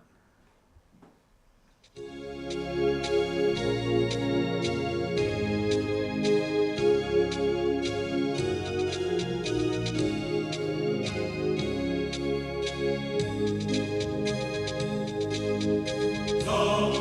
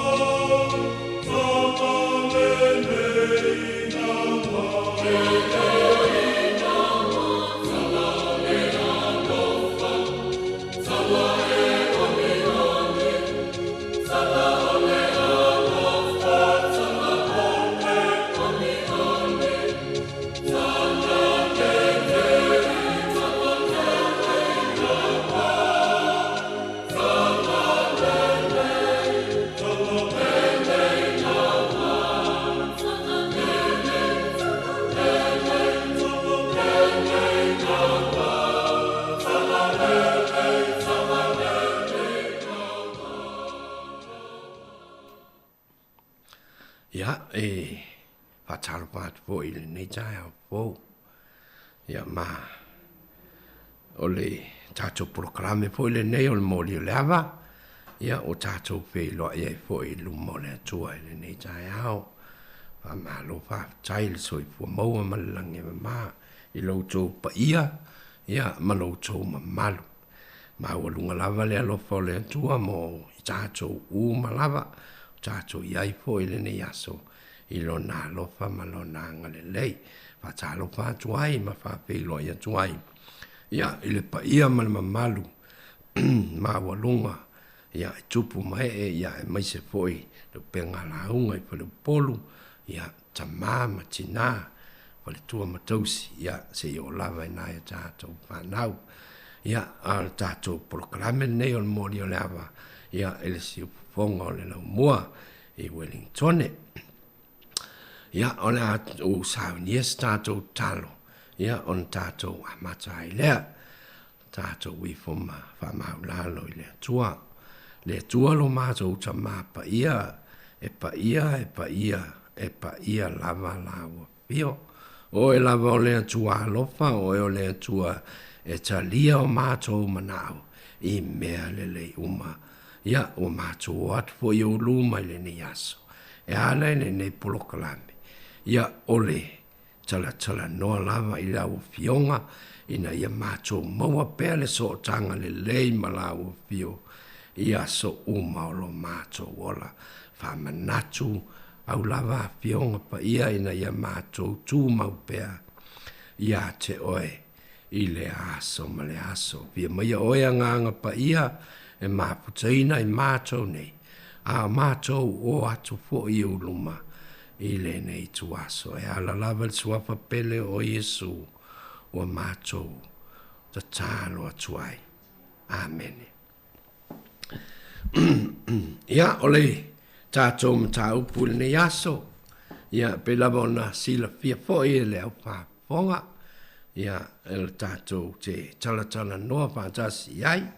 Ia ai ele lei lava lo wala au mai. Ina ia tātou maua ia fina ngalo mātango pia o lo outou no nofo ma outou. Ia e sosoani e poi. Ia mo i tātou malava. O le numero tātou telefoni ia o le 325 lua o pātasi. 325 lua o pātasi. Al tātou mtaupu ia o apionga lava al tātou wali, tātou te tue asiasi iai, ina ia pesoa soani mo i tātou. Ia ole Iohane alona mtaupu sumatolu, Iohane alona mtaupu sumatolu, fai upua tolu sumatasi, ia e whaangata mai fai upua tolu sfulma le valu. Tala lentu sia Iohane sfulma tolu, ia fai upu e tolu sfulma tasi, se ia whaangata mai fai upu e tolu sfulma le valu. Ia whafunga maia ia fionga pa ia ano tātou wali. Walu ia i whafo, o na whape atu leo Yesu, ua vi ia nei le a tali o le tangata, ua vi ia fo i le atua i a te ia. A whai e vi ia le atua i a te ia, e vi ia foi o ia e le atua i a te ia lava, a e vave foi o na vi o ia i a te ia, lau whana ue, e toi titi na yaso, o te iai i a te o tou, tou te sa ili mai i a tau, ai pei o na o whaiatu i a iuteia o le mea o te alu i ai, tou te le mawhai o na o i ai, e whapea foi o na o whaiatu i a te o tou, o le poloa inga fou, o te tuatu ai i a te o tou, i a o tou wheala whani, whapea o na o alo whatu i a te o tou, i a whealo whani foi o tou, o le melea e ilo ai e tangata umalava o uso o tou, pe a whai ua o tou whealo whani. Il whai upo lua malvalu, a George Fulmale e ono, ua whai mai Simona Peteru i a teia, le li ie, po whea e te mali watu iai, o tari atu Yesu i a teia, o le mea o te alu iai e te le mawhai o na muli muli atu nei ia te au. A o se aso e te muli muli atu ai ia te au. O whai mai pe teru ia te ia, le li ie, pe se ale mea o te le mawhai ai o na muli muli atu nei ia te oe. O te tuina atu lo wonga o na o oe. O tari atu Yesu ia te ia, e te tuina atu ea lo wola o na wau. E moni, o te whai atu ia te oe. E levi vini moa se ia e whawhiti whaatolu mai ia te au. Whamnia mai le tua, e tātou whaitauma whalongolongo i le ana pionga pa ia, nei se ia o le whawawau ia te ia pelo na lava vi inga, e o lava i le whawawau. Ia, o le tātou mata upure nā, o le tātou numera, o le tolu walu lima lua o whātasi, tolu walu lima lua o whātasi, ia, mai poi so pina ngalo iai, o le nei lava mata upu, ia, e le fau i tātou whalongo, ai, e tātou te le manatu ma mawha iai, e ngalo lava ia i tātou, a fionga lo tātou wali i, ia e pei ona iai ia vanga, o vaenga ia, ia o vaenga lava o le talatala noa ngā Yesu ma ona so i lunga o le lao ai. Le lao ai lea i le pōwha ai u lava na whai ai le pāseka lea, ia na talatala noa ai Yesu ma ona so, ia o le ua tue au mai ai ia, se vaenga e tātou te tue whamanatu, e au ngā mo i tātou mo le tātou lu manai, ia manai o tātou a inga, manai whanau, ia ai maise fo i lau tele, nai wō, ia ai maise fo i oe ua masani ma tātou iai i le o langa nei, i le tele o whainga tā, ia ma whapita auli, a o le alofa lava ia o Yesu, ia o lo tu mau pea ia i tātou, ia ale a tātou pese, ia o na tātou. Ia ai sāu ni mai so pina ngalo mātango pie, ia mo le tātou, mata upu nei. O le memo mua, o le, ia, e whawhaingo pie mo i tātou, ia fionga lo tātou ali, o le mua, o le poloa inga fau, o le poloa inga fau, o lona lua, o le fesilia pe teru, pe aisea, e le mawhai ai o na muli muli, ia Yesu, i le taimi lea, pe aisea e le mawhai ai o na muli muli, ia Yesu, ia o le a tātou pese, tai lava.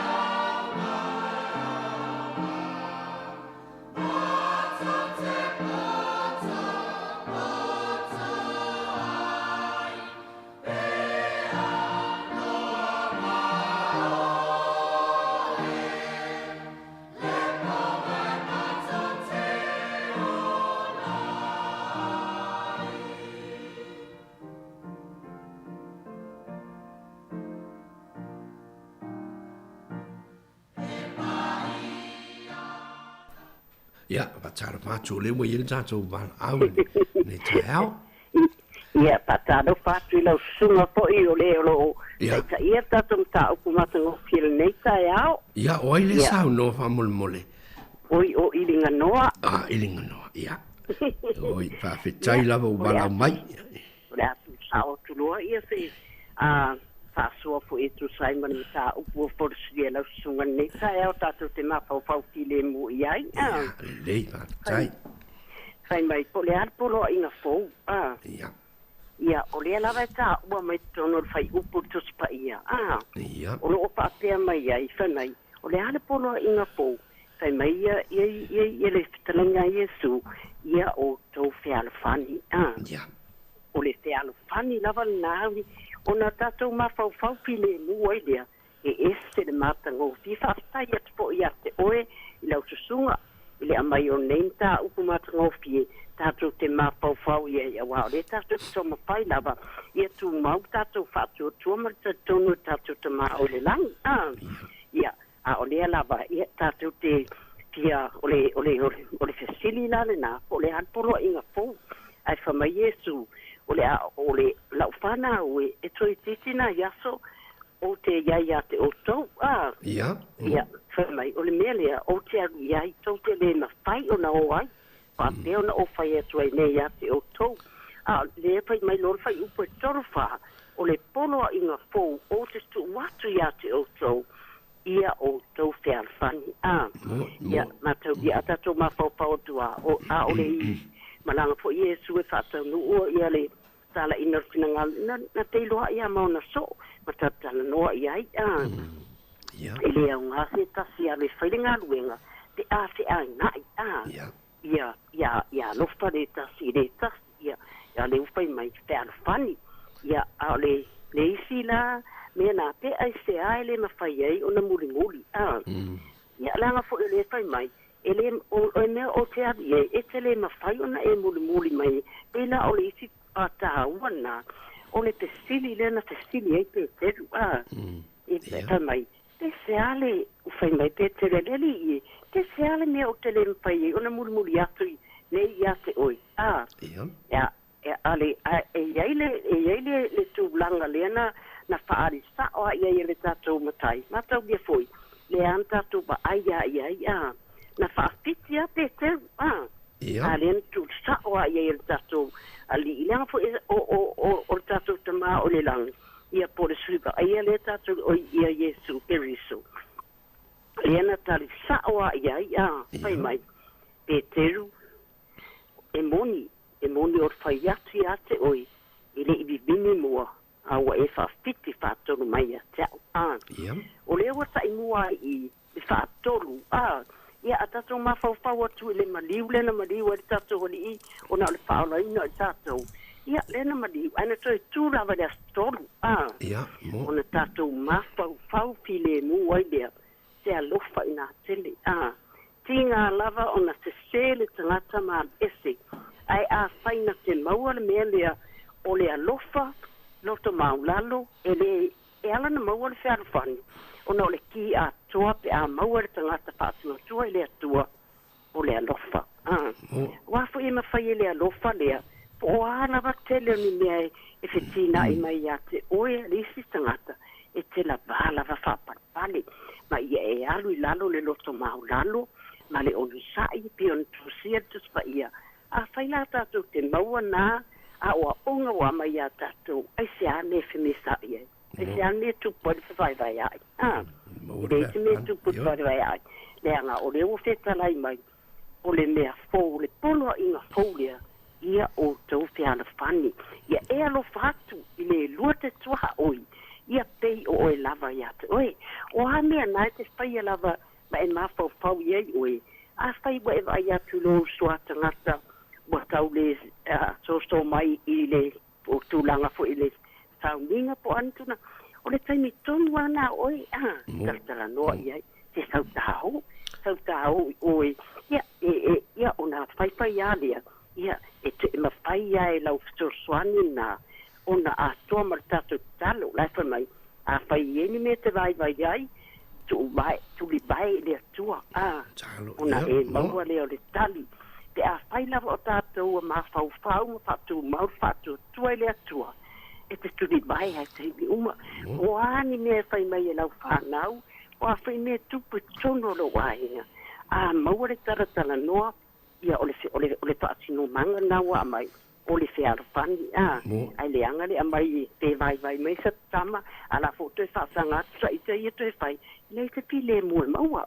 Nā le whimita, ai whi ai nā, i mea tūlang whapena, a o se o unga lava ia o te maua nei tūlanga a whiara whani te māma tina whapea whena whiara whani nai tānau ia mawhatara lau atu lea lofa pe ona tā ua i elo whātu le lutua o ia pe o e lava ia oi ia aolo tarina le utari sao tria ko le atolo inga fou lea ia le era utari sao dua fai mai ia o tō whiara whani pe e se ailen whai ei ona muli ia nga le na lana tu sao ia le fasile te te ana tu sao ia e sule tali sao a wa fo si le fie Jesu e ile tai me muli ai fa pitia vai tu no popo nga sao ni nia pime ia fa mai ia pe le lo na tanga ia na o sina fa so atu le sai ma mata wa e sao nia fo le nei tai ia te lo la fo ia ni si pia so ani atu pia pa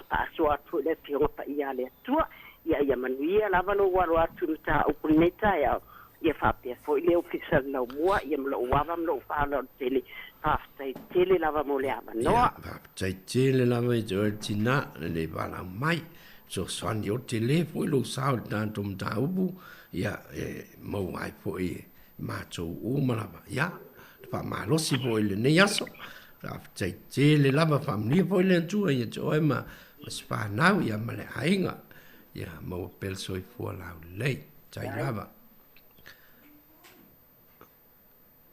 ja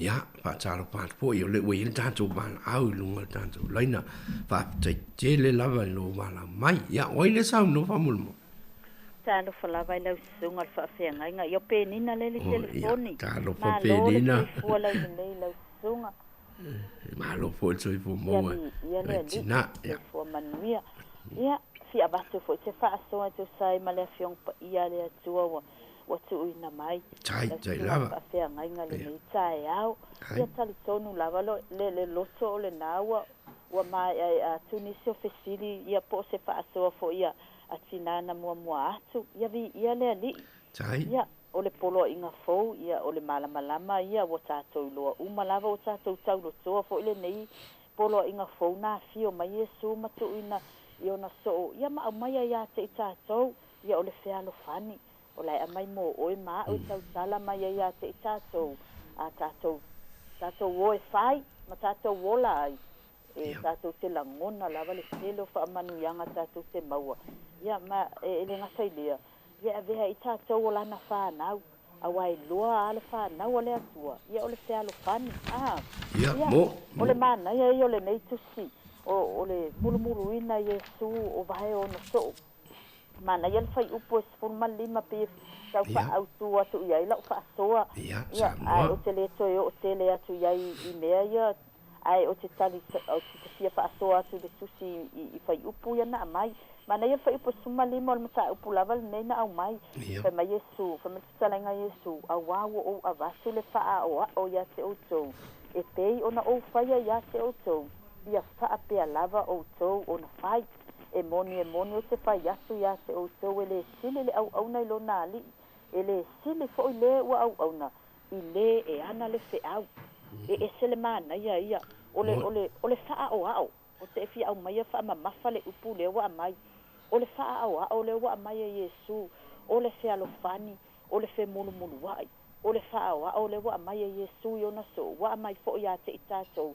I le nei tae au e ala ila na fionga pa ia. Ai, o le fai mai. I le fai upa te osuta si le a mata. I le tusi sa tatou fai tau. Peo se vi ingala wa fai a Yesu I lona tama. Fai mai ua vi ia nei le atali o le tangata. Ua vi ia fo I le atua ia te ia. A o lunga ane I le fai upa te se fulu. Fai mai watalia I uta le mea ai. O na alu ese ai lea maia. Alu ese matatono le whaala potopotonga. Pei se ata fo I leo se tangata. Ua alu ese mai te tono le ekalesia. Ua alu ese mai le whaolatanga. Ua alu ese. Ia leo o mai tosu utasi. Ai avele vi inga Yesu I lona tama. Whaamata o le ase ata o amai ate I tātou le nei tae au. I le nei vi inga ua maua Yesu. Ia te au lava ia mala uto e whai taua I le nei tae au. Ma se mewa amai le anganga pa ia. Se maua le vi inga o lo tātou atua. I mea le anga e whai e tangata ia te I tātou lana whanau. O le walu yuta. Ua tātou loa umma le alu la walu a yuta. Walu e a. O le au mai e. E pu e Yesu. Le la sau whaalata Yesu. A le vi Yesu lona tama. O le wha o le alewa mai e Yesu. Se a se mea o fau lava e se tangata ia te oe mau. Se a se mea o loo. Tau mawhai le ti a polo e taa milo mai. E tau mawhai e wha leanga I ta ua. Mana ia I o le whai mai Yesu. Vivi. Na me tātou te le vivi ai le atua. Whaftai Yesu I popua ngai o mai. Whaftai lo tofo ina o le mata ola whaatua I te a. Tātou te a o onga mai ai ia Yesu. Awa o leo ia au mai le wha o. Ai awa tātou te toi tau ia tu masu iai. Tātou te talo iai mo I lātou. Tātou wha manuia iai. O le fina ngalo le nao le atua I le upu lea. Te alo whani. Awa tātou te toi tau I masui. Ai o tātou tau I le leanga I le lelei. Whaato I lalo le mea leanga. I se mea lelei. O le ale mea lelei. Leo whai mai Yesu. O le a uwalu. To te le mawhai ona o to alu I whia. Alu le sa tauro. O se mea whainga sa. O le ala lea o le fesili leo a mai. Ai se ana le mawhai ai. O na talia Yesu le taro sanga peteu. E muli asu ia se ia po lo na mana onga. O le mana onga o lo tātou ali. O se tala, o se ata whaata I tai fo I mo I tātou o mātua. O I tātou o whaawa onga I o tātou whanau. A tātou mua I whaia ni mele lei. Wa tātou a vatu se wha o ia tātou whanau. E len mai le tamai titi I ata ita lea le matua. E wha pia fo I se ata o lo au mai a Yesu. O le fina ngalo Yesu. No nofo mautou. Peteru e te leilo nei. Ai muli ane. O na whatoa e loa lea. Ai se a. A whai o le wawa ai atu le au so o I le sasa o le ali I whaola. I le pale tui sa o ilo nao. O le amo le sa tauro mamafa. Le fe anu ma le po. O le ala le mea. O le ala le atalau a mai a Yesu I le au so. Fa mai Yesu ina ua toe tu. A whaina o latou whaia I ate au. E whaia fo I ate o tou. A ia o tou loto te tele. Ua o manu malo. O le mana onga le nao Yesu. Ia whai o ia ma wha o ao. I mea maa. O le ale sasa, o le ale po, o le ale whaaleanga, o le ale feanu, o le ale tui. amo alo sa tauro, amo lo sa tauro, deny myself and follow him. Ai se a langa e tau le manuia. O te o sia o le fai tau atu iai. Pe ai se a lai manino a. Fa mai Yesu Peteru. A o le i vivini moa. O le ale mea lai tau atu a Peteru. E le o sau mea Peteru e te fai a mai a te au. Ona o walofa le a te oe. Just hold on and look what's gonna happen. Ona e len mai le le whaoa onga leo le a o watu. Kei o se ata nao, lai a watu ia Peteru, au mai ia te au, a watu fo'i so se tasi lava o e tali tonu, ma fia ia Yesu. Ma ai a Yesu, o le ale popua ngai o mai ia te au, o le ale mea whainga tāma le upu whai o mai ia te au. Tau la ia la uwa ai, na whaia ina Yesu, o le tali le ai. Na alu Yesu, tu wa ita. Wai le whainga tāia Yesu, le wala au i a ngelu e mai whau matia tangata waolo, ia te ia le pule o ia o le atua. Ai se a, o le alofa, e wha atumu tumu ilo na loto, ta lia puapua ngā, ona ova aia leo manuia, ta lia Yesu puapua ngā ma ono sa iai, o le alofa ia te oe mau, ina ia, ta tau i le ola e wha avavau.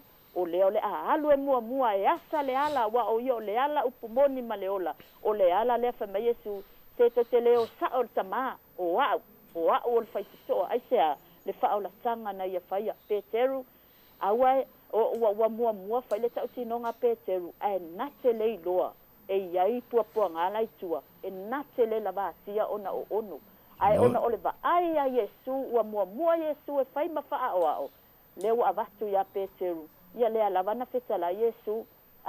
Ete sa e kalavo, sa e alu le me te loto iai.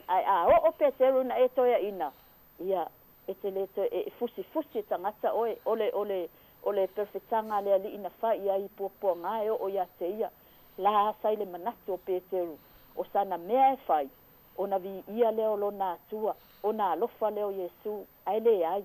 O le alofa tu no le atua, tātou te wha mo iai, tau la iai la tātou wa ai, so se meo le lalolangi o lo tātou wola ai, tātou mana tua o na puapuanga o inafoi, tātou te mau ai le loto wha amangalo, o na fua mai leo le upu lea, te alo fani, o le wha amangalo atu, o le ono sai me le anga e whai mai, o le anga malu le tangata, ia o le leto e tau i masui, ia amo lo ta sa tauro fa ta tauro lava au ai lifi ilunga le isi o uso ona maua leo le polo inga le fa mai Yesu ia ta tau fe alo fani ia sia u le fa atoa atu le la alo fa mai le anga pa ia le atu e fa atoa le tangata fa atau va ia male tangata ele lava se malama ia alo fa mai le atu ia fa manuia la sunga su maula na fa unga ia fa pe foi la fa fonga male ofisa fa sala lau ilo uava ma le whaaloalo le suafo Yesu.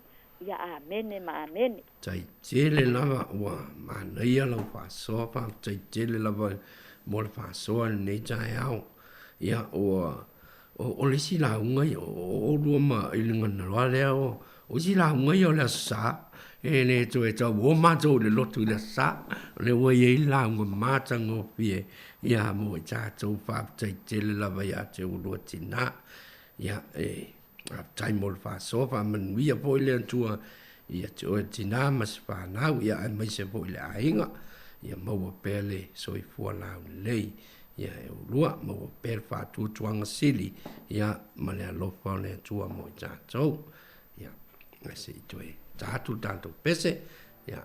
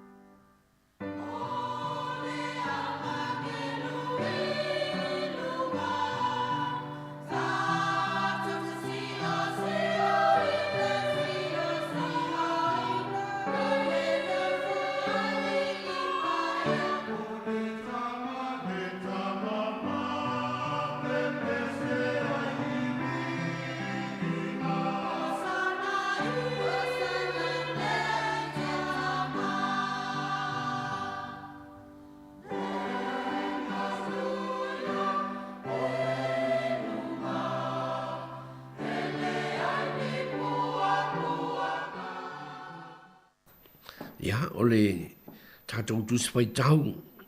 Ia, whai le maua mai e isi tātou tusi whai tau ole Ioane mtau pusulma tolu. Ia, whai upu e tolu sulma tasi. Ia, e o tolu sulma valu. Ioane Evangelia mtau pusulma tolu. Ia, whai upu tolu sulma tasi. Ia, e whangata mai whai upu tolu sulma valu. Ia, ole po e tātou mana au tātou lainga. Ia, sauno mai. Oile sauno pa mo. Talofa, talofa tu tātou mana au. Ia, oile sauno. Talofa. Talofa. Oi, ia. La o luinga la o le. Ia, oile wa sa. Malo la borso ko lo suga. Ia, malo fo ile. La fionga. Ia, le o. Ala wa ko man ma ngai ka ku karame. Ia, o se o tele I anga o fa longo ku I fa so ia na wa. Ia. Ala ka wai pe cheru male. Menga fia mga o pe kelo mulimbuli. Ia I suma. Ia, o ko mangala se fa longo ku I tala. Fa so a se ba ngai no ma. Ia. Ia, pe e tai lo ma fo fa wa ngai le. Kile taimi tonu le fai ai Yesu langa. La e wha matala e Yesu mea ia. Ilana so o ma. So le taimi le mariu Yesu. Mo. O le taimi le o le watu fautuanga Yesu. I o tau whea le fan. E le mawhai ana e muli mai e tau kaimini ngai. Langa ngai ko ke le kingo. O le kingo Yesu. Ai wha alongo fo le whai maingo Yesu. Inga ua whai mai Yesu. Aua a whai ale I alua ele lang. Ia awangi o kouku ua I Yerusalema. Ia. Ia mo. Ai ko whakarikani le mea nga fua inga fua mai. E fua wai mai ele atua. O le anganga pa ia le. Kusa o I kongu ale manga o Yesu. E maua e kangaka. Ngak lako ke mawhai ai onga wha maa ngalo ngaka. Ua a ka lia le kangaka le ngang pa ia. Ua mawhai nga ia. O nga kakala le ngang pa ia o nga maka e wha maangalo. E wha ngalo. E te alofani. Pusa o le whai umakala ia Yesu I le kuri kingo. A wā e le mawhai e le kingo nga whai se mea. A se ilonga e saule nganga. O le nganga le fuwafe mei. Fo i pusa i wangi. A saule nganga. O ia nga ke wha mangaku mea ke kākou mea kau ke manguia ai. O ia nga ke kaikai a ke kākou. O ia nga ke kusala a fofoki ei. E ka po ke fiua e whai le kingo. A le iaile nganga o le kua le kangaka. Ngaka e le kakalanga e le nganga e le tua maka o kangaka. Maka whale nganga. E va aie I le ka ua. Ma va aie I le mea. Whai mai Yesu. E le ma whainga e sauri meo kiaria. A e karia le nganga o le kua. E ma whai o e skaria. Wa whai mai Yesu. E ma whainga e atu. I le mea le mga o Yesu. E ma whainga e nga whako I lalo inga I mo meo whawhika au. Inga wa ia oele le ka kule nganga o le kua. Me whainga e mangu malo. E whaka kako whaalungo fo ile whakako ilo fo ilea. E ma whai e le mana o le nganga pa ia. O nga kako au sia. Peo kala Yesu fe mei. A saule nganga pa ia. E si deaku mea ko ke whai a ngai lo mengo whai a. O longo winga. O le nganga pa ia le manga o Yesu. Ia e kaungu mai nga forfolanga e kaungu mai me o mai nga faiale lo nga fa malo si me le kingo so ya ka koula a faila e si au fu nga ho le la fa lo ngo makako a fai o ka nga stroko e pe fa fe nga la sia le si la sanga I le olanga fale nga ka dia le nga fa ia ka dia Yesu wa o Yesu o le nga pa ia o le fom nga Yesu ile yo sikingo wang sa Yesu le kingo a karia le ngang pa ia wa karia ngau Yesu o ia langa ke sawe e fa ka ngumia uma fa fa ngofia me uma wa ya ka ko ke manga o mia me nga wa ele ko Yesu ne e o sa wa via manga kunga e va ku ka ko pa so le kaya le ngia fias E mga o mia ke le ka ko uia wa le ka ko ia le kai no le ngang pai. Mo. Ya. Kai ni le ngang pai la wa lu ia su tingo a bo sau le ngang pai kai ni le ngang pai. Ka ko ke mga o mia la le ka dio le ngang pai. Inga ia fa ngo fier ka sa bari. Inga ia ka ko ma fai me ka ko sa ka ko le ma fai. Ya, pero sa wo ia ka ko ma Ya, oile le pokala me ni kai au. Sai, oile sau no va mole. Oile sau no. O palo. Palo, ya. Ya, fa tai le lava palo fa tai molo sau taua moni lava le nganga pa ia o lo tato so an sili o Yesu lo lea. Ya fa tai le lava molo sau taua le tato mtaupu fa mi po le tuai joel. Ta ma ya mai se fo si fa na ma se to ai nga to ya lava le mana le tua pe la bona e sa no le ngang pa ya pa tumbuina ja to u malava ile ngang pa ya le tua a tai le lava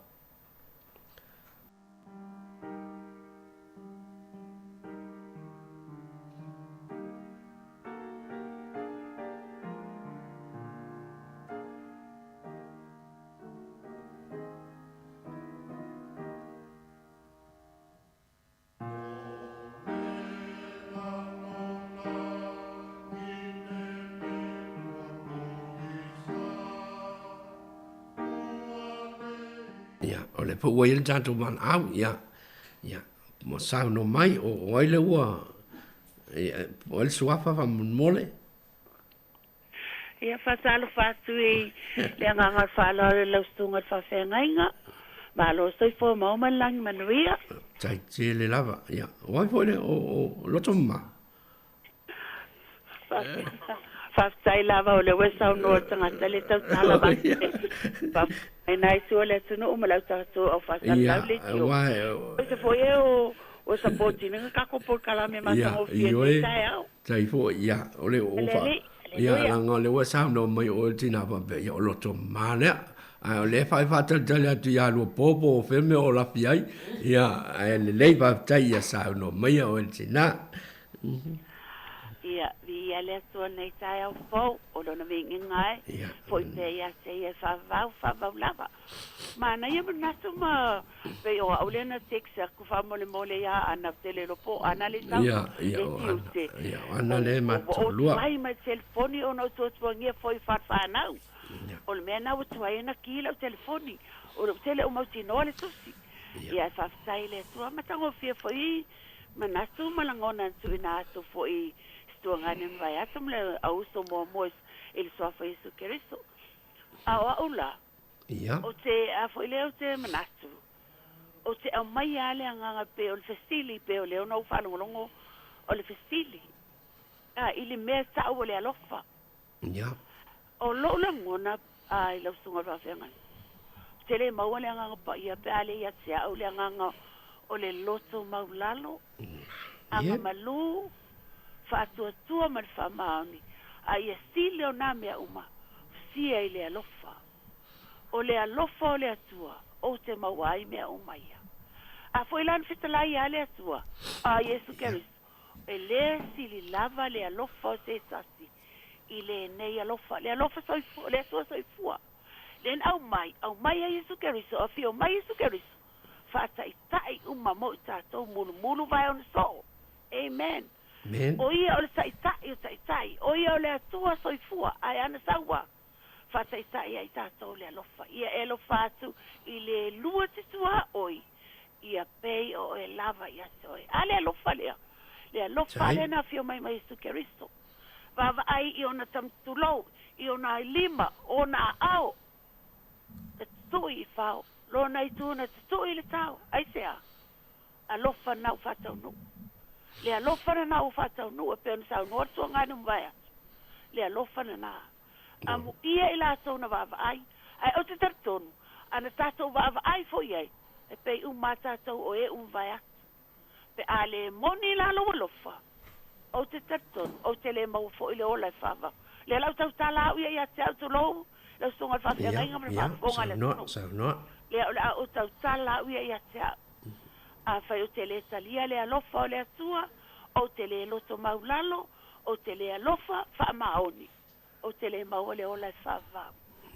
wha mole mole i le atua, o te wha mole mole i le atua, wha maangalo vai vainga mo whale tonu, a i o tu mau, i o te fia mau le ola e wha o te tau atu fo i se au whanau, mana tua le atua, au wane ngalo, le alofa le atua na tu te whao i ta avale me umo, fo e le atua mautou, o le alofa nao le atua, ele se alofa o mam, ele se alofa o mam, o le alofa tatou atua, o tatou vai elon pa ialon mamalo ele au noa, pamlia le atua ne tai au, a umi fo tau tala tu lo, Ai, ia la vai pa ngalo fo tina, pe a fai wasi la fia la stunga fa fia ngai ngam le tiuse, o vala au tua, ono tele iai fo il vai asam te nei, ai fa stai tele molo o wa noa, fa nuia le tua la stunga fa fia ngai i fa pe nan tu mau fa unga le ngang pa ia te o to tai tai o kalesia lo to fina ngalo melangona tele ni nganga le lium tu mau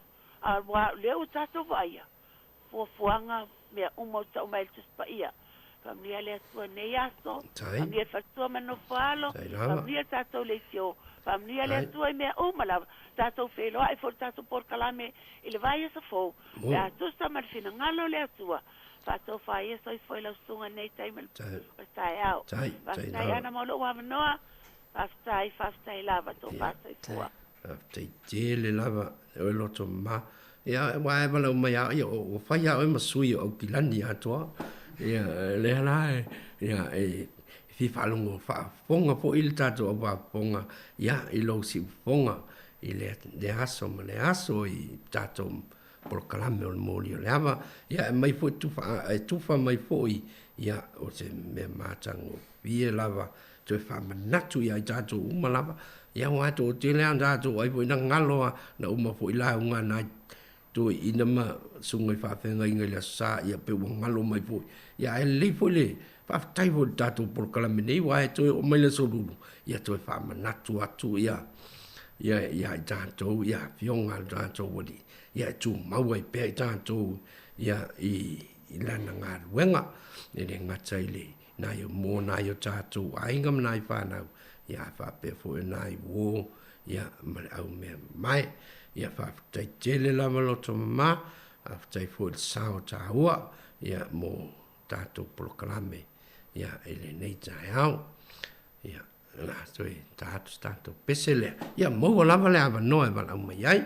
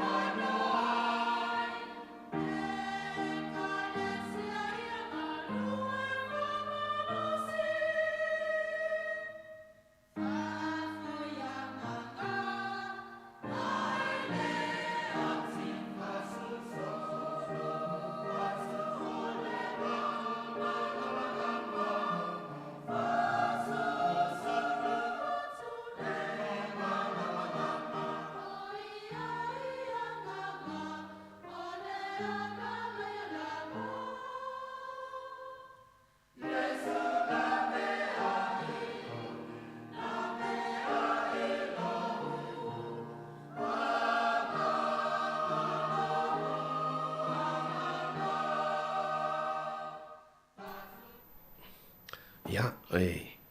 no tatou taimi le ua, tatou lata po il fai unga, ya, mo le tual fa tai te le lava inai, tina, ya, ilinga noa, ya, penina, ya, fa pe fo ilo to ma, ya, masita ma fo ya palo, fa tai te le lava le tufa mai, to e fa manatu ya i tatou, ya, ngā luenga le lei, ia e aon tātou pai ina ia tātou maua pea whāmanuianga no tātou wali. Ia a o lewa maua mai e o tau ia le whape fo ile whaapaponga o tātou au whaapaponga. A o le tātou mtau buai ia o le nawa i ate o tau le tonu o tātou mtau ia peo na sao noa ia tātou tina ia masi o tātou tama. Awa o le nei lava mataupu, ia, o le pea nau pea tu, o le tautala noanga Yesu mon so, o le ua o ina Yesu on so, i lunga o le lao ai, o le tue pōfo i lea, ia, ele a whaalata i nailo tātou oli, ia, mataita ina loa i le sa tauro peo na sa unupo, ia inisi o tina, ia, o peo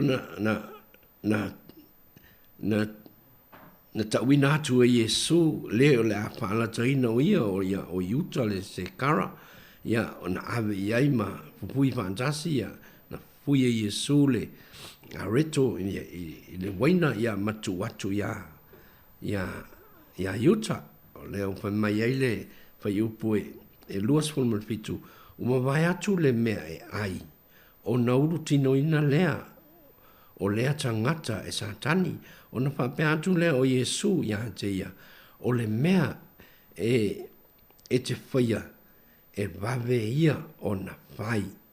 Ia o lea la na alu lole o sa, na uma loa o na tau mapa iuta, ia alu lo i papo. Ia ai lea la whamai ele upu, whai upu e torosu matasi, walu ia i papo, o na whapea atu lea o Yesu, ua vi ia nei, lea tali i o tangata, ua vi ia fo'i lea tua ia te ia. Ona wa sila pia i e tsu le taimi lea, o le a wha taunu wina, lona wha sa tauroina, o le a vi ia ai, ia lea tua lo tātou tama, awa le a o Yesu, i ona pua ngā, ina ia manuia oe, manuia au manuia le lalolangi atua, e ala i le whaolotanga, o le whaolotanga le o sao noa ia Yesu, ina ia vi ia ai o ia, whaatasi malo tātou ali, ai manuia ai po i tātou uma. Le mai a whai e vi ia le atua, ia te ia, e vi ia po i o ia, e le atua, ia te ia lava, e vave po i ona, vi o ia, ia te ia. Ia o le ale, ia ona whapele o tātou ali, ia o le ute fia watu ia te utou, ia le ale polo inga fou. A le whai mai, ia o tau whale whani, whapei ona o walo whaatu ia te utou. E pei fo i ona sao noa ia nai tinama, ia whapea fo ia le tātou tama. O lea lofa leo lea tua, a le ia te oe lea lofa o lea tua, o Yesu. O rono inga, e le ma whai lava ona e whamangalo, ina se tasi, e le ma whai fo i ona rua whearo whani ma se tasi, se ia vanga nā ua ia te oe lea lofa o Yesu. Le o sao noa ia inu tātou ori, e whapei ona o walo whaatu ia te outou, ia whealo whani po i outou. O rono inga o le whealo whani, e sau mai lea lofa, o le poloa inga fau lea, a mo i tātou, ina ia tātou walo lofa atu, i tātou tua oi, ia pei lava ona vatu, ia e to o le tātou polo kalame nei. A ole ia a ona whapea leo, o lesi tātou tua lea, o tāu noanga lava le tātou li ua, o whamai beteru, leli ie, pe se ale mea o te le mawhai ai, o na muli atu, i a te oe, o te tu ina atu lo uola, ona o oe ia o le fu tali ia Yesu e pe on tali Yesu e te tuina tu e alo wola ona wa ai o te faiatu ia te o e moni o te faiatu ia te o e le vivini moa se ia e fa fiti fa tolu mai ia te au lona winga o le fina ngalo Yesu iona so ia maua lea fa tali le tua le ua fa sino mai ia tātou ia tātou I loa ona fa tali a wai iai taimi e tātou te le malama mai pe ai se ha e le mawhai ai ona fa tino mea tātou te mana na wai te mia e tātou te mana wai e tātou te le loa ai fa tali awa o tātou manao e whaia lo tātou malosi, o whaia lo tātou loa, e whaatino ai mea, ia lea whai mai lea tua, whaatali tali, meifu Yesu, whaatali, I onso, whaatali tali, ia ole mefu nā, ia I tātou, e te tauana whaatali tali, I le taimi o lea tua, e whaia ai mea uma, tātou te mana na oai, awai au mai lea tua, le taimi te tau, e tangata whaatali ina ia whaatumuina o ia a wā le tangata whaatali pe ona whai sauno ai po ina e tātou tina o tangata ia whaatasi e po ima sio tātou tama e te tau ona ia de tātou le nganga pa ia e te tau ona whaapa ia ina I tātou e te tau po iona o le tangata whaatali o tangata whaapa ia ina o le tangata whaatumuina I le nganga pa ia o le tangata ua iai le loto I le a Yesu, o le tangata po I ua manao, I se mea lei, a wā o mea tātou te whaia, e le tu tusa ma mea, e au mai e le atua mo I tātou, e sili atu, mea e au mai e le atua, I lona lava pina ngalo, ma le taimi e tātou te whaa tali ai, a wā o le mana, o le tātou ali I tātou te malo si ai, se ia, iai le pa ia, ma le whaa maua lalo, ia te tātou, ia tātou maua whaamanuianga, ma lea lofa tū noa, ia whātou muina I tātou lea lofa tū noa, e maua ai foi, mea le lei, e tātou te mai e lea tua mo I tātou. E whai foi se mea, awa o mea uma, tātou te maua, e le lei, e a mai le fina ngalo a lopa o le tua, e a mai e le tua mea ato o toa mo I tātou, o tangata whātatari, ana whātatari pe teru I le tua, ia Yesu e au mai e le tua, le lavana au mai e le tua mea ato o toa ia pe teru, awa e wa whai, petalangi Yesu I on so, o e whātali mai o se I o watu, ia au tono nofo matatalo, ia o tō whaatali mai ai. Nā pio atu Yesu, ua fua ina Yesu mea anto toa I ona so. Ia whai ai ngā luenga po a uma me whaatino, ia awa o nei aso. Ia, ole whiala whani, ua tele u ngā li I la iti, ua le iai le whiala whani. Tele po ingi u ngā li whio lolo, ia ua le iai le whiala whani. E tele po ina I ta mama tina mātutua, ua le o toi iai le whiala whani, pe ona a mata mai ai, ia a inga.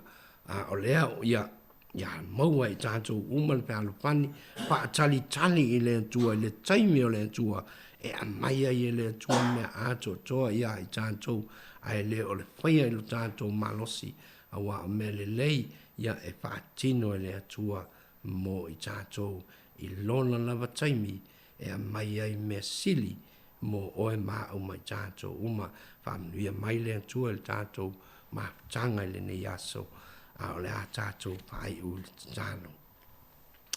Lea tua lo mātou ta māpa ia o lea tua e sili lava oe o lea tua alofa poi oe wa e au mai poi le pāoa mo I mātou e ala ia ke riso Yesu maana petalainga na o au ina ai I mātou pe ona o ina on so wa au mai ai le polo inga fou ina ia manuia tangata uma o e wha tua ia te ia whape poi o na mātou wha tali pēr mo o e ia so uma e leo noa a wā o e te au mai a mea sili mo i mātou talo lava i le ne yaso i alofa whamanuia mo o i lava o mafatia mati ngai ia iai lau whamāpananga iai fo i lau alofa ia i lātou fo mai lau a pio i o ngase ia whamanuia nai ta māma nai tina amanuia fo i nai mātua manai whanau tama matene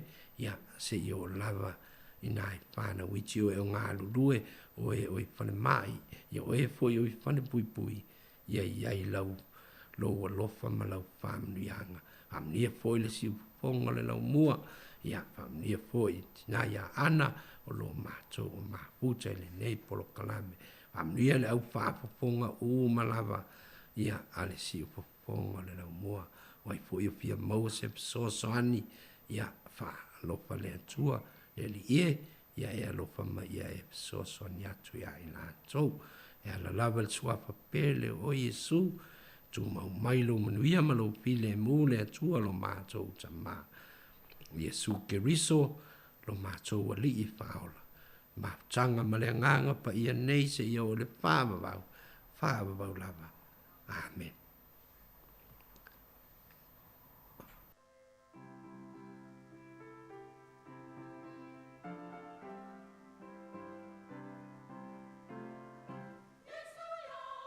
Ia mole nga whawhtai lau sunga toi ina. Ia mole tatam tau pu matango fie. Ia tungu peleu tu whale atua. Ia awalan tala lei mo pelo malo siltino. Awal tau tua ina. Ia male au nanga. Ia tau tua ina o le atua malona finangalo. Usi mai ar whafonga o tatou talafou.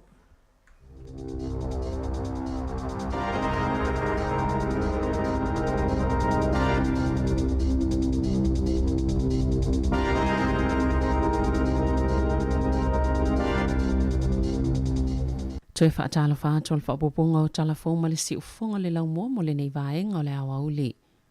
Wali ipotia le iei o le avanua ya afieni vaenga titele o New Zealand savile malolosi mati munga mamafa ile so whaapea maatai au. Olo o awhiei Wellington e ma o kilani lapta ingo tulanga lolo wao le tau, peo na whailua ele ofisa wa ai tau le tai awana leila. O au kilani olo lapta ia iti munga mamafa masavili malolosi, ile ono i tu lama ile tasi le awauli, e o atu le fitu ile afiafi ile stofi. Wawalo ia fo ile o atu ina malolosi o savili to fa atau ino fuanga ta alailai. Olo ia ifo ini lapta inga mole itu malo o tararua, wairarapa fa apea ma Wellingtone, i savili malolosi, ma ile itu lai valtaon leilai o atu li tolu ile awauli o le so. O Bay of Plenty, olo lapta ia ti munga mamafa ma ile faile afiafi o le stofi, e o atu ile tasi ile vaveao o le aso faraile. O fale o loe whaatau wai mama filifili auro ma o loa teu tino tau ngata. Whaapei ma fale whaatau awa malo se a maise o pisi ni se whaatau wai tapaa. Na nga ia ios whainga le au ngaoi au kelane ile poa na po. O le fale o loa le Michael Hill i Newmarket na oso whaia le au ngaoi. O le maasina taluai na ngaoi ai fo i lea fale o loa. O ni tangata na o lātou whaongaina ni pate Pace Paul. E tata e eiti o ata mapusa o lo te winai mama ma filifili auro ma o lātou aveina whaongaoi ai ia o loa. Na liputia fo i le New Zealand Herald. Le fale whaatau awa malo se o le Big Barrel i Mount Eden na oso whai fo i le poa na po. Whaapei se fale loe whaatau e tapa el tise i Glenfield. O le pomo mua atu na oso wha iei fwoi se whale whaatau awa malo si i ora kei. Le whaongai ta awale tita e ma whaale angai whale o loa. Whaatasi manisi o tama i pisinisi Howick. O lo whaatitele au kilani ia i tu aingo os whainga. Pei tai ua wa ia fo i isi vaenga le tunuu e Bay o Wellingtone. Lea fo i sali putieni ngao inga whaapea. I le whai ungo le vai aso.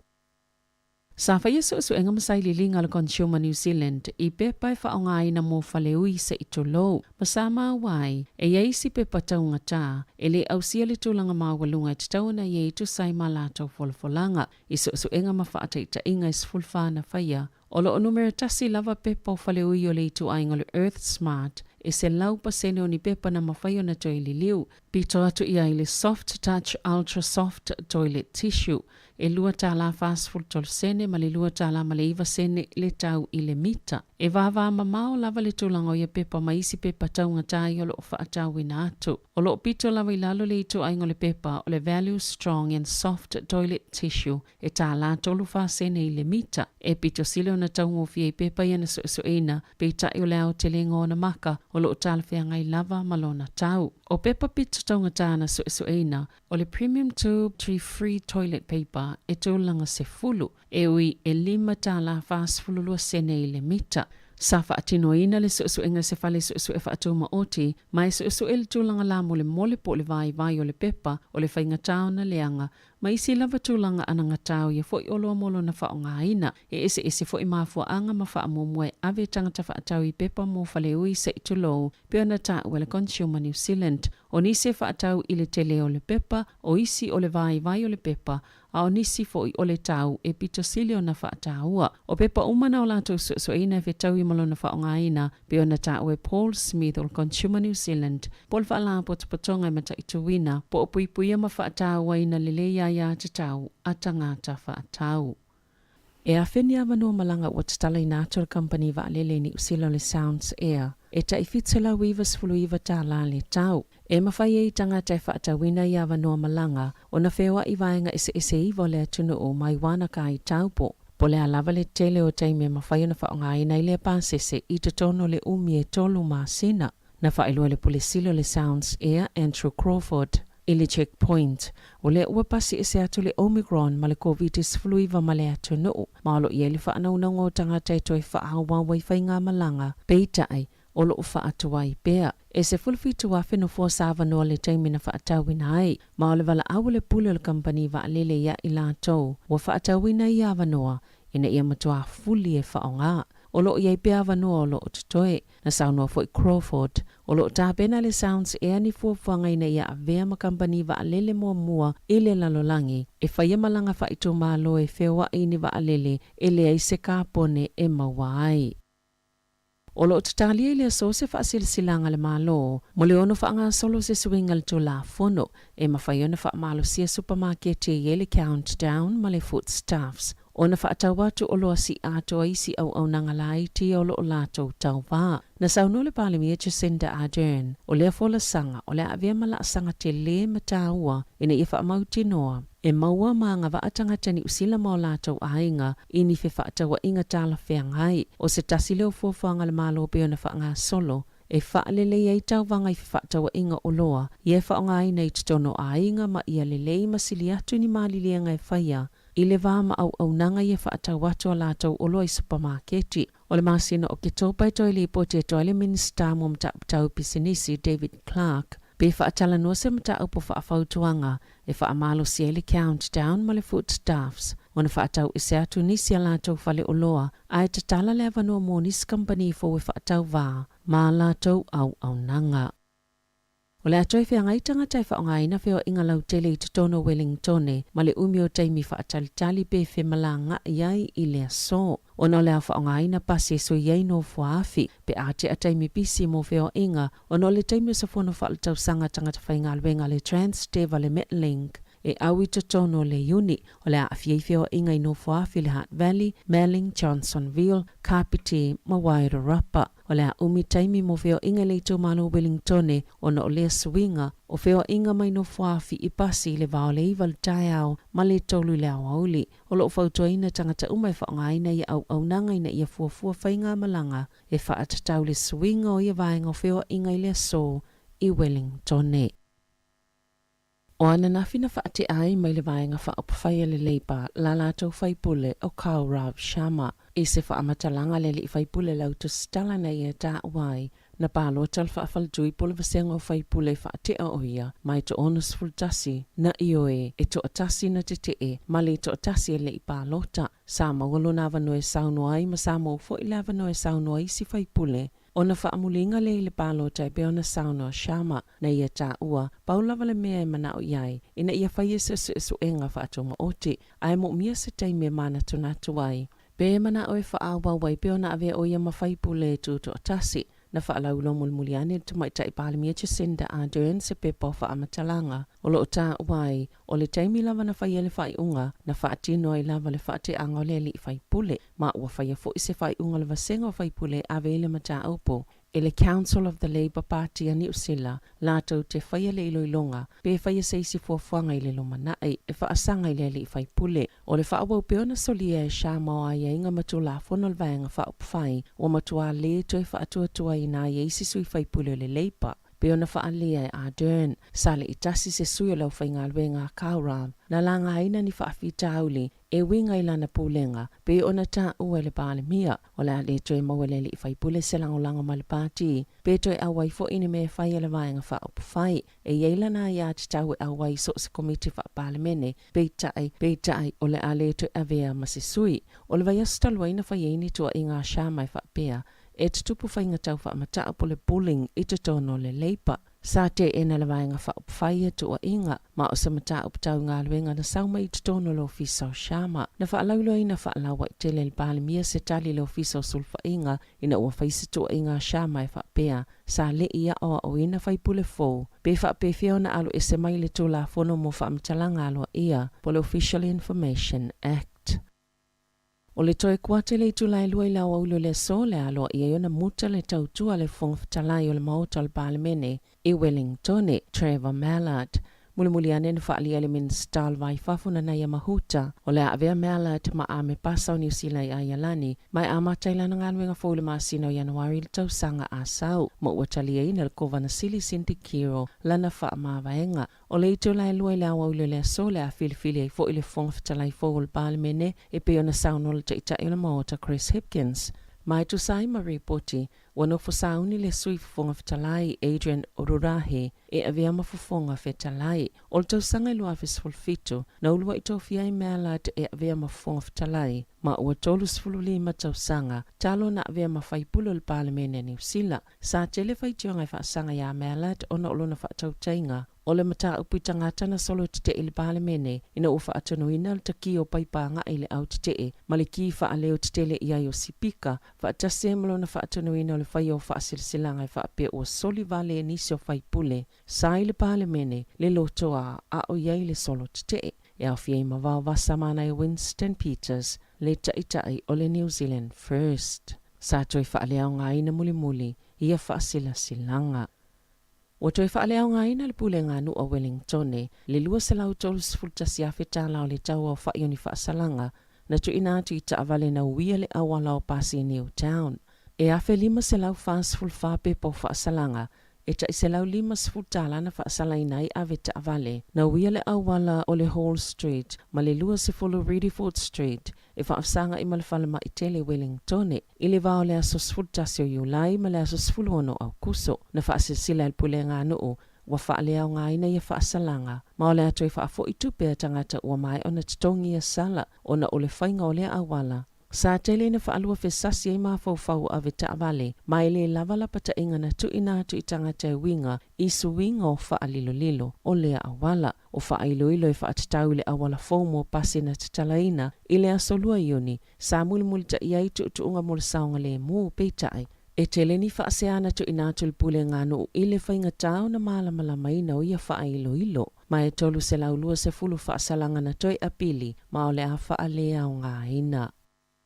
I ta alonga, o toi wala wina ni so teine tuai o le au neti polo a New Zealand, e au fiele sa avia makapeteni Amelia Ran e Kenasio, whape ma Jane Watson, mo le au awa ta alonga wha avao malo ma Jamaica whape ma Australia. E to osfulfito le au o Filifilia e au fiele to osfululua, le na ta alo i ta alonga malo o taupulenga, vanga na ai Bailey Miss, o toi ave sia mai le au tele. O e Kenasio ma Watson sa ave aso malo lo o na sa whai lele, ma utoi Filifilia Karen Berger o wha awau tonga fitinga, mai lona ta otonga i lona vai.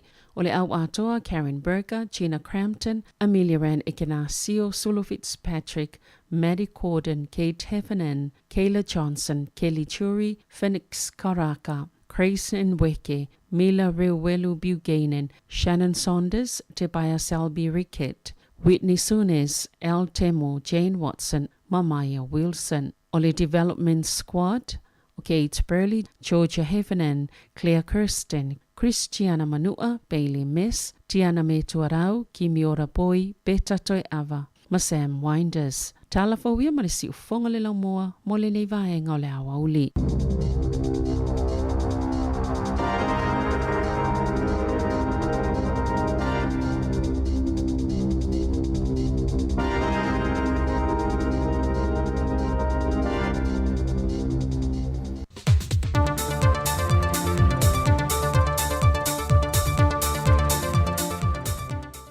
Toi whatalofo le tātou tunu ule o ngā tutonu le nei vai aso I tiute whea o mga ruenga.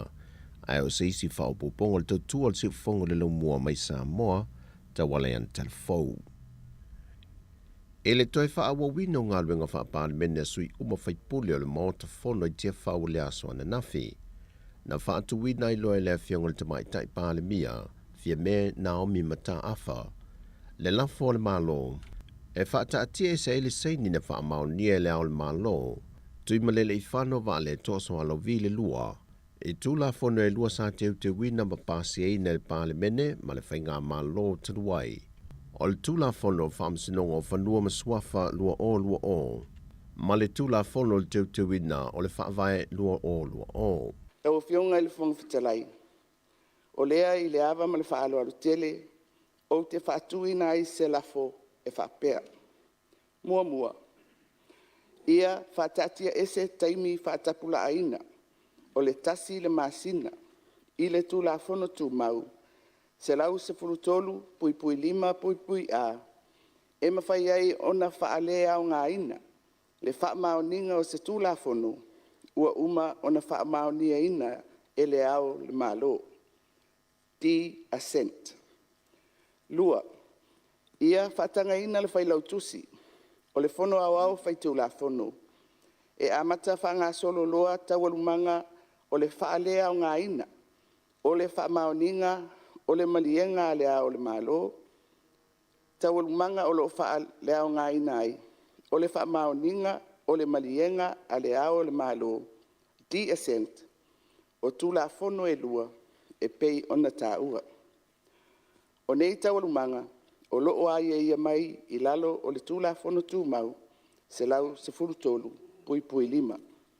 Ma le lona tolu, e tu sa ai ma le tūla fono tū mau, se lau se furu tolu, pui wha. Ia whaatino ina loa tiute o le whailau tusi, o le fono au whai tūla fono. E vave whamatu ese, tūla fono e lua, o le teunga o le whaavae luafe lua se fulu, ma le tu la fono whanua masuafa luafe lua se fulu. Ma toe tu ina atu tu la fono tau whaofi moni, na pāsia e le pāle mene, mo le whaamaoninga, reassent, e le fionga I le ao o le malo. Leo fionga, mal whaalo o le lapu. O le lafo whaatule le fionga le tamai tai pāle mia, e nisi o minista o le kapeneta, ma sui mai le tua ngai, o ne fina ngalo nisi o sui minista o le kapeneta, e te tau ona toe au mai e te tonu o le pāle mene le tula fono a toi e lua, ma toe lau li liu a toe lo na whainga me masani ai, a o le itu I nātu le ao le malo, mō lo na saini e wha mao nia. Peitai, na whaalia te fina ngalo se tase sui o le tua ngai. O te leo tūla I atu e whaise bandatu le tūla fono. Pawasi mele fia watu ese whafisidi laitu, leanga le e maua le mātou whalongolongo atu. E peye ese le vaenga lea e saunoa, ia fionga I minsta, ese le lafo le au mai, o le lafo le au mai e le fionga I pānmia. E le toi au mai atu la fono I pānmene nei, e ave e whai lau tusi o le fono ma le ofisa o le fono teunga. Ona toi ave la e whaasaini le au le malo, a e le toi au mai le fono I pānmene, ma le anganga whaararo. Leo mai malo whafkai. Peitai e le tali whaitau o le fionga le tamai tai pāle mia e whilautoa inga le pāle mene, na ia sau no manino ai. Alo foi o lo whaalia, I le whangaso longa mai o le tūla fono. Ia, o te whasisilatu ma le whaaloalo I lau fionga le whongfitalai ma le mamalu o le mauta. E ei le avanoa, tātou te toe asi ai le tūla fono. Pe a mai atu le whangaso longa le whainei, ai toe au mai lani teuteunga. Teuteunga la ia e fo ia ai. Ia le toa, lea o iai le whamsinongo whanua maswafa. Le fionga le tamai tai pāle mia le teitai o lea tudu o, fia me Naomi mita awha. O le posisi le fia le mamalu lea tunu o le whontanga na iei le pāle mene lea soa na nafi. Le o toi wha awa winai mo le isi lima tausanga, le nofo inga lo na lua a le fionga lea o le malo, tui malele I whano va le toa soa lo vi le lua, malo na whale tua. Peitai e le whaala wilo ai e le whionga le tamaitai pālimia e te tonu le maota tō whinga le o toi wha wau lea o le malo. Na ia toi wholasia e nisi o vaenga o teu ngala tamai o le tula fono le nei. O le whiriwhiri ai o le tō whinga le nei wha o le malo mai le tausanga e lua fes fulmaliva. Wa ave e sea le upu mamalu, sa whaalupe e le ao le malo o le ao mamalu o le malo Samoa. Ma le upu whaalupe o le masiofo sa tu inatu I lona whaletua, ai ua whaongai na nei le upu whaletua o le ao le malo. Na whaailoa e le whionga le tamaitai pā le mia vaenga o lea tūla whono molon teu ngā. Ina ua tuk malo le whionga ma le toa tan ma whili le lua, sai lalo le tūla whono le malo ao so whatasi sa tu wafo la tu tautua, na suia e lol tūla whono, e le tōwhi ai le ka peneto se tasi e anga waa e a vea maa o le malo, mai na o le 5 tausanga. Peita i le nofua inga le tama a inga tupua tamasese efi, na sosoo ana nofua inga e lua, ma ua whape na fo se whina ngalo pe na wha a lia le tamaitai pāle mia, e ala i le tūla whono, ia le silia ma le lua nofua inga se tasi, e se e le nofua au o le malo. Na mamoli le whamnianga le tamaitai pāle mia le toi whiliwhilia I lea, o le whionga tui maleli I whano va le toa soalo vi le lua malon whalitua, e tau aveina tiute whaao o le malo Samoa. Ua pasi el kapeneta se tino I tupe ono se fulua wheta la, e tu inatu lele ka le se whapot putonga kerisiano I Samoa, mo le whamana tuina leo le mata niu whenga I maleantai le so, aso lulu, luas fulmal wha o kuso lua fe luas fulmal lua. O le se leni wha tupe nai le wha moe mai o se vaenga tupe, na whaamatu mai I se vaenga tupe wha taatia ese mo le wha ilunga I nol tuto tasio Samoa le Atua ngolona ono se fultu sanga, mai o se vaenga tupe mai le matanga luenga le pāle mia ma le kapeneta, le ua vai no le mea lofa mo le ka le si e whaka sa papali I, e luas fulwafe ta la watu inatu iai le malo, ma le mea lofa mo le ka le si a wau wha apot patong kerisiano Samoa, e wha se fulwafe ta la. O le whai unga, wa whaia I la los tūlanga wha anatinati e le kapeneta, o loo wha avaina I le vaenga tolus fulma le valu pui tasi, o le wha avai o le malo tuto tasio Samoa. Watu e tu watu e le whamasi nonga le asolu se fulma le fito Februari o tausanga faulua fe luas fulma le tolu, le wha awa wina lo le vala wina moli maua le tua leo, e au ili ai mau e wha asanga le molianga, o loo tua I ai malele a tofu paulo, ma le mai whai oso sione.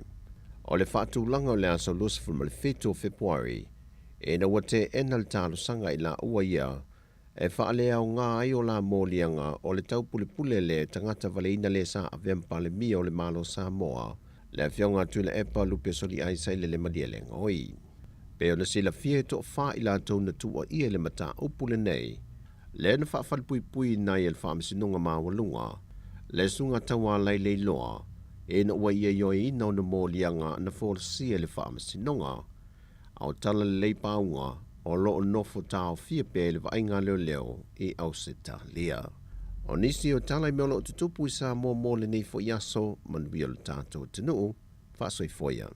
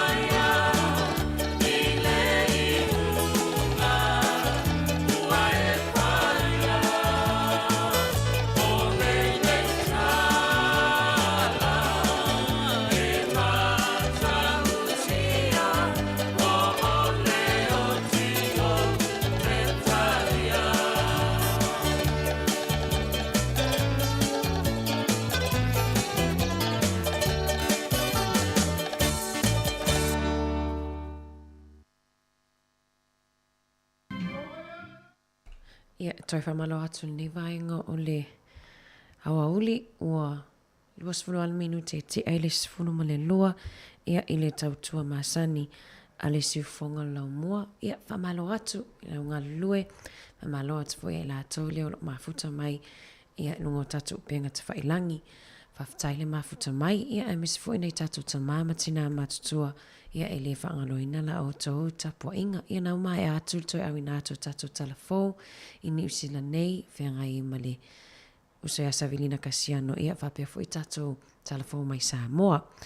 Wawai atu le matango fie fo ia o le aso leo lo whai aile lo tu whamanatu ia a le i sapali se lau i wasfulu a tau sanga talun tau no mai le tana lei i sapapali i ia le vavai atu i fo i lungo penga te whailangi le mana ia matango fie fo i ia matango fie o tapenanga fo i si fo i a fio anga ia o le lotu le sa au mai e le misionari a Ioani Viliamu ia i le tau sanga i tasivalu tolu se fulu le whapea sa whapeona whaiona te lia ina ia i se tasi fo i o ia le fionga ia mali e toa vainu po.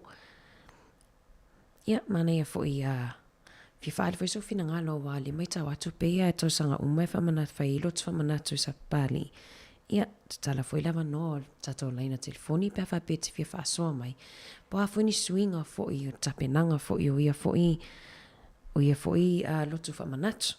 Mana ia le lotu mai fo i ia le whainga malo fo ia ma le palmini fo ia i ne whamanatuina fo i o le se lau iwa sfulua tau sanga ia talo na tau no mai le tala le ia i sapapali i pe o le mai tau atu lea o le urua i tae au fo i lea tae au na i mata niu whea ngai ma le ata ia ai o tatu whawhiwhianga sui whiwhiloi lava a wala vale tau whaafonga mai fo i ia il tatu tau tua i le nei awa uli alo whatu por kalame. Malelari kurau. Kurau alagi sa kulo ai ngor male Samoa. Po sai ai ke fau. Por ku po le fau ku akal ya Samoa. Wa balat le aulafo. O sau ki ala u. O ka pe awaluma. O me pepe foi pai ai. Basofa le cosa al boca. Sa sulu ya el pen. O le coi o le el. O bua el malo. La pioga le sui al fuego a sui confia. Que laiga ya cuiloma. O le mango le cosi di sa fa boca y calle lua.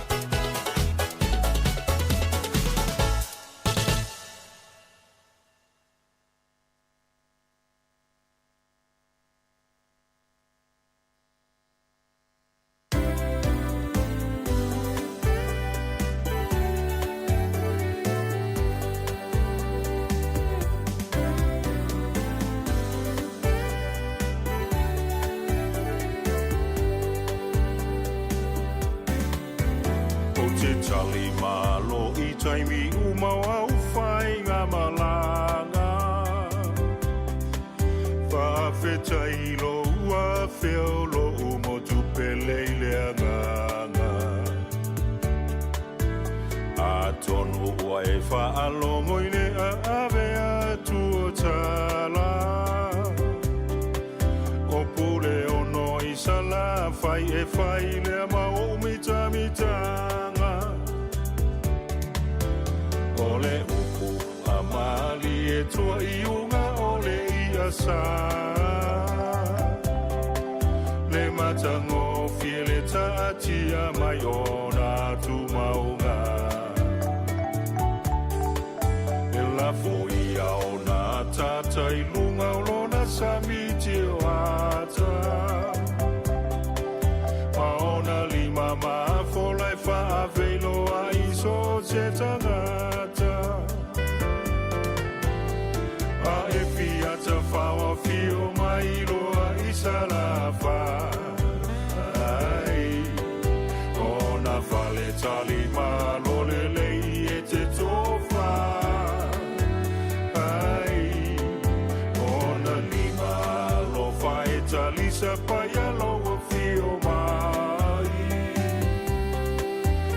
Whasavili mai loi le malu o lona tala whatai.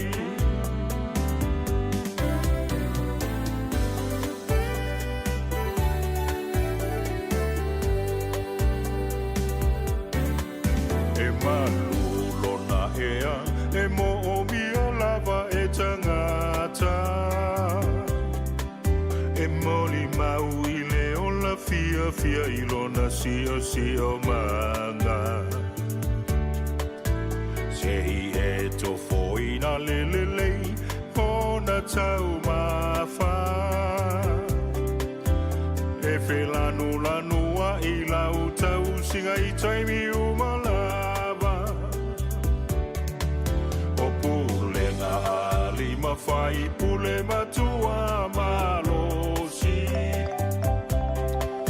O mea uma e whai le alofa ma le wha maoni. O le tofa ma le utanga e wha malu malu ai. Aua o lou saunga le mu e wha mua mua i ai. A e fiata whaoa fio mai loa i salafa. Ona whale tali malo le lei e te tofa. Ona lima lo whae tali sa paia loa fio mai. Whasa vili mai loi le malu o lona tala whatai.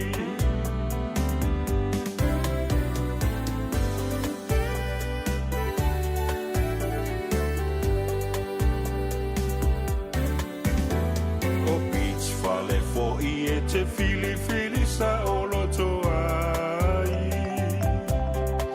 Au mai lau malo i lo umotu e te tali tonu ai. O te fia i mea uma e te whira ngalo ai. A e tu ua lo umotu mana tua i ta isala whai. Se mai lava Samoa i lenei wasa. E tau sa fia e lo fatu i so se tangata. O a umea sina la uanga nu umala unga ngana. A ole atua o lo ufa vai o lo umalu apapa. Te whaoa fio mai loa i salafa. Ona whale tali malo le lei e te tofa. Ona lima lo whae tali sa paia loa fio mai. Whasa vili mai loi le malu o lona tala whatai.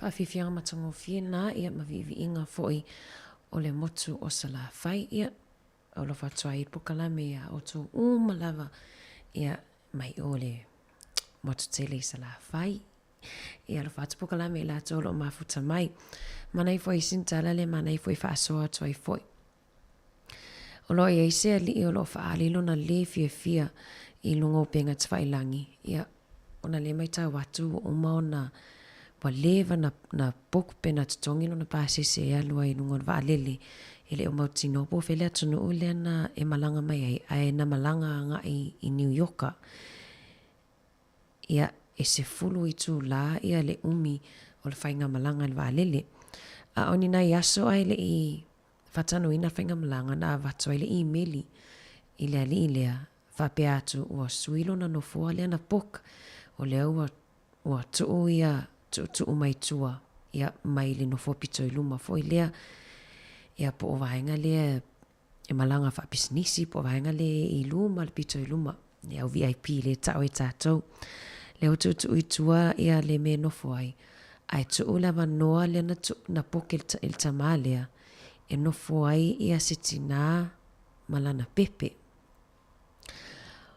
ole faitionga la ale ali olo avela na faitionga i le ofisa malanga po ofisa va lele leana fa nga ia vaenga le tau ole SAS ia po le Scandinavian Airlines avela na faitionga na Italiana na tupena tutongi ia manatua tatou i va lele te lo fo ile wono fo sila fia le malo la tunu fo ile SS ngo tau pa se fua o se sengo tau no foa pe fa pe pokla no foa te no fo pito i luma ia avelan faitionga ona o suilon no foa ia ailena sile atlan tupelen tutongi nai lo le no foa le na pokel tinale malan tama ia aola malesi vaenga e te le o faitau masina talo na pokla na lana base se malo na vanoa ia ave foi lana wa itai si tinale masiantama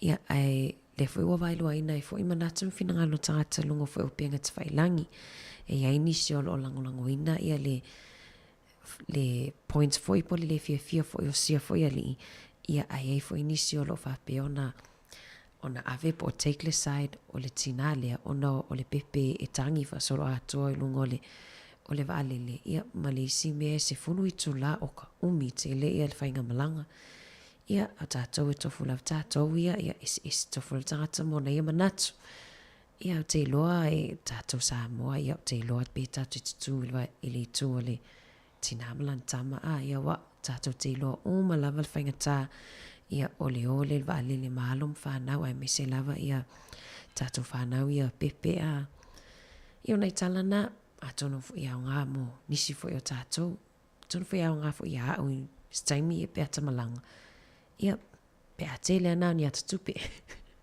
fa fianga me a Mr. T pitono solo lo fa tai por kalam nei vai ngole uli o 2 minute tali tu lai tasi fa muta tatu tau lungo tatu wala leo ia ai tu awina tu ai tatu telefo lungo tatu wala to YouTube mal Facebook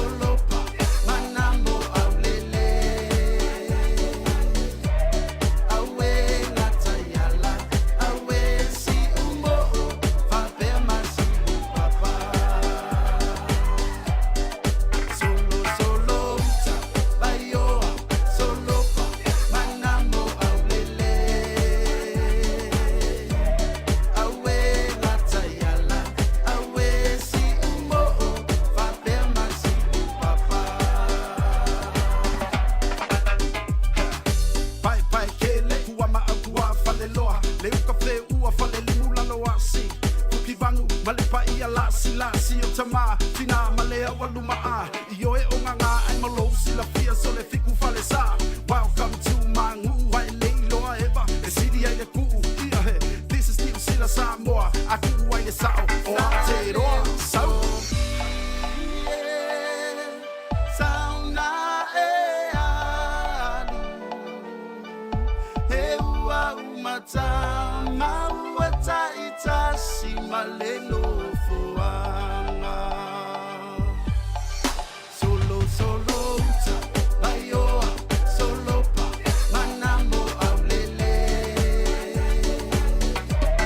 Awe latayala, awe si umo, fapema si upapa. Solo, solo, aioa, solo pa, manamo aulele. Awe latayala, awe si umo, fapema si upapa. Awe latayala, awe si umo, fapema si upapa.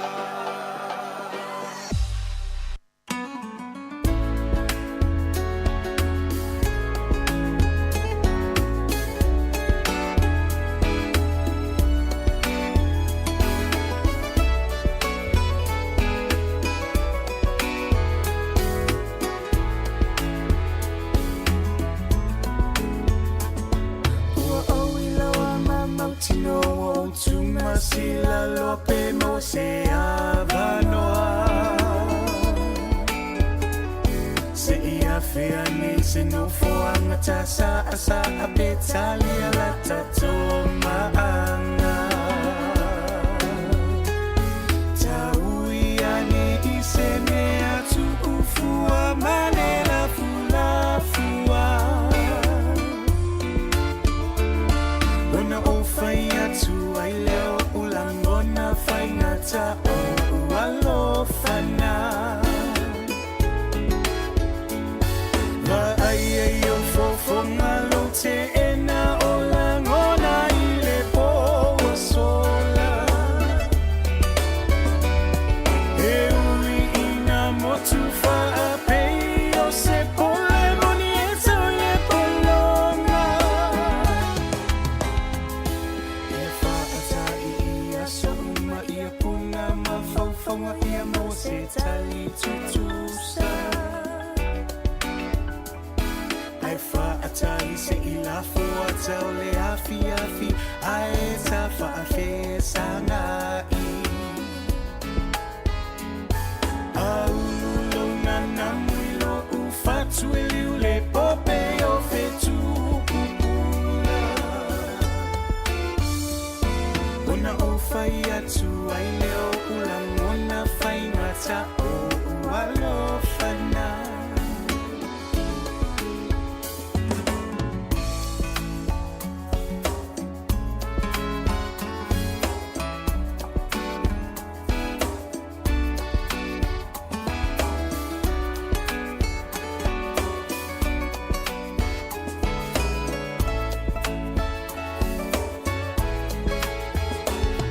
Aululo na namuilo ufatu eliu le pope o fetu kupula. Ona o fai atu ai leo ulangona fai ngata o ualofana. O ualofana. O ualofana. O ualofana.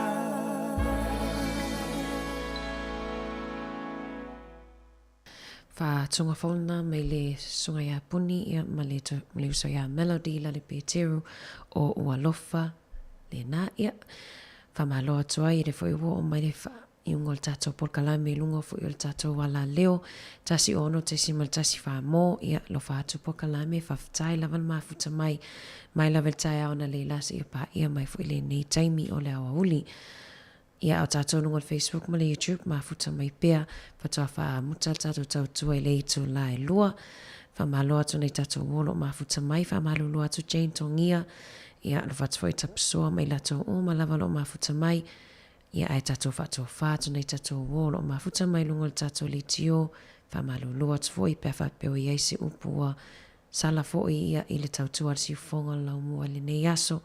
Ne ai mātou te matua atu lava ina. Alo fatu por kalame manu ia te le lava tau fuafuanga o tutoe le nei aso.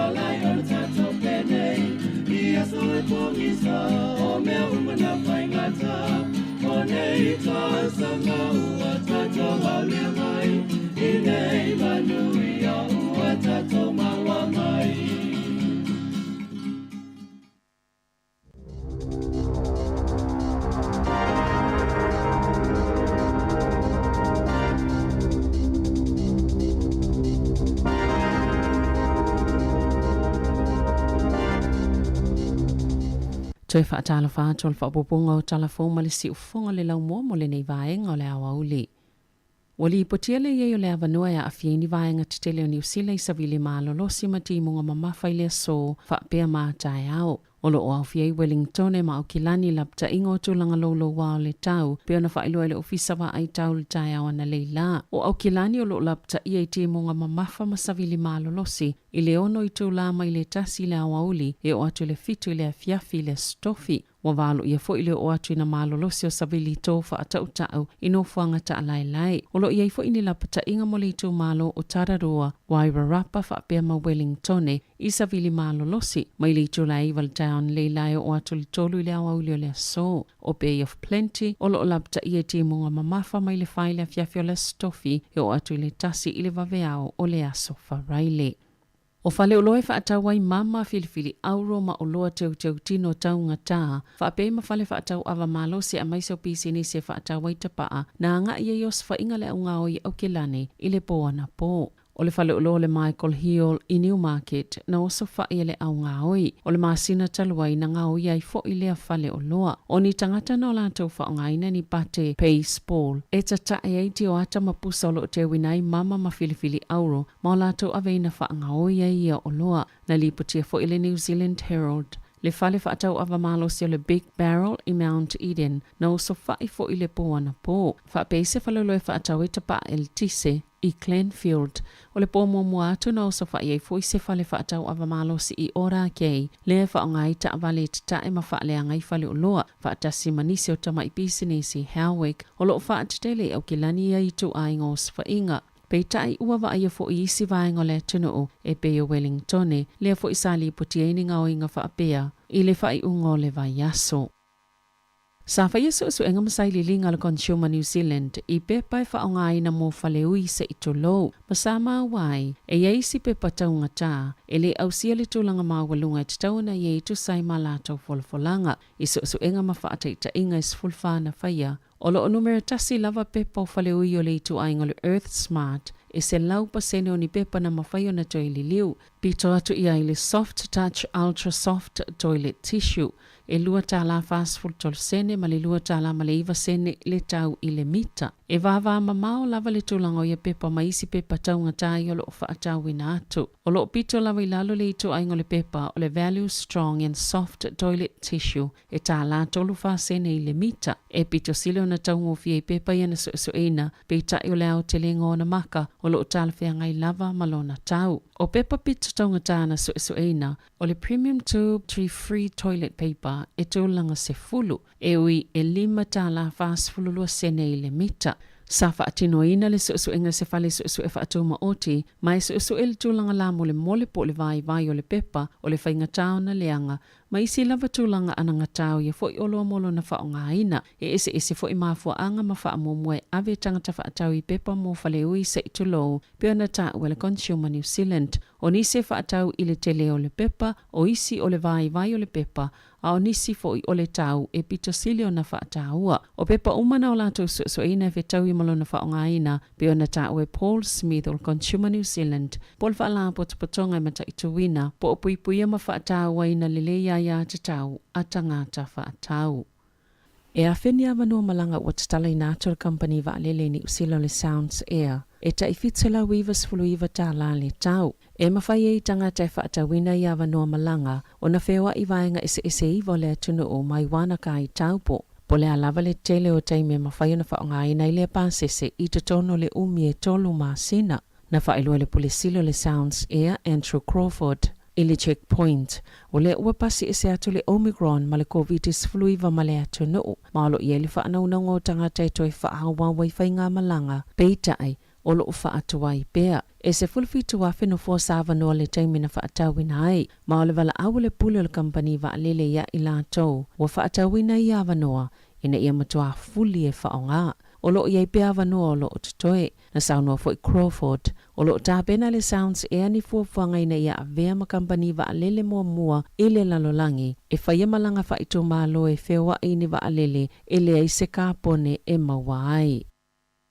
O lo tatalia ili a so se whaasilsilanga le malo, mo le ono whaanga solo se suinga le tula fono, e mawhaiona wha malo sia supermarket e yele countdown ma le foodstuffs. O na whaatawatu o loa si ato isi au nanga lai ti o lo o lato tau wā. Na sauno le palimia Jacinda Ardern, o lea fola sanga, o lea avea mala sanga te le mataua, ina ia whaamauti noa. E maua maanga waatanga tani usila mo lato ainga, ini fe whaatawa inga tala whengai, o se tasi leo fuafuanga le malo peo na whaanga solo, e whaalele ei tau wanga i whaatawa inga o loa, i e whaonga ina i tutono ainga ma ia lelei masili atu ni malilianga e whaia, i le vama au nanga i e whaatawatu o lato o loa i supermarketi. O le masina o ke tōpai toi li pote e toi le minister mo mtaputau pisinisi David Clark, pe whaatala no se mta upo whaafautuanga e whaamalo si ele countdown ma le foodstuffs. O na whaatau ise atu nisi a lato whale o loa, a e tatala le avanoa mo nis company fo e whaatau vā,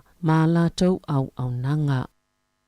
O le atoi whia ngai tangatai whaonga ina whio inga lau tele i tutono Wellingtone, ma le umio taimi whaatalitali pe whemalanga iai i le aso. O na lea whaonga ina pasi so iei no fuafi, pe ate a taimi pisi mo whio inga, o na le taimi sa fono whaalatau sanga tangata whainga alwenga le Transdeva le Metlink. e au I totono le uni o le awhiawhia o inga ino whaafi le Hutt Valley, Melling, Johnsonville, Kapiti, ma Wairarapa. O le umi taimi mo wheo inga le tō malo Wellingtone o na o lea swinga o wheo inga mai no whaafi I pasi le vao le iwa le tai au ma le tolu le awauli. O lo whautua ina tangata umai whaonga ina I au nanga ina ia fuafua whainga malanga e whaatatau le swinga o ia vaenga o wheo inga I le so I Wellingtone.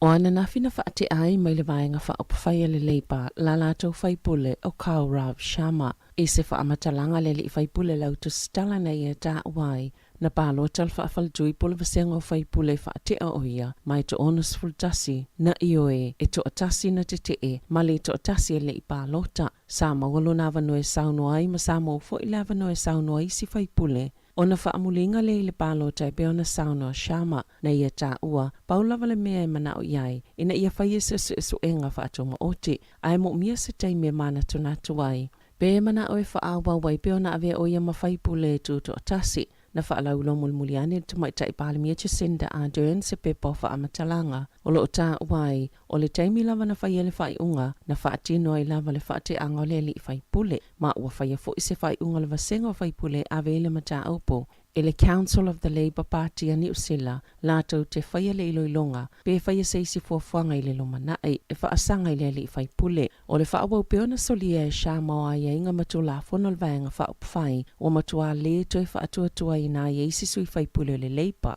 Peona whaalea e Ardern, sale I tasi se sui o lau whainga alwenga Kauram, na langa aina ni whaafi tauli, e winga I lana pūlenga, pe ona tā ua le pāle mia, o la le toi mawele li whaipule se langolanga ma le pāti, pe toi awai fo ini me whaia le vaenga whaupwhai, e yeilana ia te tau e awai so se komiti whaapāle mene, pe tai, o le ale toi avea ma se sui, o le vai astalua ina whaieni tua I ngā Shamai whaapea, e te tupu whainga tau whaamataa po le bullying I te tono le leipa. Sa te ena le vaenga whaopwhaia tua inga, ma o sa mataa upatau ngā luenga na sauma I te tono lo fiso Shama. Na whaalaulo ina whaalawa I tele le pālimia se tali lo fiso sulfa inga, ina ua whaisa tua inga Shama e whaapea, sa le ia o ina whaipule fō. Pe whaape whiona alu e se mai le tūla whono mo whaamatalanga aloa ia, po le Official Information Act.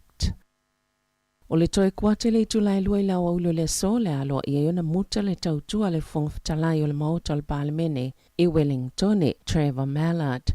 Mulimuli ane ni whaalia le minsta alwai whafuna na ia mahuta o le avea Mallard ma ame pasa o New Zealand I Ialani mai ama tailana ngaluenga fōle maasina o Januari le tausanga a sau mo ua talia ina le kovana sili Cindy Kiro lana wha mawaenga o le ito lai lua I le awa ulo le so le a filifili ai fo I le whongwhitalai fō o le pālemene e peo na sauno le taita I le maota Chris Hipkins.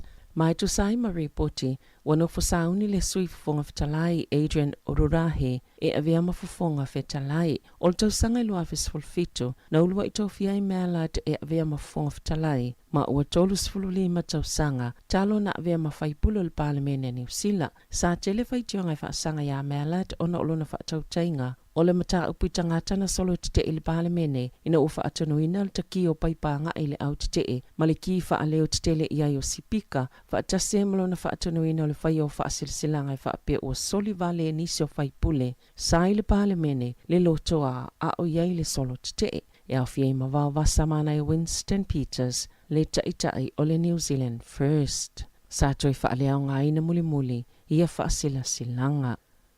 O toi whaaleo ngā ina le pule ngā nu o Wellingtone, le lua se lau tolu sifultasi a whetala o le tau o whaioni whaasalanga, na tu ina atu I taavale na uia le awala o pasi New Town.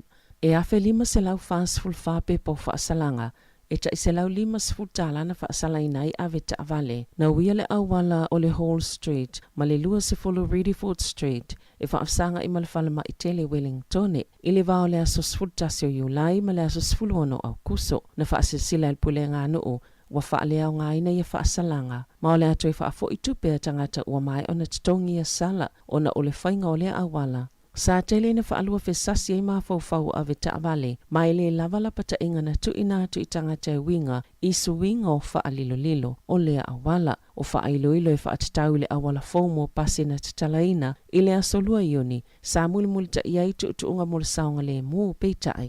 E tele ni whaaseana tu ina atu le pule ngā nuu I le whainga tau na malamalamaina o ia whaailoilo, Ma e tolu se laulua se fulu whaasalanga na toi apili ma o le a whaalea o ngā ina.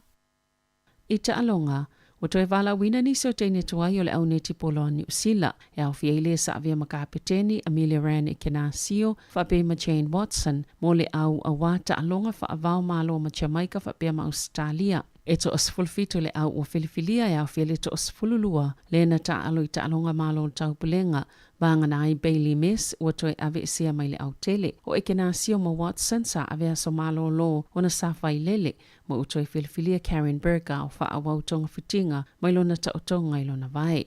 O le au Atua, Karen Berger, Gina Crampton, Amelia Ran e Kenasio, Sulu Fitzpatrick, Maddie Corden, Kate Heffernan, Kayla Johnson, Kelly Churi, Phoenix Karaka, Grayson Weke, Mila Rewelu Buchanan, Shannon Saunders, Tobias Selby Rickett, Whitney Sunes, Al Temo, Jane Watson, Mamaya Wilson. O le Development Squad, Kate Burley, Georgia Heffernan, Claire Kirsten, Christiana Manua, Bailey Miss, Tiana Metuarau, Kimiora Boy, Beta Toi Ava, ma Sam Winders. Tala fawia marisi ufonga le lamoa, mo le nei vaenga o le awa uli.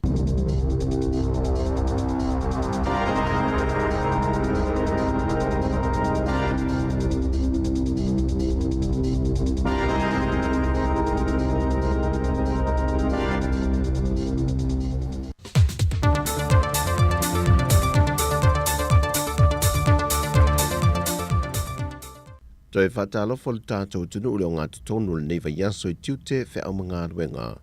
Ai o se isi whao popongo le tautua le siufongo le laumua mai Samoa, ta wale an telefou. E le toi wha wino ngā ruenga wha pāle mene sui uma whaipuli o le maota fono i tia whao le aso ana nafi. Na wha atu wina i loa le fiongo le tamai tai pāle mia, fia me Naomi mata afa. Le lafo le malo, e whaata atia e se ele seini na wha mao nia le ao le malo, tui malele i whano wa le toso alo vile lua, e tula fono e lua sa te wina ma pasi e ina le pāle mene, ma le whainga malo tanuai.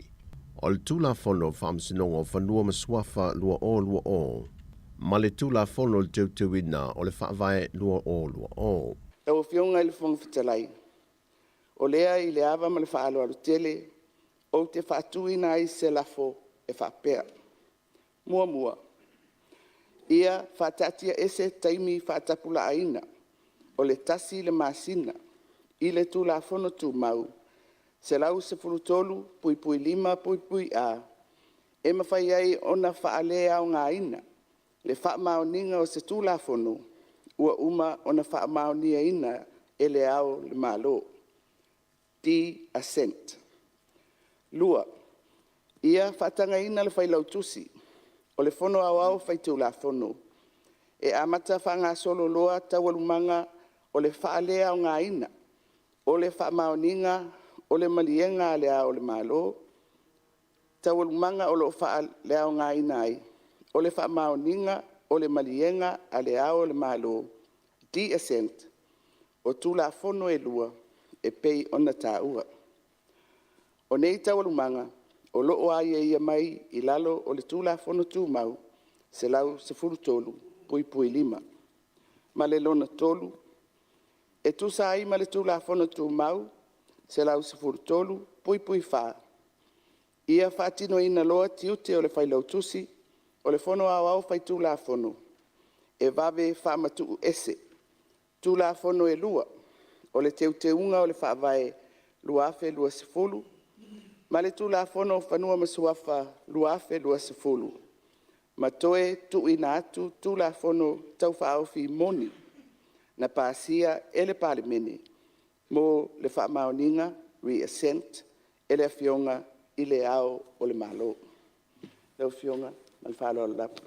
O le lafo whaatule le fionga le tamai tai pāle mia, e nisi o minista o le kāpeneta, ma sui mai le tua ngai, o nei fina ngalo nisi o sui minista o le kāpeneta, e te tau ona toe au mai e te tonu o le pāle mene le tula fono a toi e lua, ma toe lau li liu a toe lo na whainga me masani ai, a o le itu i nātu le ao le malo, mō lo na saini e wha mao nia. Peitai, na whaalia te fina ngalo se tasi sui o le tua ngai. O te leo tula ia tue, whaise bandatu le tula fono. Pawasi mele fia vato ese fafsidi laitu. Lenga le e maua mato falongolongo atu. E pe ese le vaenga le e saunoa ia fionga e minsta. Ese le lafole au mai. O le lafole au mai le fionga e pania. E le to au mai tu la fono pan mene nei. E ave e fai lau tusi o le fono ma le ofisa o le fono teu teunga. Ona toi ave la ia fa sai ni le au malo. Ai le to au mai le fono pan mene. Ma le anga fa Ia, la. leo mai malo fa fkai. Peitai e le tali fai tau o le fiong le tamaitai pale mie e filautoa inga le pale mene. Na ia sau no manino ai. Alo foi o lo faalia. I le fangaso longa mai o le tulafono. Ia o te fasisilatu ma le faaloalo i lo fionga le fongfitalai ma le mamalu o le mauta. E iei le avanoa. Tatou te toe asi ai le tulafono. Pe a mai atu le fangaso longa le fai nei. Ai toe au mai lani teuteunga. Teuteunga la ia e fo ia ai. Ia le toa, lea o ia i le whamsinongo whanua maswafa. Le fiong le tamaitai pale mie le teitai o lea tudo, fia me Naomi mita awhao. O le posi si le fia le malu lea tunu o le fontanga na iei le pale mene lea soa na nafi. Le utoi wha awa winai mo le isi lima tausanga, le nofo inga lo na lua a le fionga lea o le malo, tui malele I whano va le toa soa lo vi le lua, malo na whale tua. Peitai e le whaala wilo ai e le fionga le tamaitai pale mie te tonu le maota tō finga le utoi wha awau lea o le malo. Na ia toi fōla sia e nisi o vaenga o teu ngala tamai o le tula fono le nei. O le whiriwhiri ai o le tō finga le nei wha ao le malo, mai le tausanga e lua fes fulmaliva. Wa ave e sea le upu mamalu, sa whaalupe e le ao le malo o le ao mamalu o le malo Samoa. Ma le upu whaalupe o le masiofo sa tu inatu I lona whaletua, ai ua whaongai na nei le upu whaletua o le ao le malo. Na whaailoa le fionga le tamaitai pā le mia vaenga o lea tū la whono molon teunga. Ina ua tu malo le fionga ma le tuatan ma whili lua, sa I lalo le tū la whono le malo ao so whatasi sa tu wafo la tu tautua, na suia ilo le tū la whono, e le tōwhi ai le kāpeneto se tasi e anga waa e a vea mao le malo, mai na o le lima tausanga. Peita I le nofua inga le tama a inga tupua tamasese efi, na sosoo ana nofua inga e lua, ma ua whape na fwoi se whina ngalo pe ana wha a lia le tamaitai pāle mia, e ala I le tūla whono, ia le silia ma le lua nofua inga se tasi, e se e le nofua au o le malo. Na mamoli le whamnianga le tamaitai pāle mia le toi whiliwhilia I lea, o le fionga tui maleli I whano va le toso alo vi le lua malon whalitua, e tau aveina tiute whaao o le malo Samoa. Ua pasi le kapeneta se tino I tupe ono se fulua whetala, e tu inatu lele ka le se whapot putonga kerisiano I Samoa, mo le whaamana tuina leo le mata niuwhenga I maleantai le so, aso lulu, luas fulmal wha o kuso lua fe luas fulmal lua. O le se leni wha tupe nai le wha moe mai o se vaenga tupe, na whaamatu mai I se vaenga tupe wha taatia ese mo le wha ilunga ino tuto tasio Samoa le ato angolo na ono sfultu sanga, mai o se vaenga tupe mai le matanga luenga le pale mia ma le kapeneta. Le ua vai ino le mea lofa mo le kale si e whaka sa papali e luas fulwafe tala ua tu inatu iai le malo, ma le mea lofa mo le kale si a wau wha apot patong kerisiano Samoa e wha se fulwafe tala. O le whai unga, ua whaia I lalos tūlanga wha anatinati e le kapeneta, o loo wha avaina I le vaenga tolus fulmalevalu pui tasi, o le wha avai o le malo tuto tasi o Samoa. Ua tuetu watu e le wha amasinonga le asolu se fulmalefito Februari o tausanga faulua fe luas fulmaletolu, le wha awawina lo le vala awina moli maua le tua leo, e au ili ai mau e wha asanga il molianga, o loo tua ia ai malele atofu paulo, ma le mai whai oso sione. O le whaatulanga o le aso lus fulmalefito Februari, e na wate ena le talo sanga I la ua ia, e whaalea o ngā ai o la mōlianga o le taupulipule le tangata valeina le sa avempa le mia o le malo Samoa, le fionga tu le epa lupe soli aisa I le madia le ngoi. Pe o na sila fie to wha I la tau na tua ia le mata upu lenei, Le na whaafal pui nai el whaamisinunga mawalunga, le sunga tawa lai le loa, e na ua ia yoi na una mōlianga na fōrsia le whaamisinunga, au tala le paunga, o loo nofo tau fia pe le vainga leo i au se talia. O nisi o tala i mea loo tutupu i sa mō le nei fo iaso, manuia le tātou tenu, whaasoi foia.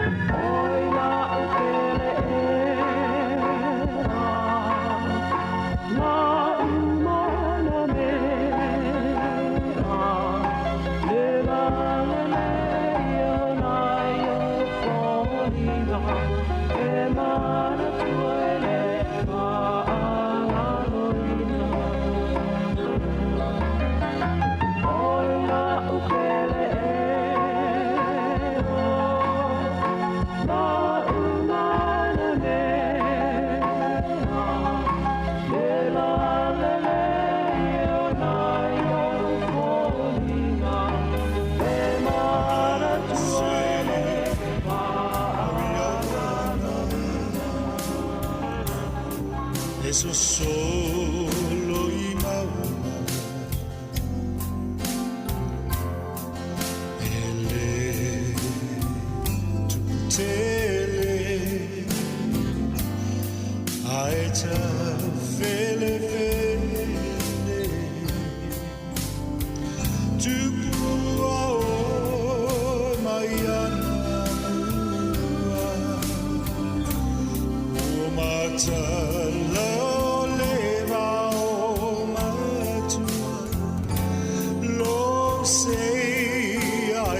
Samoa, lo sei, lo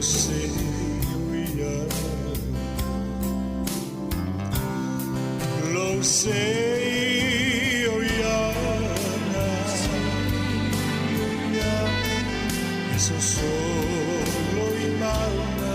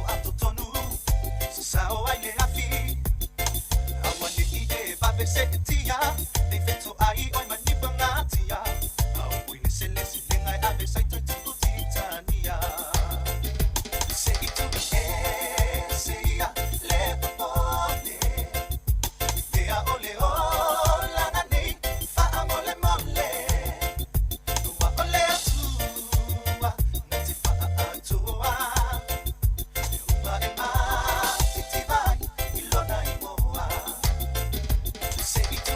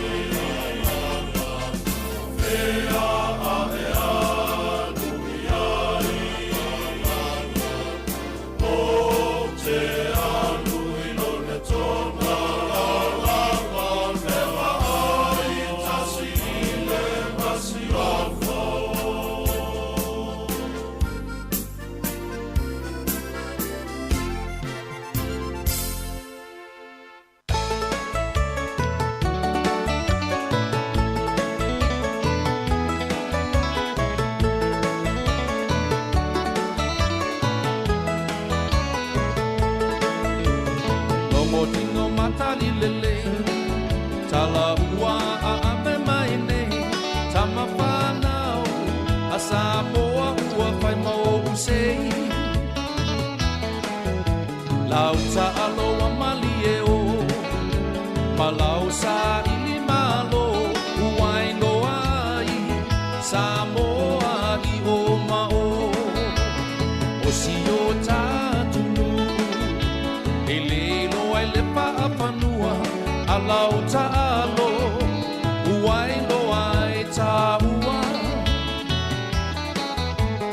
alo i whaanga tama ai le ngalo i lo uanga le tapua ina o lo o tuku mai le muli papanga ua patili mama ta o toa tu si toia ina a ole tina wa tutulu mai ua le pisa ia poli uli lo tino ai mala mala mau mata tama Samoa se ia tape toto wala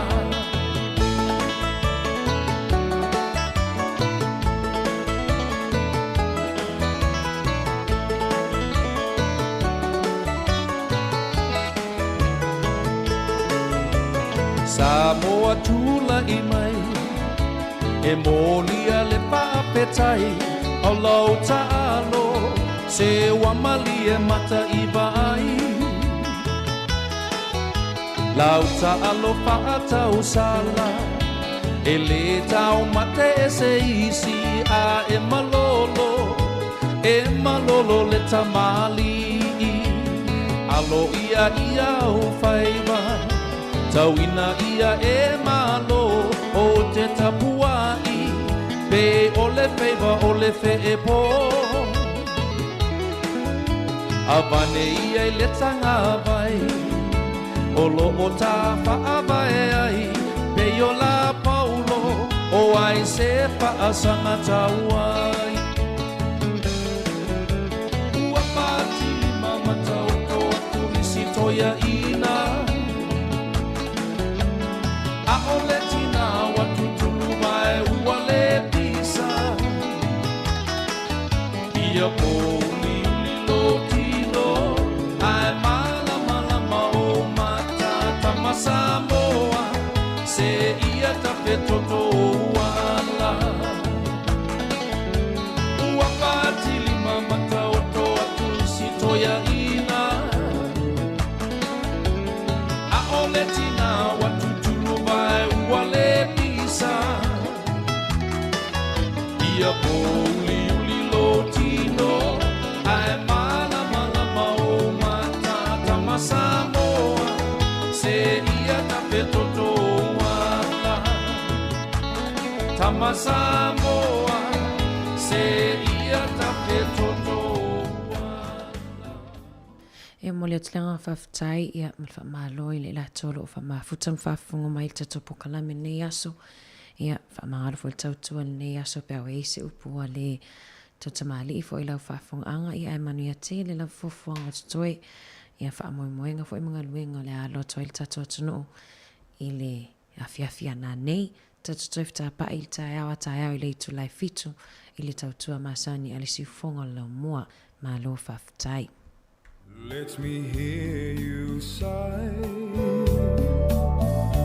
Let me put my arms around you. Let me draw you